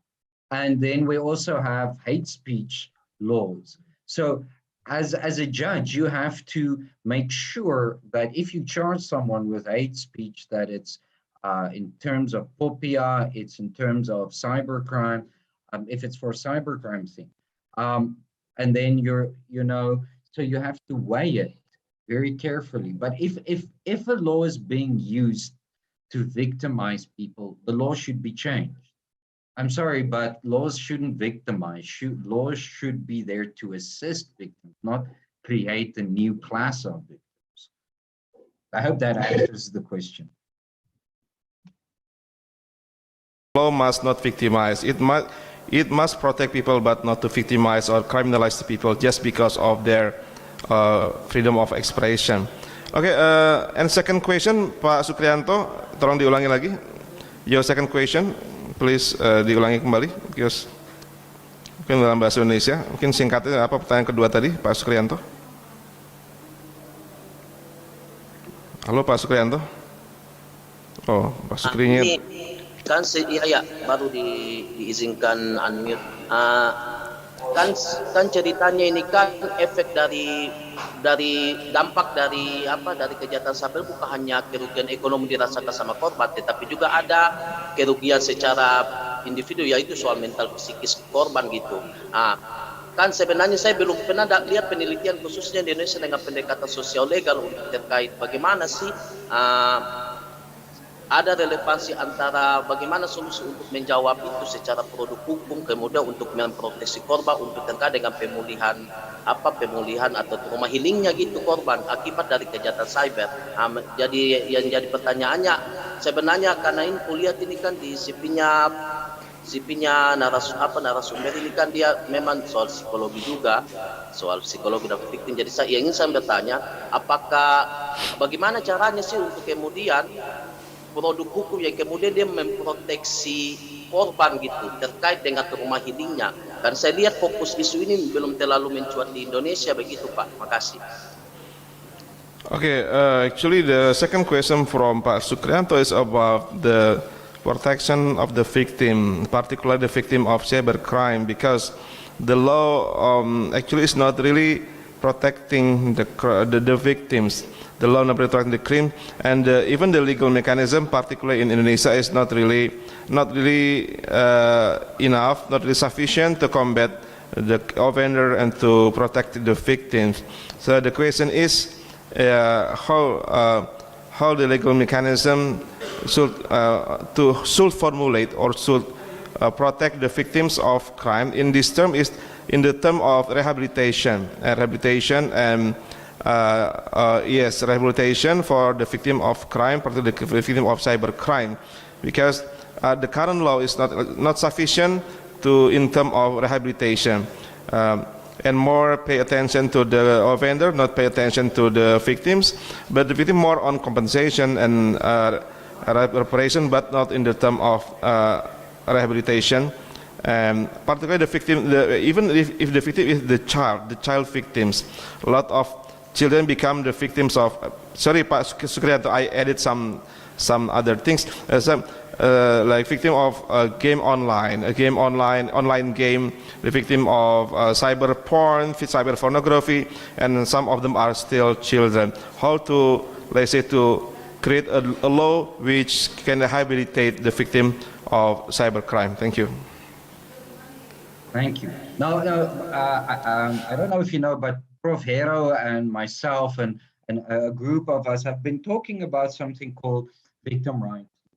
Now, human rights law should be victim rights law, and victim rights law should be human rights law and environmental law. So if you can have a separate standing victim rights law in Indonesia that talks to not only access, the right to give access, to gain access, to the right to compensation and the right to restitution, but also the right to rehabilitation. It's up to the legal scholars. You have someone very knowledgeable and it's sitting there as the moderator about victim rights laws and how we can codify in law that there should be, if you are a victim of a cybercrime or victim of crime, you have the right to compensation from the state. And compensation here doesn't necessarily need to be just only money. The state can compensate you by rehabilitating you, by sending you to psychological services on the state's money, help you overcome the victimization by paying your medical bills, your psychological bills, your education bills, the right to restitution. Whoever victimized you need to restitute you for the damages done. So it doesn't need to just be money. It can literally be, let's rehabilitate the victim. And what about not a victim rehabilitation or a victim fund for stuff like this? Not just cyber victimization, but all victims. I don't know if Indonesia have introduced something like that yet, but if you have, why not use that fund to set up rehabilitation places to help rehabilitate victims from the trauma and the victimization? That's my idea. For other participants that we cannot entertain more questions because of lack of time, and because it's already I hear the sound from the mosque, from masjid, the azan calling from azan. So again, thank you so much for Professor Jaco Barkhuizen for your time, that you allocated your time for us. I believe that you still at down in South Africa. Here is 12:15, but I believe in South Africa is still at 6. Again, thank you for do your best effort to come to this webinar. We highly appreciate, and on behalf of the committee, thank you so much, and see you again in the near future. Thank you, Prof. Jaco. Thank you, everyone, and it was a pleasure being here and a great honor. And have a wonderful day further. Okay, thank you. Bye. Bye-bye, take care, see you. Berikutnya, Bapak-Ibu sekalian, yang saya hormati, ini Prof. David Price tidak bisa masuk ke Zoom, cuma dia bisa masuk ke Zoom yang saya buat. Bisa pindah nggak ke link Zoom berikutnya? Saya sudah buat link dan dia tidak masuk. Dia bisa masuk ke link Zoom saya, cuma tidak bisa masuk ke Zoom link yang dibuat oleh panitia. Jadi sekarang dia sudah ada di Zoom saya, akunnya saya pribadi. Itu ada saya cantumkan di chatnya. Mungkin kita bisa pindah ke link tersebut. Ada di situ di chat.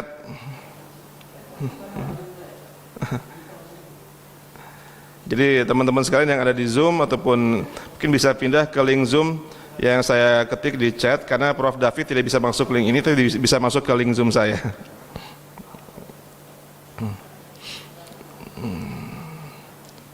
Sudah nampak mungkin di chat?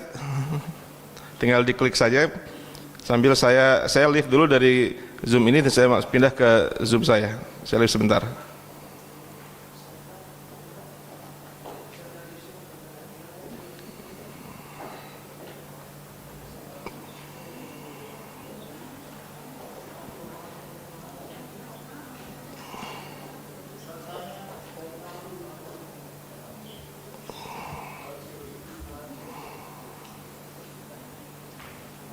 Ya. Hah? Ya.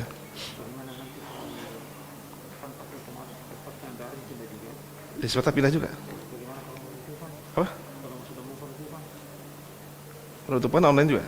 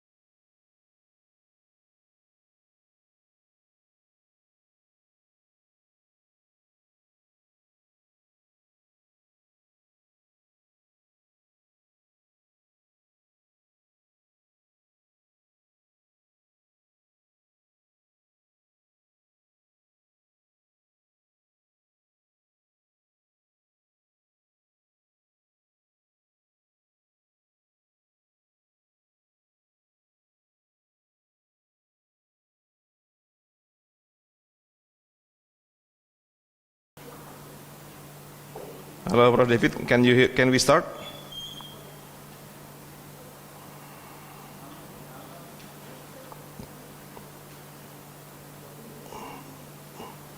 Okay, we will start soon. Can you hear me, Prof. David?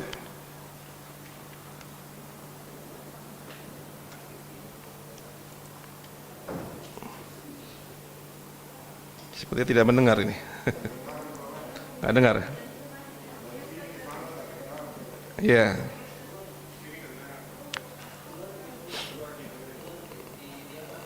Gimana? Iya, dia tidak mendengar ya.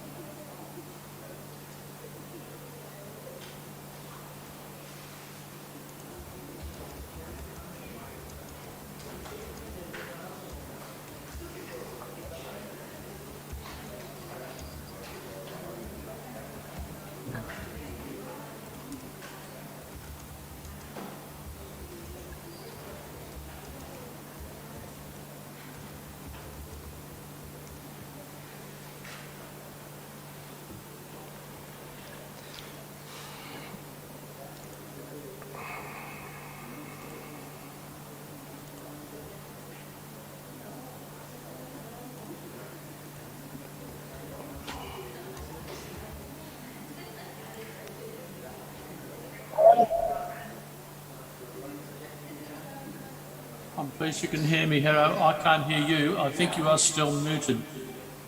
Yeah, I can hear. Your I can hear mic's you. turned off. Yeah.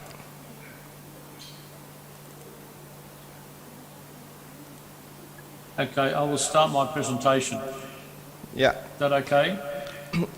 Yes, yes. Let me write down your biodata first, your CV first. Just a moment.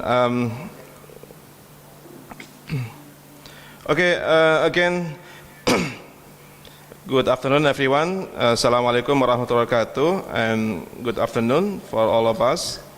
Let me read the biodata of Prof. David Price. Prof. David Price is a professor of Public International Law in the Asia Pacific College of Business and Law at Charles Darwin University in Australia. He holds a degree in law as well as international relations, industrial history, and Chinese. His early research work has been on the intellectual property regime and their enforcement in the Arabian Gulf states, focusing on the intersection of intellectual property law, public international law, and international trade agreements.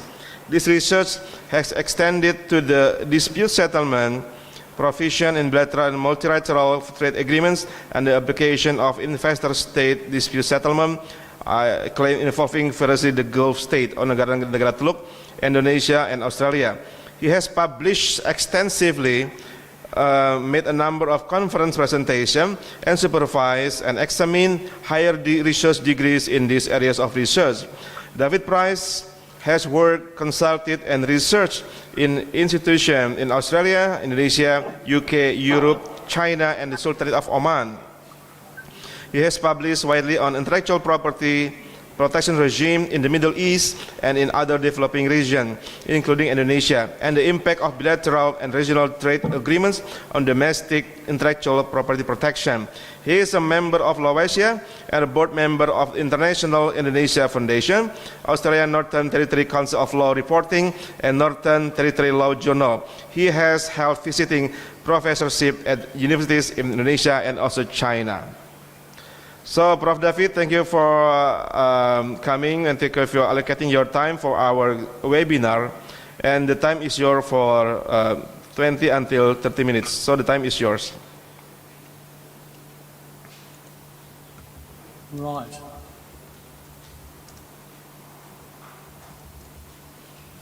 Ready to go?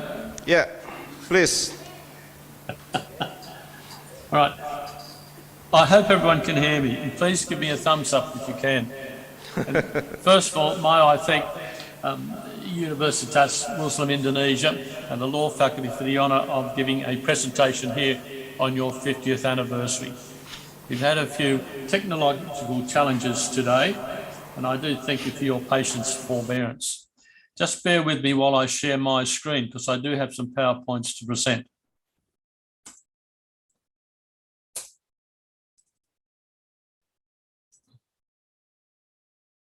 Right, ladies and gentlemen, what I'm going to talk about today, if I may, at this 50th anniversary, it was a very broad theme, and I wondered, now, what can I do? What can I talk about?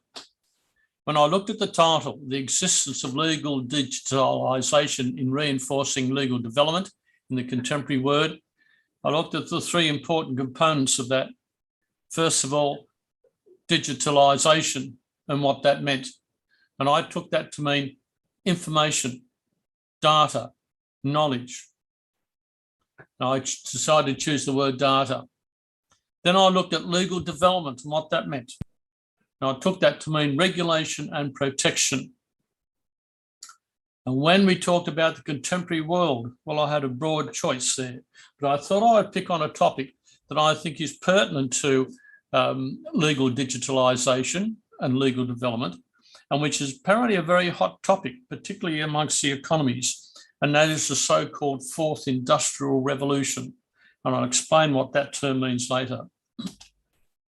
So this is the theme or the subject matter that I want to present today, and that is data. Data is intellectual property under an IP regime, and the Fourth Industrial Revolution, or I-40, and, with a question mark, the rule of law. As Heru has already said to you, I'm Professor of International Law at Charles Darwin University in Australia. So let me look first at digitalisation and data and what I mean by that. And this is a headline from The Economist, UK Economist magazine, and it's already 3 or 4 years old, but it makes a striking statement that the world's most valuable resource is no longer oil, but it is data. It is information. And in fact, what major corporations and organisations and those who hold the data or possess the data doing are now mining it. Oil is valuable, but data takes the place. So I thought, now that's going to be a useful topic to talk about. So I also see data as a form of intellectual property.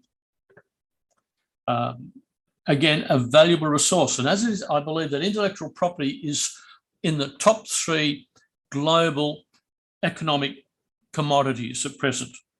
Those who have intellectual property, the major countries such as the United States, Korea, Japan, Germany, and so forth, are the main exporters of intellectual property to those countries who haven't. So I thought it was appropriate to fit in intellectual property. And there are 2 main types of intellectual property here. Let me just go through this quickly. And you'll appreciate those. Copyright, the sweat of the brow, what we create. We create information, we create data, we create knowledge. And industrial property, we exploit that, whether it's through patents, trademarks, industrial designs, geographical indications, new plant varieties, integrated circuits, and particularly trade secrets. And our major global marketing commodity is intellectual property across these 2 main areas. Now, I like to talk about international context because naturally that's my area. But IP is a big global issue. It's a major trade issue. It's protected by a whole complex framework of regimes, of international agreements, of bilateral trade agreements, and so forth. But although we have this international framework, still intellectual property laws are basically domestic. They exist within a country according to those international frameworks. But this is a major issue which takes up the time of many countries. So that's intellectual property and how it fits into this global trade picture. When it comes to legal development and regulation of this data and this intellectual property, what do we have? And we have a major international organisation, the World Trade Organisation. and you'll see it has 165 members, most of the world trading countries.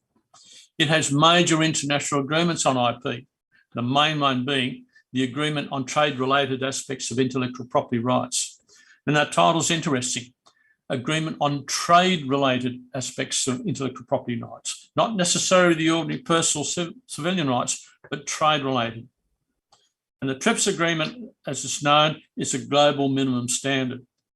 So that's a World Trade Organization with 165 or so members and it's major global protection. But IP is protected across the board. And I've listed there in front of you a whole range of organizations that are involved in IP protection. UNESCO, World Bank, International Monetary Fund, groups like the EU, ASEAN, the United States, Mexico, Canada Free Trade Agreement, and so forth. So you can see there's this very complex framework at both the international level, the bilateral level, and a regional level that basically has legal regulation through trade agreements on data and information. So what about IP and the data that I'm going to talk about? Now, I've taken this little statement from the Director General of the World Intellectual Property Organization.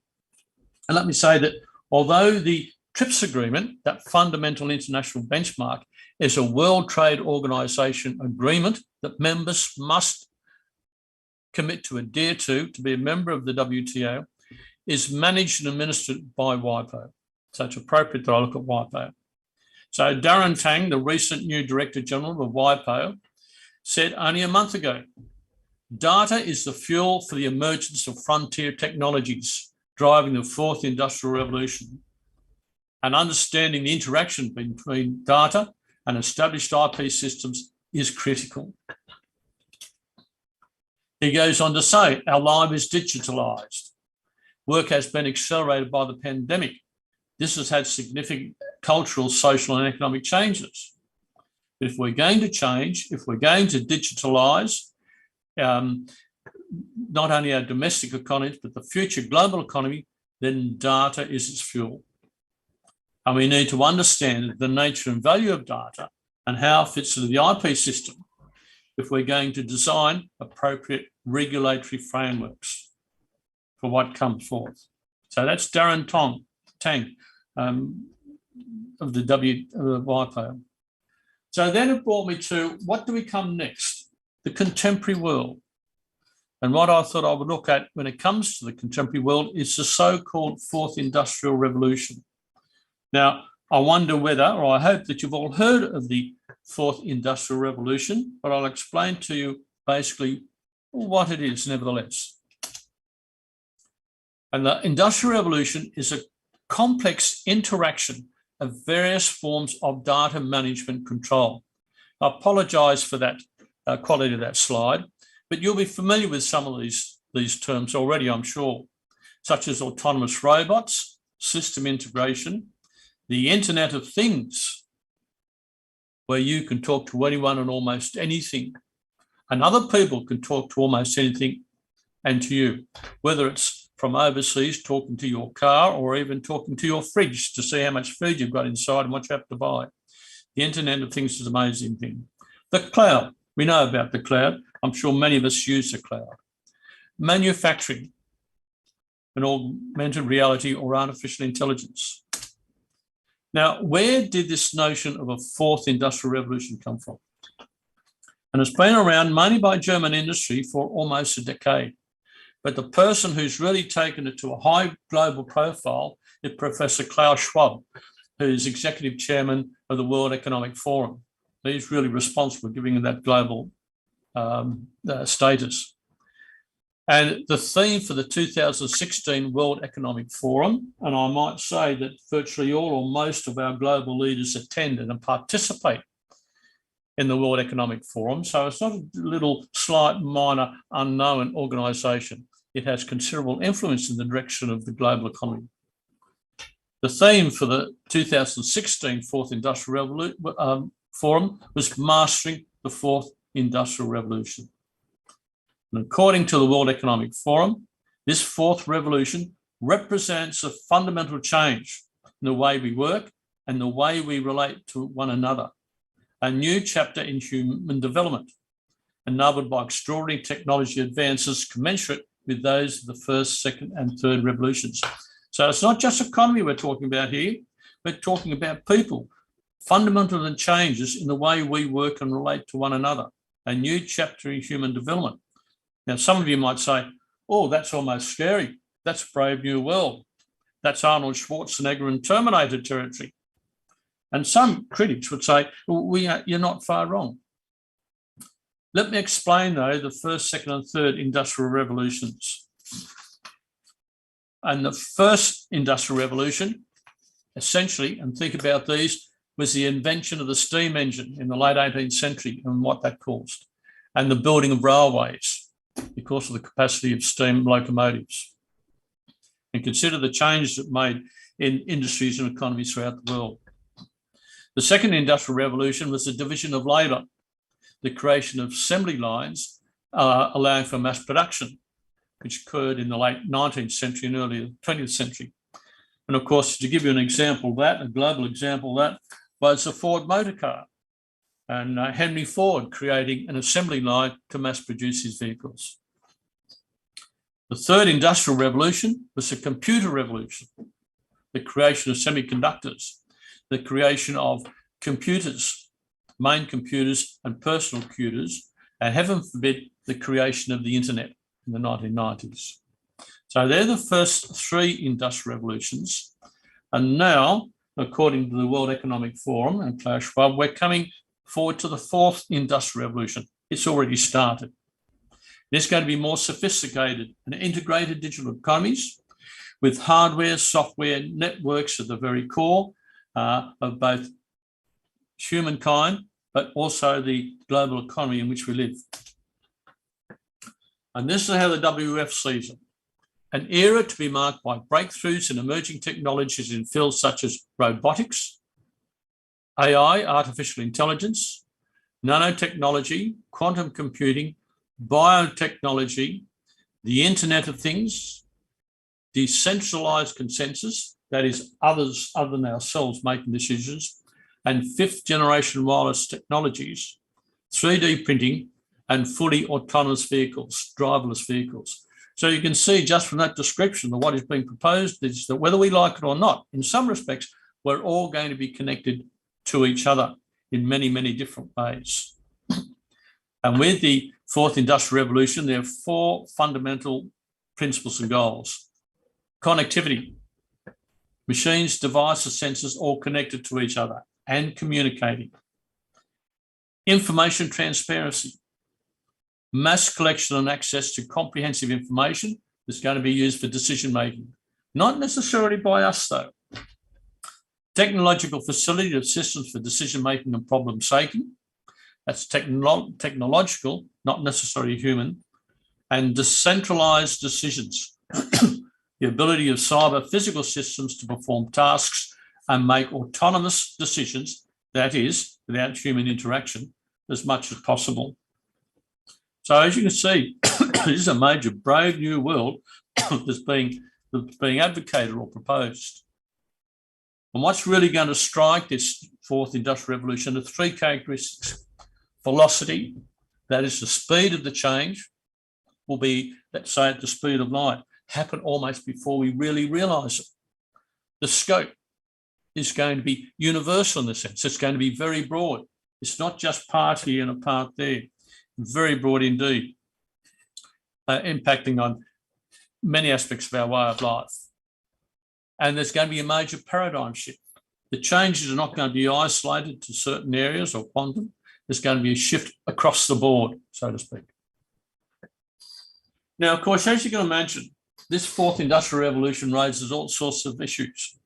And generally the literature recognises four challenges or areas of challenge: economic, social, organisational, and political. Now, in respect of the first three, economic, social, and organisational, generally the lists of challenges and problems to be considered are fairly lengthy in their listing. But when it comes to political, there's only a few listed. mainly states' willingness to participate and agree to be bound as part of the participation. And legal challenges are generally listed as one or two lines. They are generally subsumed in the political aspect. So in some respects, the development and emergence and working on the Fourth Industrial Revolution really doesn't take too much account of the legal challenges and the legal requirements that we made to give effect to it. And some critics will say, and that's a cause for worry. And this raises a question. Are the legal challenges of 140 keeping pace with the economic, social and organisational parameters? Now, I found this rather interesting, fairly recent article in the Digital Law Journal, which states this. Bear with me, folks. I'm trying to move this little screen down here. That says, despite the fact that several strategies for development of digital law being worked out, neither in theory nor in practice is there a single understanding of the legal nature of digital technologies and their foundation. Neither in theory nor in practice is there a single understanding of the legal nature of these digital technologies, what it means in terms of both corporate rights and obligations and controls, and what it may mean in terms of individual and human rights, particularly in respect of our own privacy and our own information, and indeed our own bodies. So it requires something very different to put in place these necessary important legal controls. It requires creation of coherent, global and comprehensive legal safeguards, reliable and worthy guarantees of legal protection in regulating the use of digital technologies in order to minimise risk and to legitimise new assets, both tangible and intangible. It's been said, for example, that with the branches and advancements in biotechnologies, for example, I saw a show on this just last night, on how a technological device can be inserted in an individual in relation to see how that individual is coping with a blood clot or symptoms of the pandemic. And that little device can transmit information into the Internet of Things. Now, that means that any body, person, organisation, not only your medical practitioner, but throughout the world, has the capacity to see what is happening in relation to that little device, that stent or other device looking at your blood clot. And because it's transmissible, that is, it can send a signal, it can receive a signal. Of course, for those who wanted to be malicious, that signal could include turning the device off. So that's what some of the alarmist dimension when it comes to comprehensive legal safeguards.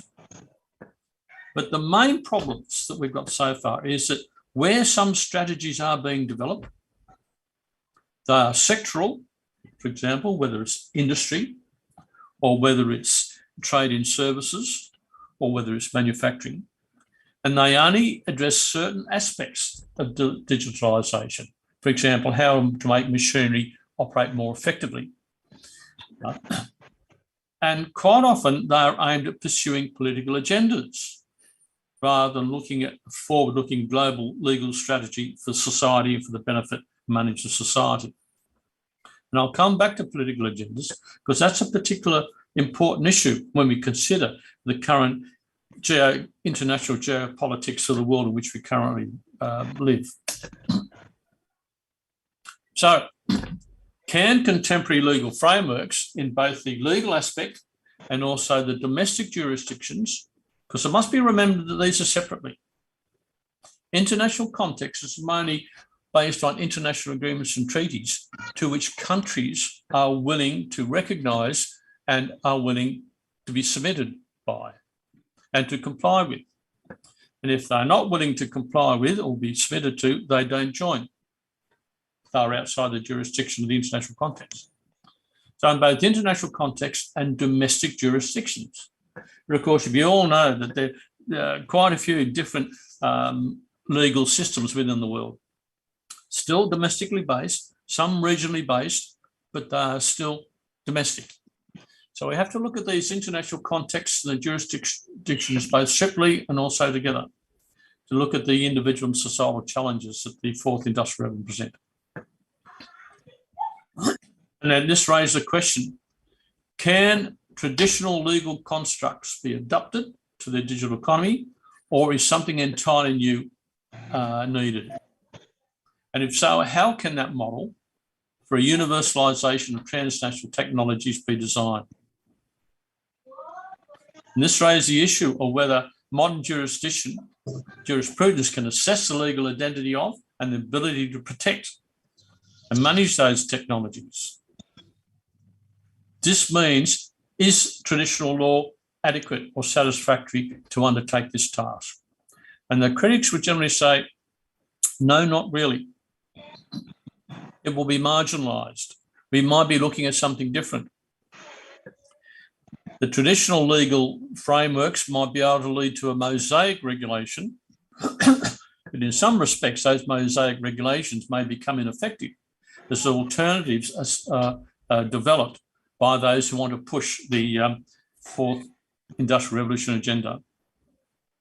So what we may very well need, some of the critics are saying, is an entirely new, a fundamentally different legal structure which has both domestic and international application. And that means what we understand in terms of the intellectual property identity of these new technologies would need to be fundamentally reviewed. In this sense, it must be remembered that the fundamental intellectual property laws that form that international benchmark, that is through the WTO, the World Intellectual Property Organization, and TRIPS, is already 35 to 40 years old. The agreements which we now have in place in terms of protection of data and property were essentially negotiated and argued about assembling in the 1980s before being approved in 1995. So we're already looking at a framework that in some respects is already almost 2 generations old. So this is a summary that I got from off Lexology from a law group on what they saw as being some of the issues. Now, they are cynical and they are critical. I don't necessarily subscribe to them, but they do make interesting points. Lawmakers can't keep up with the pace of change. Can parliaments and the lawmakers and can the judiciary keep up with the pace of change, or will they be, or are they reactive? They react when a problem that needs addressing and attention comes about. And when you consider the rate and velocity of change of this fourth industrial revolution, that might be very late in the exercise. Lawmakers don't understand the issues that come with Industrial Revolution 40. A lot of people don't understand, including those who are undertaking sectoral change within their own areas of particular industrial interest. Lawmakers focus on local short-term constituent issues. Now here they're probably talking about parliamentarians and those who are elected to office. And in some respects that's true. It's not so true when it comes to the judiciary itself, I would suggest. Lawmakers and business don't adequately engage. In some respects, there's an element of truth because sometimes lawmakers, whether it's the lawmakers or the law interpreters, decide to introduce or decide that practices and legislation are required to, in some respects, pull back and inhibit practices of business to provide some degree of balance. Business only want facilitative and practical regulations. In some respects, we can see that in international organisations, multinational corporations who don't want to be too restricted by the legislative imperative for society or for societies, and no clear communication with various and conflicting stakeholders. Yes, but that's not the problem or necessarily the fault of the lawmakers themselves. And sometimes the stakeholders themselves who have information, have this data, and see the value and merit in controlling it, releasing it when it suits their own economic imperatives. So there were some of the issues and challenges when it came to the law side.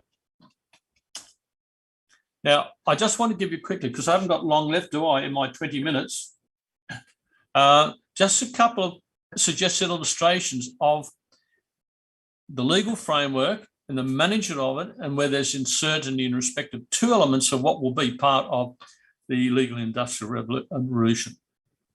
And the first is Bitcoin, and you're all familiar with Bitcoin. I bet you get messages every morning overnight on your iPad encouraging you to invest in Bitcoin. And the second one is social media. And I'm sure you all know who I'm referring to when I show you that slide. Now, Bitcoin, as you know, is a cryptocurrency or a decentralized digital currency powered by a blockchain technology as a distributed database. But when I refer to Bitcoin, I'm also referring to those other digital currencies such as Ethereum and a range of other. And perhaps when you see that, you can see how some countries, some international financial organizations are a bit unhappy about Bitcoin and other cryptocurrencies. First of all, it has no central authority. So it's not under necessary domestic or international control. It's peer-to-peer without central services. So there's no central machine which a central authority can manage or control. It has no central storage. Its ledger is distributed. Transactions are verified by network nodes, but again, not necessarily through a central authority. So because of this nature and the way it trades online, regulation has been and will continue to be difficult. And once central financial authorities or reserve banks decide to take over or try to take over Bitcoin, the attraction of Bitcoin to many participants will disappear or reduce. The legal status of Bitcoin varies from country to country. Some countries, a few countries, have decided to incorporate it within their financial banking system. Others haven't. One or two have decided to try it on and have rejected it. So one of the great issues with Bitcoin that quite a few countries don't like is it can be used for money laundering and criminal activities. So they could shut it down, but that could cause a negative reaction from those who are participating in it.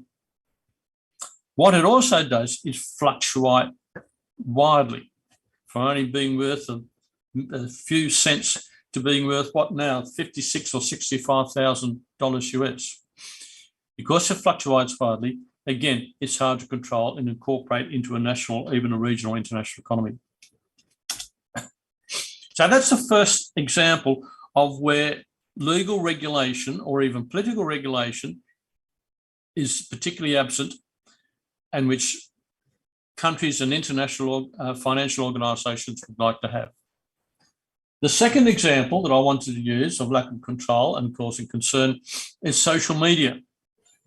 And the picture I've got up in front of you is Mark Zuckerberg in front of US congressional hearings in relation to Facebook and Facebook's use and alleged misuse of data they've collected, information about other people. And his appearance at the congressional hearings caused Congress significant concern, to the extent there's considerable debate at the extent to which Facebook should be broken up or regulation should be introduced to considerably control its activities. But Mark Zuckerberg is going one step further, and he's changed the name of Facebook to Metaverse, or Meta. And this is his words: Metaverse is the next evolution of social connection, as if there isn't enough under Facebook. Our company's vision is to help bring the metaverse to life, so we are changing our name to reflect our commitments to this future. There'll be 3D spaces, there'll be avatars, in other words, which let you socialise, learn, collaborate, and play in ways go beyond what we can imagine. Now, this sort of statement has also caused considerable concern as to what degree of management and control is there now over, or will there be over, the information that is collected and sold, because let's face it, that's how Facebook currently make their money, sold to third parties or fourth parties To what extent will the interactable capacity of the fourth industrial revolution allow us not only to access or gather, but also manage and drive information? So you can see why there is some concern about almost unchecked, unbridled development that might possibly, I say might possibly, be targeted at social media and particularly Meta. Already, some countries are introducing laws to control and give and impose liability upon organisations like Facebook, Twitter, and all those other ones, particularly when it comes to trolling and violent activities and threatening activities on the internet. So society is starting to kick back in some respects against these big social media organisations. So, ladies and gentlemen, I think I've done my 20 minutes, Heru, but there you are. It's a bit of a gloomy story, but it shouldn't be if the legal communities and legal regulation can keep pace or at least start moving towards, and there is a will by heads of government to be prepared to introduce management and control and be prepared to be bound and committed by the management control on an international basis. Although in closing, I might say I remember the remarks of Barack Obama at the 100th anniversary of Nelson Mandela's birth, in which he said, "We are now in the stage of strongman politics." If you think about the world today, there's a lot of truth in what he said.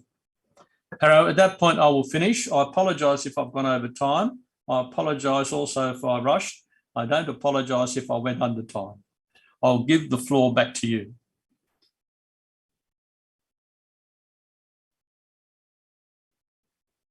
Presentation, also very inspiring information.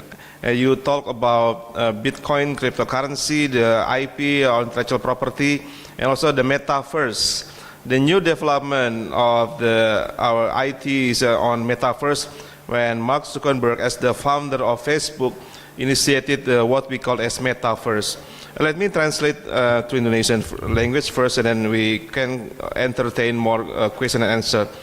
So, jadi Profesor David Price dari Charles Darwin University menyampaikan tentang perkembangan dunia digitalisasi hukum atau legal digitalization, adanya perkembangan di bidang IP ataupun intellectual property ataupun hak atas kepemilikan intelektual, perkembangan di bidang cryptocurrency, adanya Bitcoin, kemudian hukum yang seringkali tidak bisa catch up, tidak bisa, pembuat undang-undang tidak bisa mengikuti kecepatan perkembangan dunia legal digital, juga bagaimana ada perkembangan di dunia metaverse ataupun Facebook founder Mark Zuckerberg menginisiasi lahirnya metaverse, mana orang nanti bisa berkomunikasi pada menggunakan mungkin semacam apa istilahnya kayak di film-film ya, kita bisa pergi ke negara lain walaupun kita ada di Indonesia, tidak bukan menghadirkan secara 3D atau 3 dimensi, mungkin dengan apa istilahnya seperti di film-film itu. So this is a very interesting development, actually very interesting development. But the law development sometimes cannot catch up with the new development of IT or international information technology.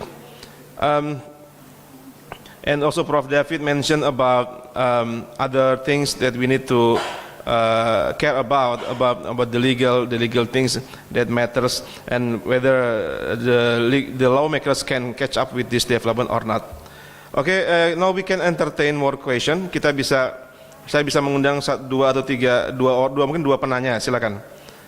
If there any question from the floor or from, yes, Ibu first, and then the second question, ada yang kedua barangkali? Oh, silakan, perkenalkan Bu. Ya, Assalamualaikum warahmatullahi wabarakatuh. Salam. Terima kasih atas kesempatan yang diberikan dan senang bertemu dan berjumpa dengan Prof. David meskipun lewat dunia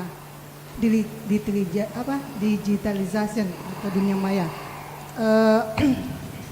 Perkembangan saat ini dalam media sosial, pengguna media sosial itu bukan hanya orang dewasa, dalam hal ini tentunya ada juga penggunanya itu adalah anak-anak yang di bawah umur.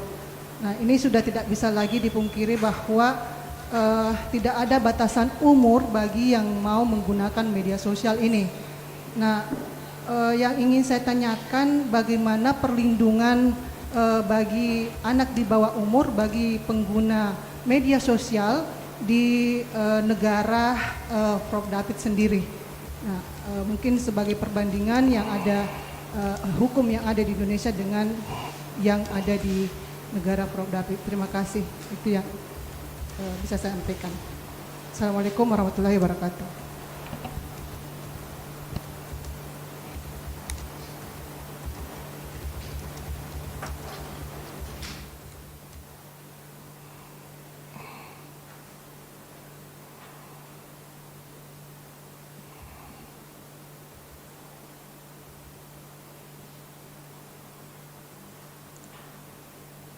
Ya, makasih Ibu Nur Haida ya. Oke.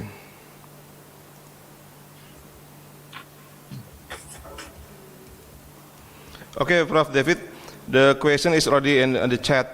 You may you read the chat from Ibu Nur Haida from UMI, right, from Universitas Muslim Indonesia. The question is, what about the protection to minor or to children in Australia in regards to social media excessive usage or excessive traffic? So that's the question, you may answer.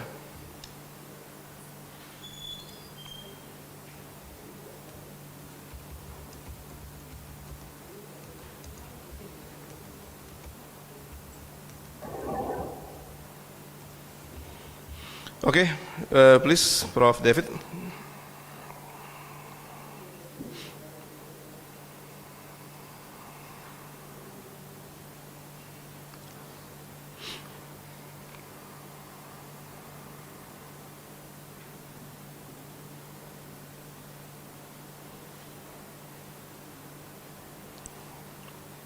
Hello, Prof. David. Can you hear me?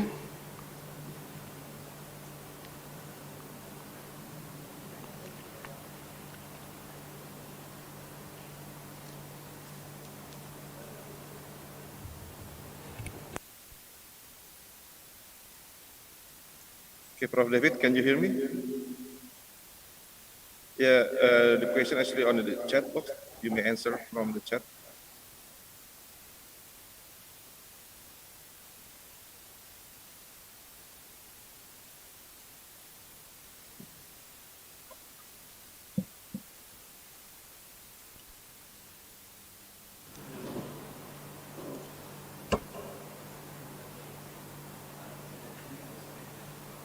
Yes, Prof. Phil, you may answer.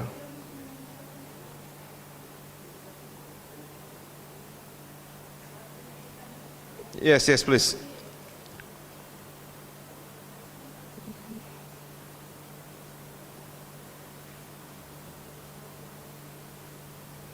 Yes, I cannot hear you.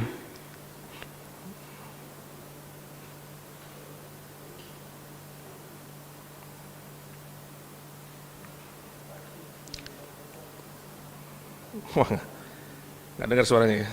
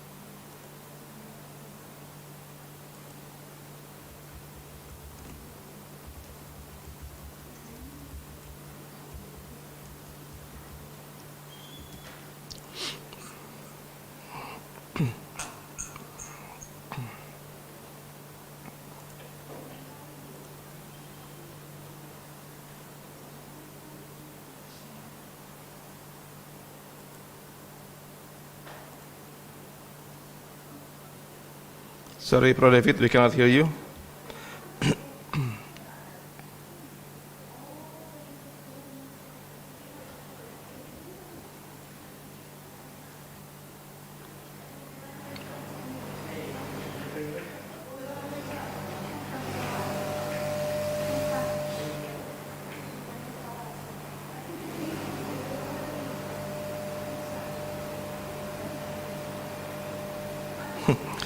Kedengeran suaranya. Can you hear me now? Nah, yeah, we can hear you. Yes, clear. Can you hear me now? Yes, good. Now you can hear me, good. Yes. All right. What I just said is that the government is starting to introduce legislation for what we call online trolling. That is abusive and messages posted online to upset or cause harm to others. What that does require, however, in the case of anonymous postings, for the social media companies, Twitter, Facebook, whatever, to identify the source and who has posted that information. That's a big change. Previously, there's nothing you could do because you simply couldn't identify those who are posting anonymously. That is now starting to change. There's also legislation being introduced in relation to the posting of pornographic material, particularly pornographic images, particularly if those images have been doctored, again, to cause harm. And that legislation is reinforced by the common law of tort, for tort against a person. So the Australian government is starting to do so. It's starting to do so because of number of incidents in the past where some young children, some young teenagers in particular, because they seem to be the sensitive group, have actually committed suicide because of the verbal abuse that they've been getting online. And society is saying, come on, government, it's time you've got to do something. It's a step.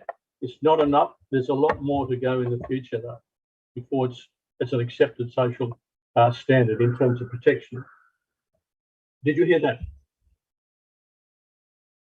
Good.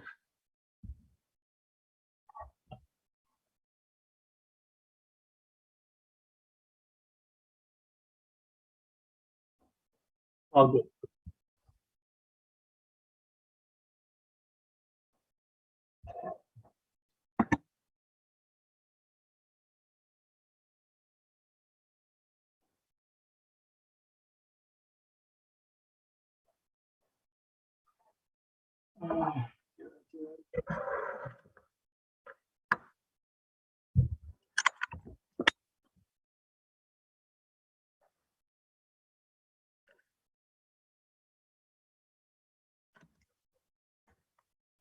Baru kita pindah ke pembicara terakhir yang sudah menitipkan rekamannya. Please, any other question from the floor, from the Zoom participants, feel free. Students or, yes, one last question from Pak Rustan from Fakultas Hukum UMI. Please, Pak Rustan. Unmute dulu, Pak. Unmute.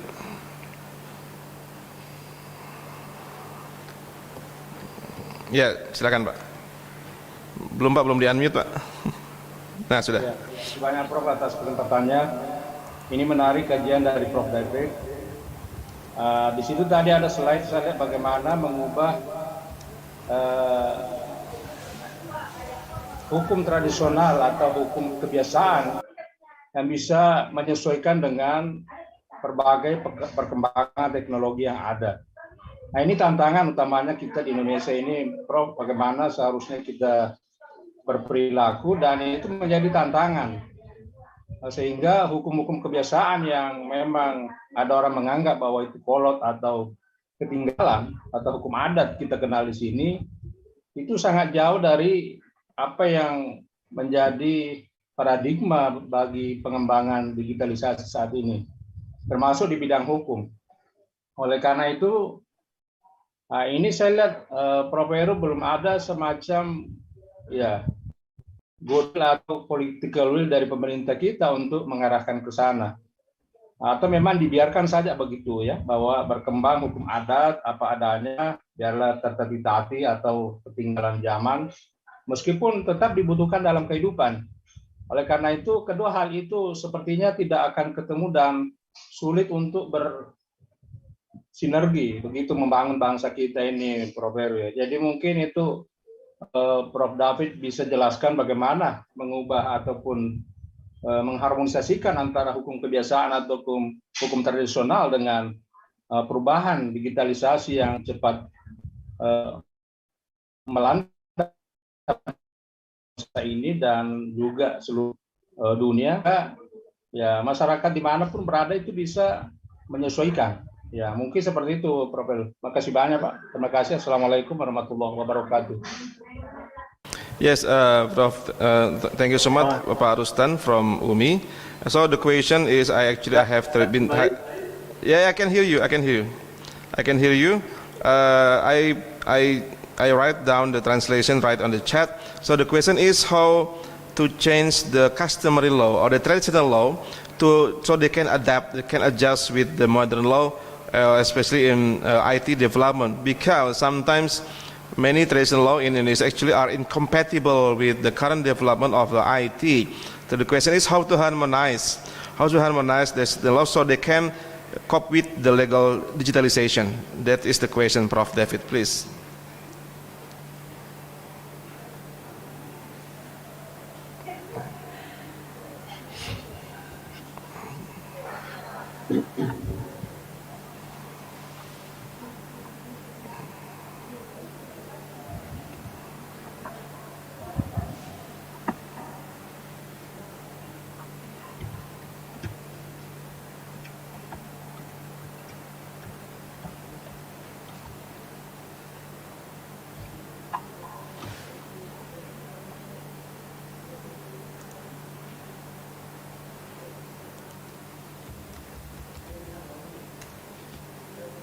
Okay.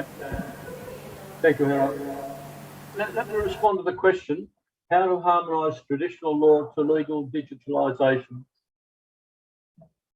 Well, in actual fact, we don't harmonise traditional law to current legal systems very well as it is.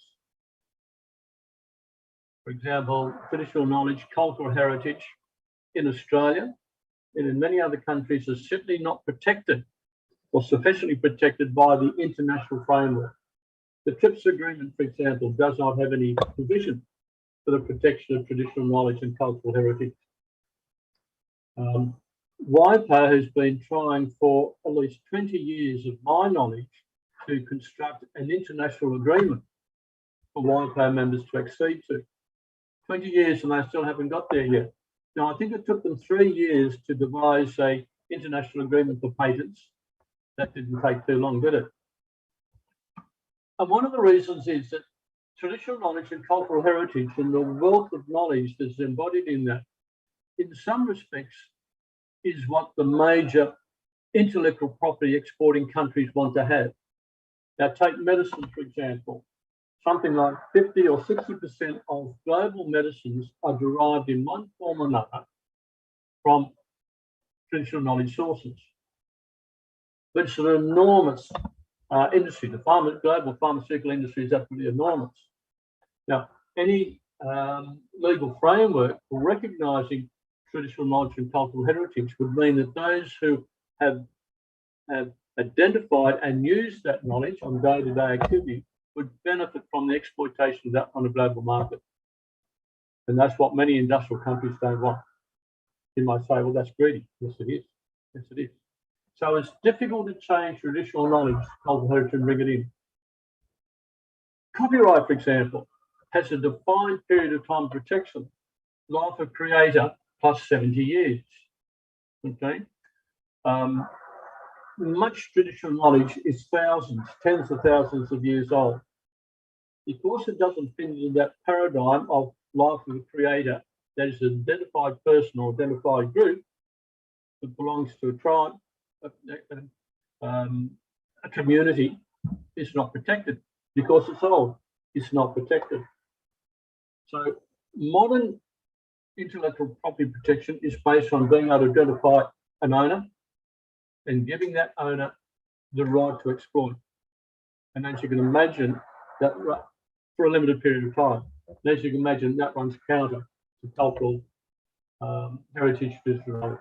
That's why it's been very hard for WIPO to get agreement amongst the major members of WIPO and also the WTO, basically say, yeah, let's give up something. Let's recognise this because it's too important. I'm being a cynic here. I'm sorry, but I'm afraid it's not well protected, and Australia doesn't do a good job, and it could do a lot more. that okay? Okay, thank you so much, Prof. David Price, for your reply to Pak Rustan question. Again, because the time is over, again, thank you so much for allocating your time for this webinar, Prof. David.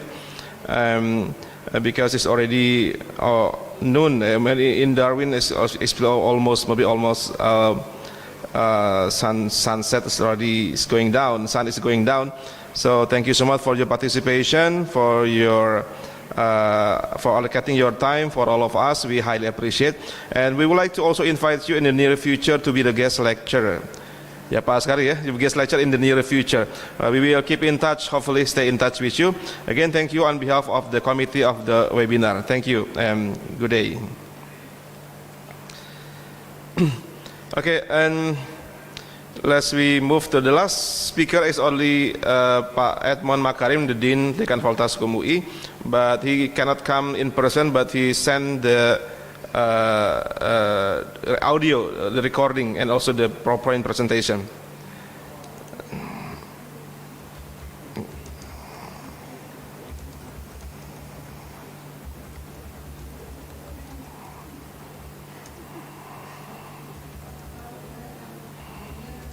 Thank you, Heru. Yeah.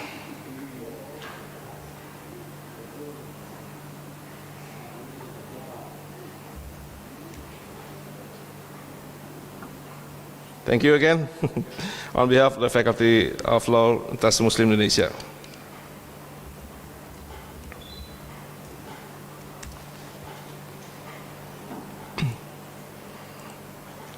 Oke, berikutnya kita akan berpindah ke Pak Edmon Makarim.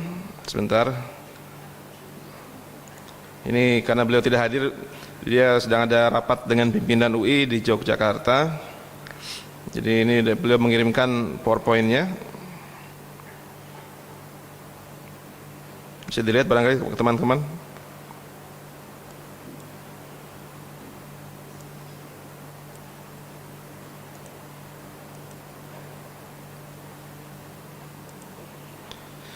Jadi bicara berikutnya adalah Mr. Edmon Makarim, S.Kom, S.H.LLM. He is the Dean of Faculty of Law Universitas Indonesia, lecturer and researcher of Telematic Law, Technology Law Research Center or LKHT, Lembaga Kajian Hukum dan Teknologi Fakultas Hukum Universitas Indonesia. Legal Digitalization and Legal Development, Issues and Challenges. So, he is the CV of Mr. Edmon Makarim. He used to be a staff ahli menteri as well, staf ahli menteri bidang hukum di Departemen Kominfo, ataupun di Menteri Kominfo, anggota Dewan Penasehat Masalah Telematika Indonesia, anggota Dewan Penasehat Komisi Informasi Publik dan sebagainya. And he has written some books, Pengantar Hukum Telematika, Tanggung Jawab Penyelenggara Sistem Elektronik, Notaris dan Transaksi Elektronik, Konstitusi dan Telematika as well. And this is his research roadmap on cybersecurity, privacy, social network, e-government, e-commerce. He mentioned about the speech of President Jokowi on digital connectivity, konektivitas digital, that we need to have the kedaulatan dan kemandirian digital. It must be our principle, our significant principle in transformation, digital transformation. And we cannot be as the victim of unfair practices from the giant digital world, and that at the moment the most important resource of our country is not just oil and gas but also data. Data is very important. Pak David juga menyebutkan bahwa sekarang harta yang paling penting tidak lagi minyak dan gas bumi, tapi juga data. Data sangat penting. Nah.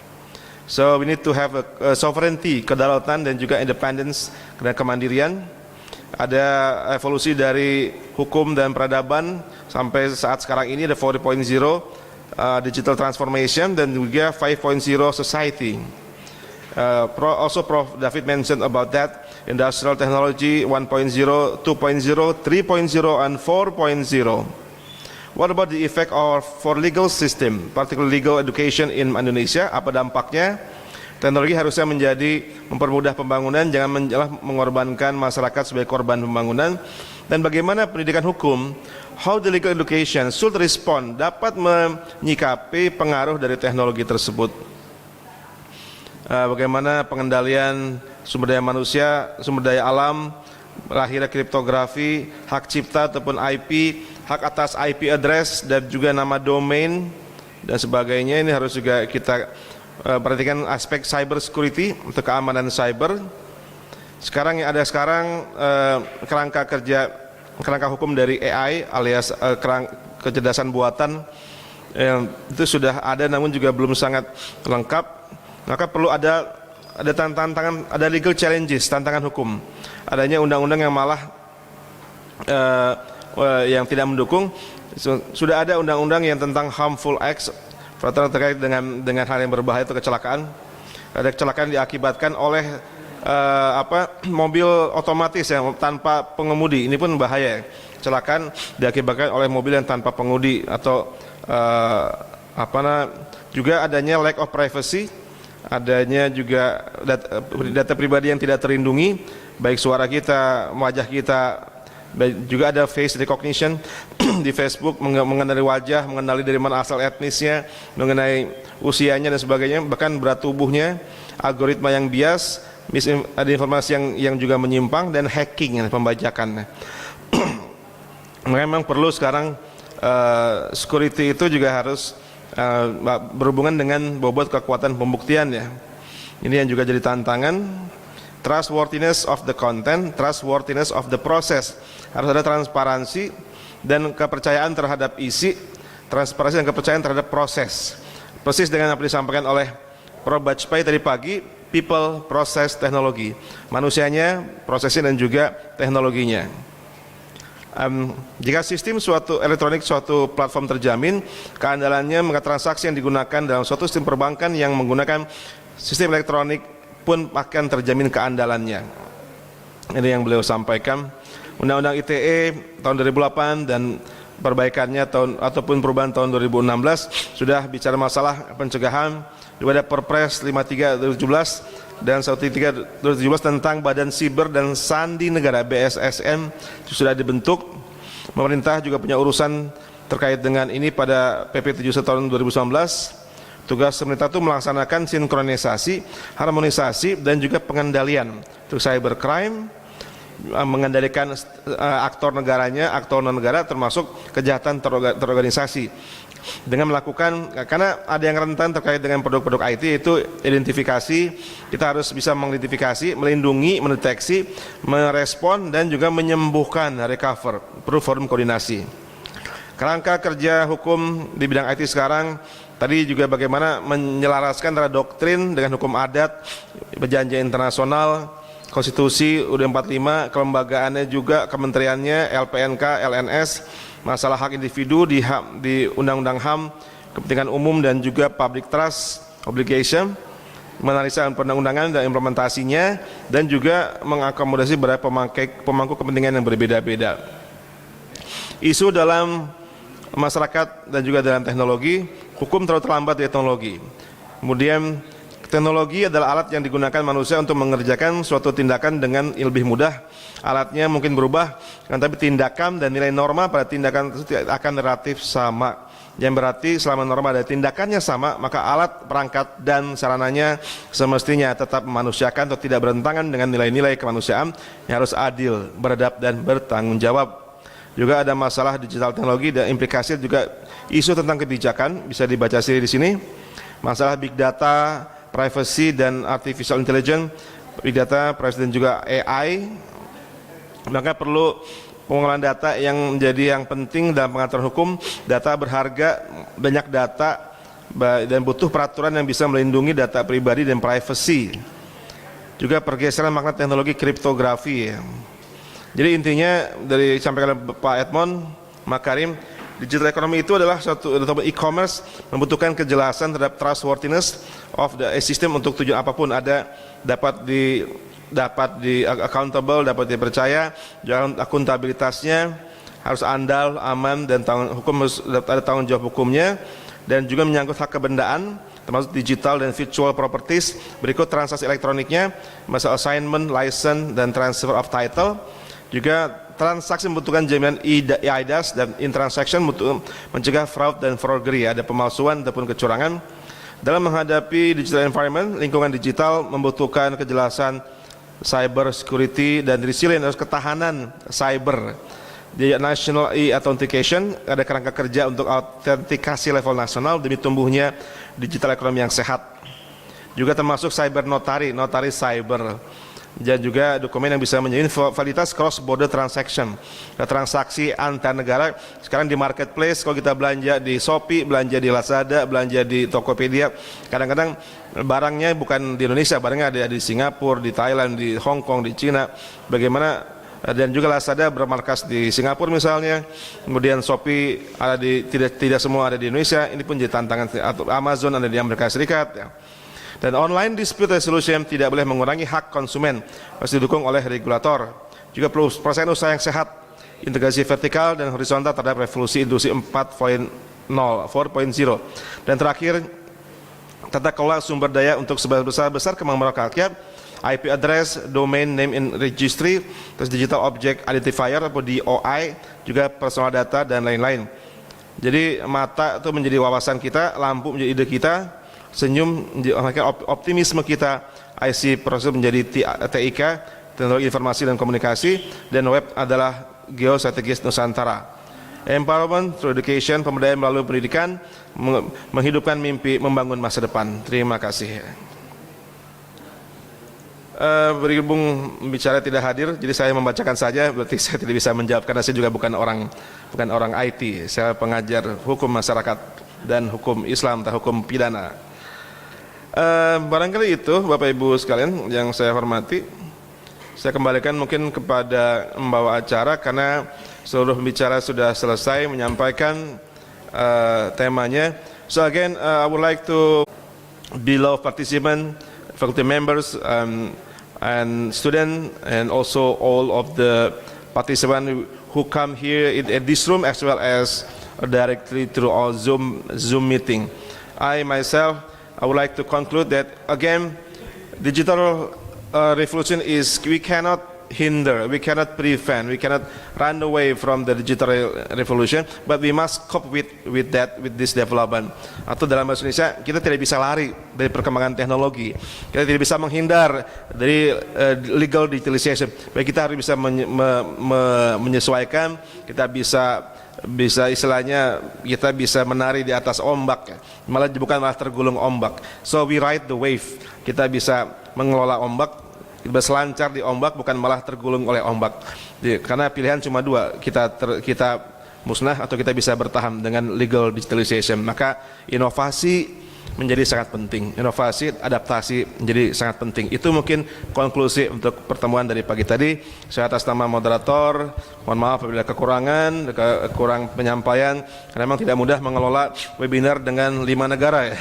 Satu pembicara ada di South Africa beda 6 jam, satu ada di India beda 2,5 jam, satu ada di Yogyakarta beda 1 jam, satu ada di Malaysia beda sama waktunya karena sama-sama waktu Malaysia, dan juga satu lagi di Australia beda 2 jam dengan di Darwin.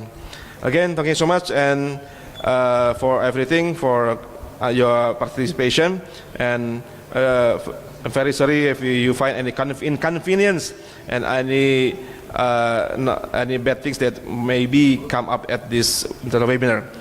Terima kasih. Wabillahi taufik wa muwaffiq ila ma huwa. Wassalamualaikum warahmatullahi wabarakatuh dan selamat siang.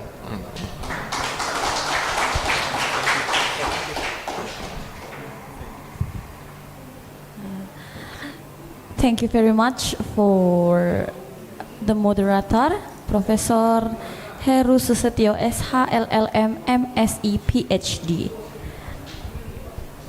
Ladies and gentlemen, that's all the webinar session of International Webinar of the Existence of Legal Digitalization in the Enforcing of Legal Development in Contemporary World. Ladies and gentlemen, let's end and close this event by reciting Hamdalah. Alhamdulillahirabbil alamin. I'm Muhammad Lutfi. And I'm Yuliana Damayanti. Thank you for your attention. Wallahul waliyut taufiq wal hidayah. Wassalamualaikum warahmatullahi wabarakatuh.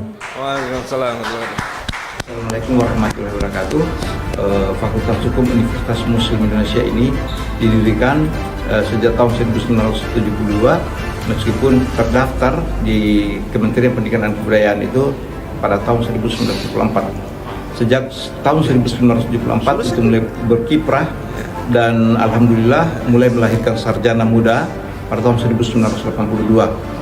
Untuk mendukung untuk mencapai visi misi Fakultas Hukum Universitas Muslim Indonesia ini, itu disiapkan desain kurikulum yang berbasis kompetensi, berbasis KKNI, dan didukung oleh dosen-dosen yang handal, dosen-dosen yang profesional. Insya Allah profil lulusan Fakultas Hukum itu akan menjadi legal drafter, menjadi pengacara, menjadi birokrat, baik itu hakim, jaksa, dan pemerintahan. Kedepannya kita siapkan satu kelas khusus, yaitu kelas internasional. Saya kira itu yang saya sampaikan. Terima kasih. Assalamualaikum warahmatullahi wabarakatuh. Sudah dibuktikan, Fakultas Hukum UMI melahirkan mahasiswa yang mampu berdaya dan bersaing.